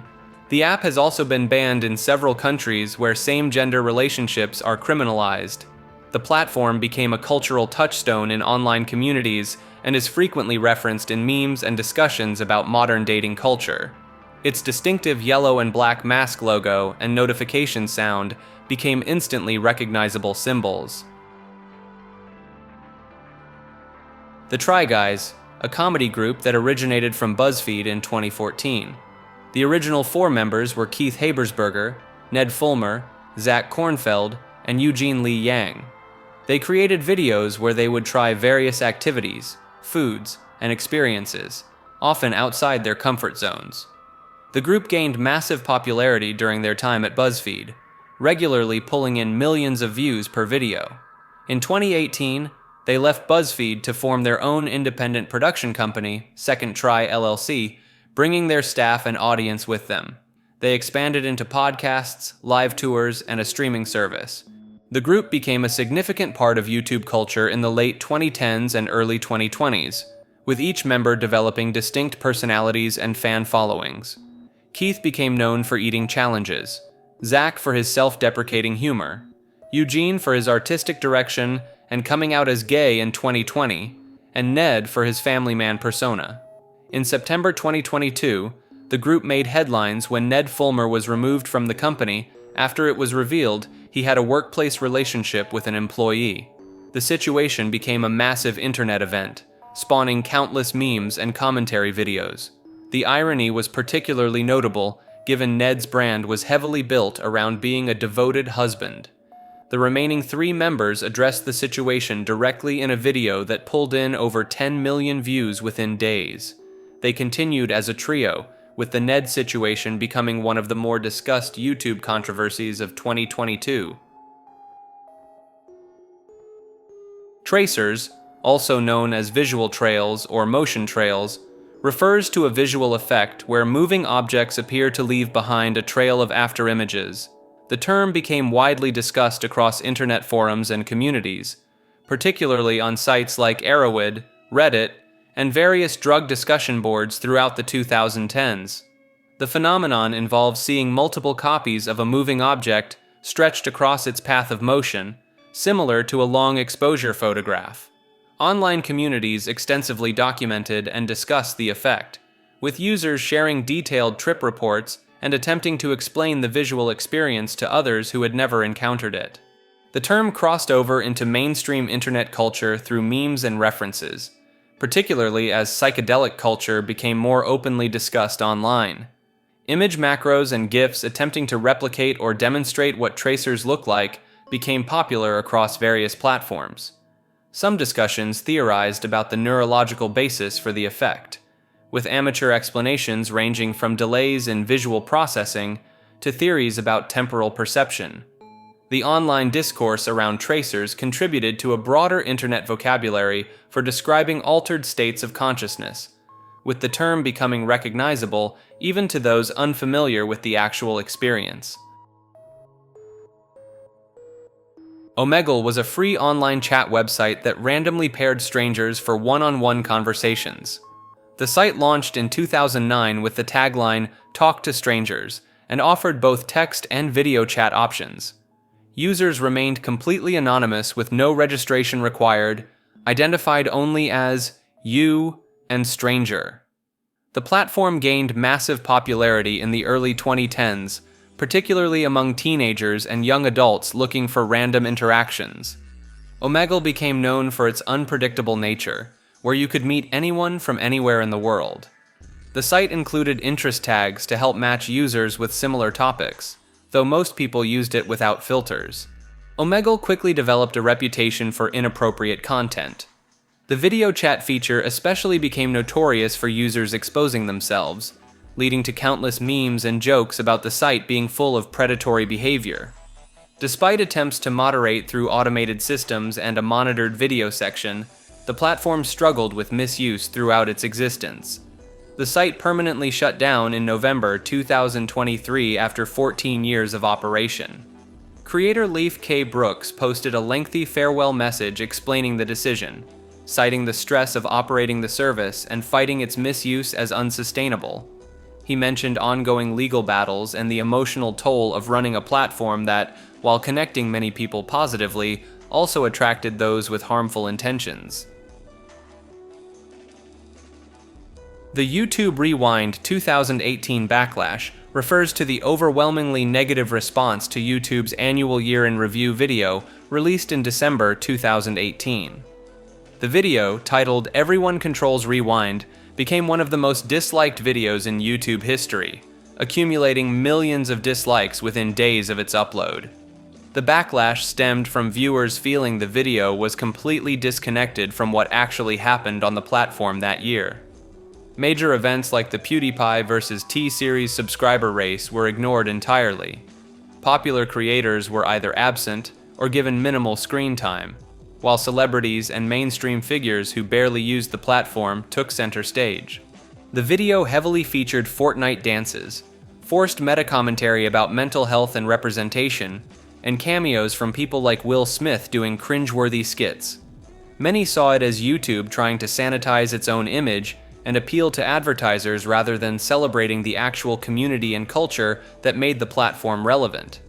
Viewers also noticed the inclusion of creators involved in controversies throughout the year, which felt tone-deaf given the video's wholesome messaging.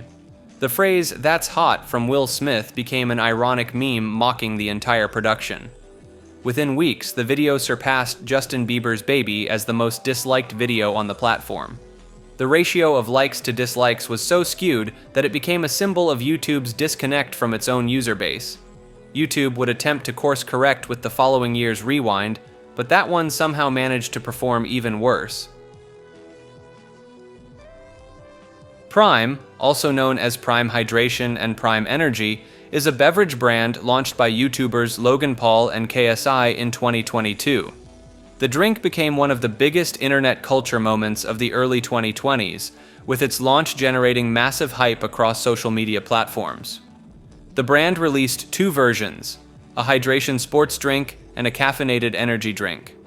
Both products became incredibly difficult to find in stores, leading to resale markets where individual bottles were being sold for hundreds of dollars. Videos of people hunting for Prime in stores or showcasing their collections racked up millions of views. The scarcity was partly artificial and partly due to genuine demand from fans of both creators. Schools began banning the drinks after kids were bringing them in and treating them like status symbols. Parents were getting into physical altercations at grocery stores over the last bottles on shelves. Prime faced controversy over its caffeine content in the energy drink version, with some countries restricting or banning its sale to minors. Health experts raised concerns about marketing highly caffeinated beverages to young audiences. The brand also dealt with lawsuits over its ingredients and health claims. The phenomenon highlighted how influencer marketing had evolved to create artificial scarcity and FOMO-driven purchasing behavior. Despite the initial mania dying down by late 2023, Prime remained one of the most successful influencer product launches in internet history. Mark Zuckerberg, founder and CEO of Facebook, one of the most recognizable tech billionaires on the planet, known almost as much for the memes about his robotic mannerisms and lizard person jokes, as for creating the social media platform that consumed the internet in the late 2000s and 2010s. His platform faced endless controversies over data privacy, election interference, and content moderation.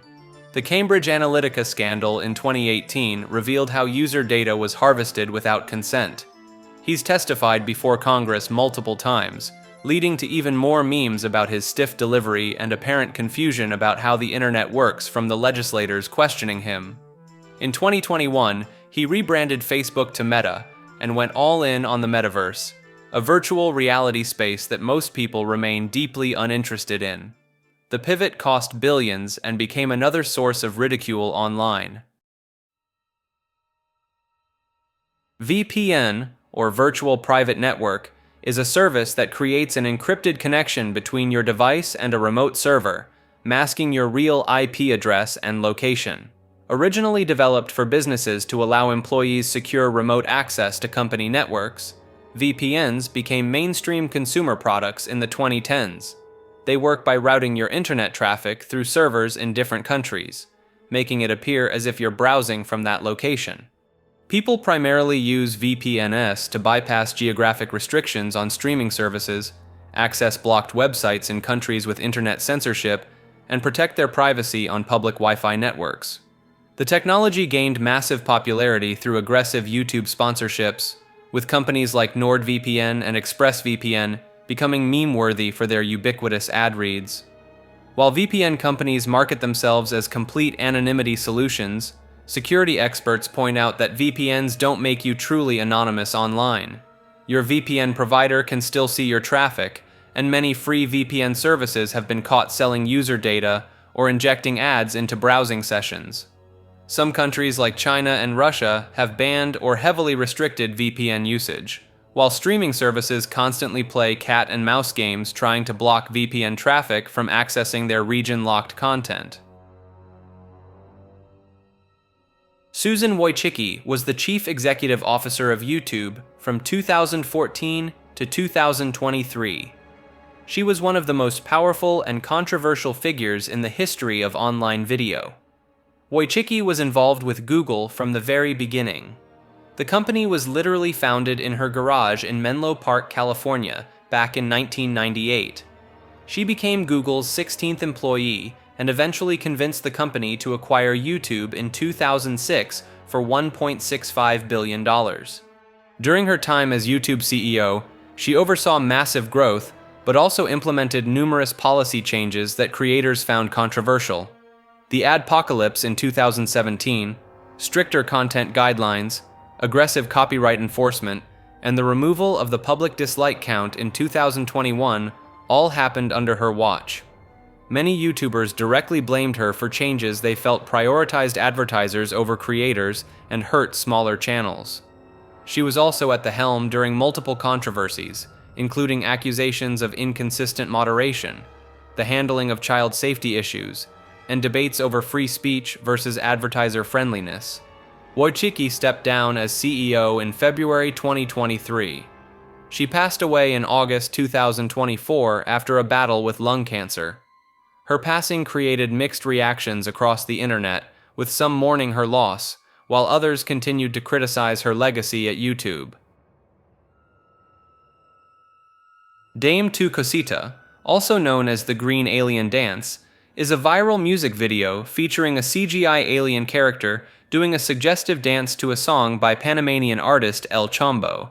The track itself was originally released in 1997, but the alien video didn't surface until 2018, when it exploded across social media platforms. The animation shows a green extraterrestrial with bulging eyes performing exaggerated hip movements and body rolls. The character was created by a French animator and quickly became a worldwide sensation, racking up billions of views on YouTube and spawning countless remakes, parodies, and augmented reality filters. Parents weren't thrilled about the dance's somewhat inappropriate nature being marketed toward kids through mobile apps and games. The alien became so recognizable that it appeared in everything from Snapchat filters to unofficial merchandise flooding stores. The phenomenon demonstrated how quickly internet culture can take something obscure from decades past and transform it into a global meme practically overnight. FNF3, also known as F3 Funk Jam or Funkin' Forward, was a major modding competition for Friday Night Funkin', announced by Phantom Arcade, one of the game's creators, back in August 2021. The theme of the jam was Breakout, and it challenged modders in the FNF community to create new content centered around this concept. The competition drew a significant number of entries from the modding scene, with creators interpreting the Breakout theme in various ways. Some took it literally with mods about breaking out of prisons or digital realms, while others went the financial route, referencing the cryptocurrency term for when a stock price moves above resistance areas. The winning entry was Friday Night Troubleshootin', a mod where Boyfriend gets pulled into a digital realm called the Funk Tricks after clicking suspicious links, facing off against computer viruses who want to steal his information. Other notable entries included Hotline 024, featuring alien character Niku on the run from a secret agency, and Richard Gyro, a mod centered around cryptocurrency trading that took the financial interpretation of Breakout. The event became a notable moment in FNF modding history, showcasing the creativity of the community and producing several popular mods that continued to receive updates years after the original jam ended. Visco Girls refers to an aesthetic trend that dominated TikTok and social media in 2019. The name comes from the Visco photo editing app, known for its filters that gave photos a washed-out, summery look. The stereotype centered around teenage girls who adopted a very specific uniform. Oversized shirts, scrunchies on the wrist, hydro flask water bottles covered in stickers, Fjallraven Kanken backpacks, Birkenstock sandals, puka shell necklaces, and metal straws. The metal straw thing was tied to environmental activism, specifically the phrase "Save the Turtles," which became a rallying cry and later a meme. Visco Girls had their own vocabulary too. They'd say sk as a form of laughter and I oop when surprised or making a mistake. Both phrases were borrowed from Black and LGBTQ communities online, which led to some criticism about appropriation. The whole thing became a massive meme format. People made starter pack images, parody videos, and TikTok compilations mocking the aesthetic. But it also became genuinely popular with middle school and high school girls who embraced the look unironically. By late 2019 and 2020, the trend had mostly faded as people moved on to other aesthetics. The term became outdated pretty quickly, the way most teen trends do online. The Amazing Digital Circus is an animated web series created by Glitch Productions that premiered on YouTube in October 2023. The show follows a group of people trapped inside a bizarre digital circus world run by an artificial intelligence named Kane. The main character, Pomni, is a jester who wakes up in this virtual prison with no memory of how she got there, joining other trapped characters who are slowly losing their sanity. The pilot episode exploded in popularity, racking up tens of millions of views within its first month, and becoming one of the most successful independent animations on the platform. The show became a massive cultural phenomenon almost overnight, spawning countless fan animations, theories, and memes across social media. What caught people's attention was the contrast between its colorful, kid-friendly art style and its genuinely disturbing psychological horror themes about existential dread and being permanently trapped in a digital hellscape. The show deals with characters slowly abstracting, which is essentially their minds breaking down until they become glitchy monsters.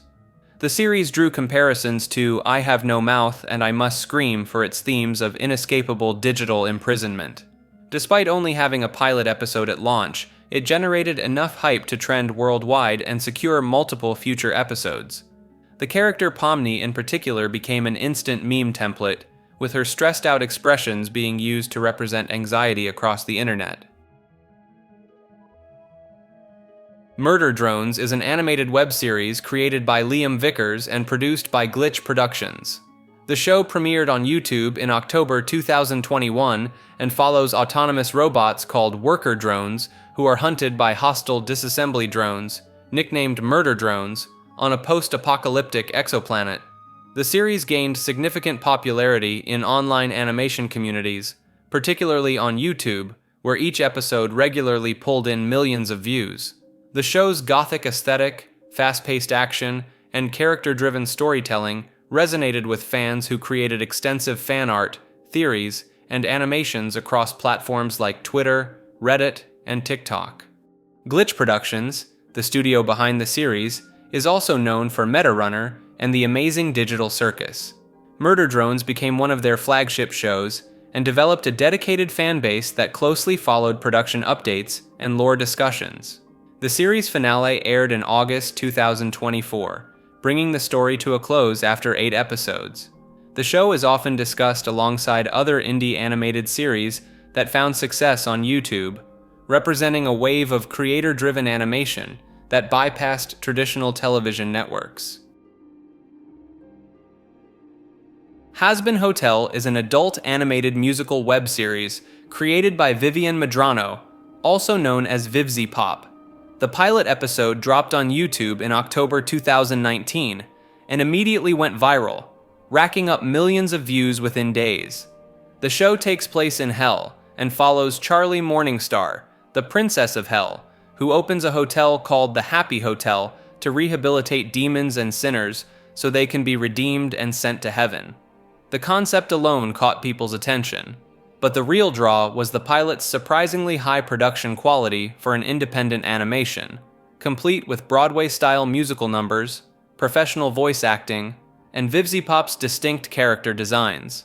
The series exploded in popularity, spawning an absolutely massive fandom almost overnight.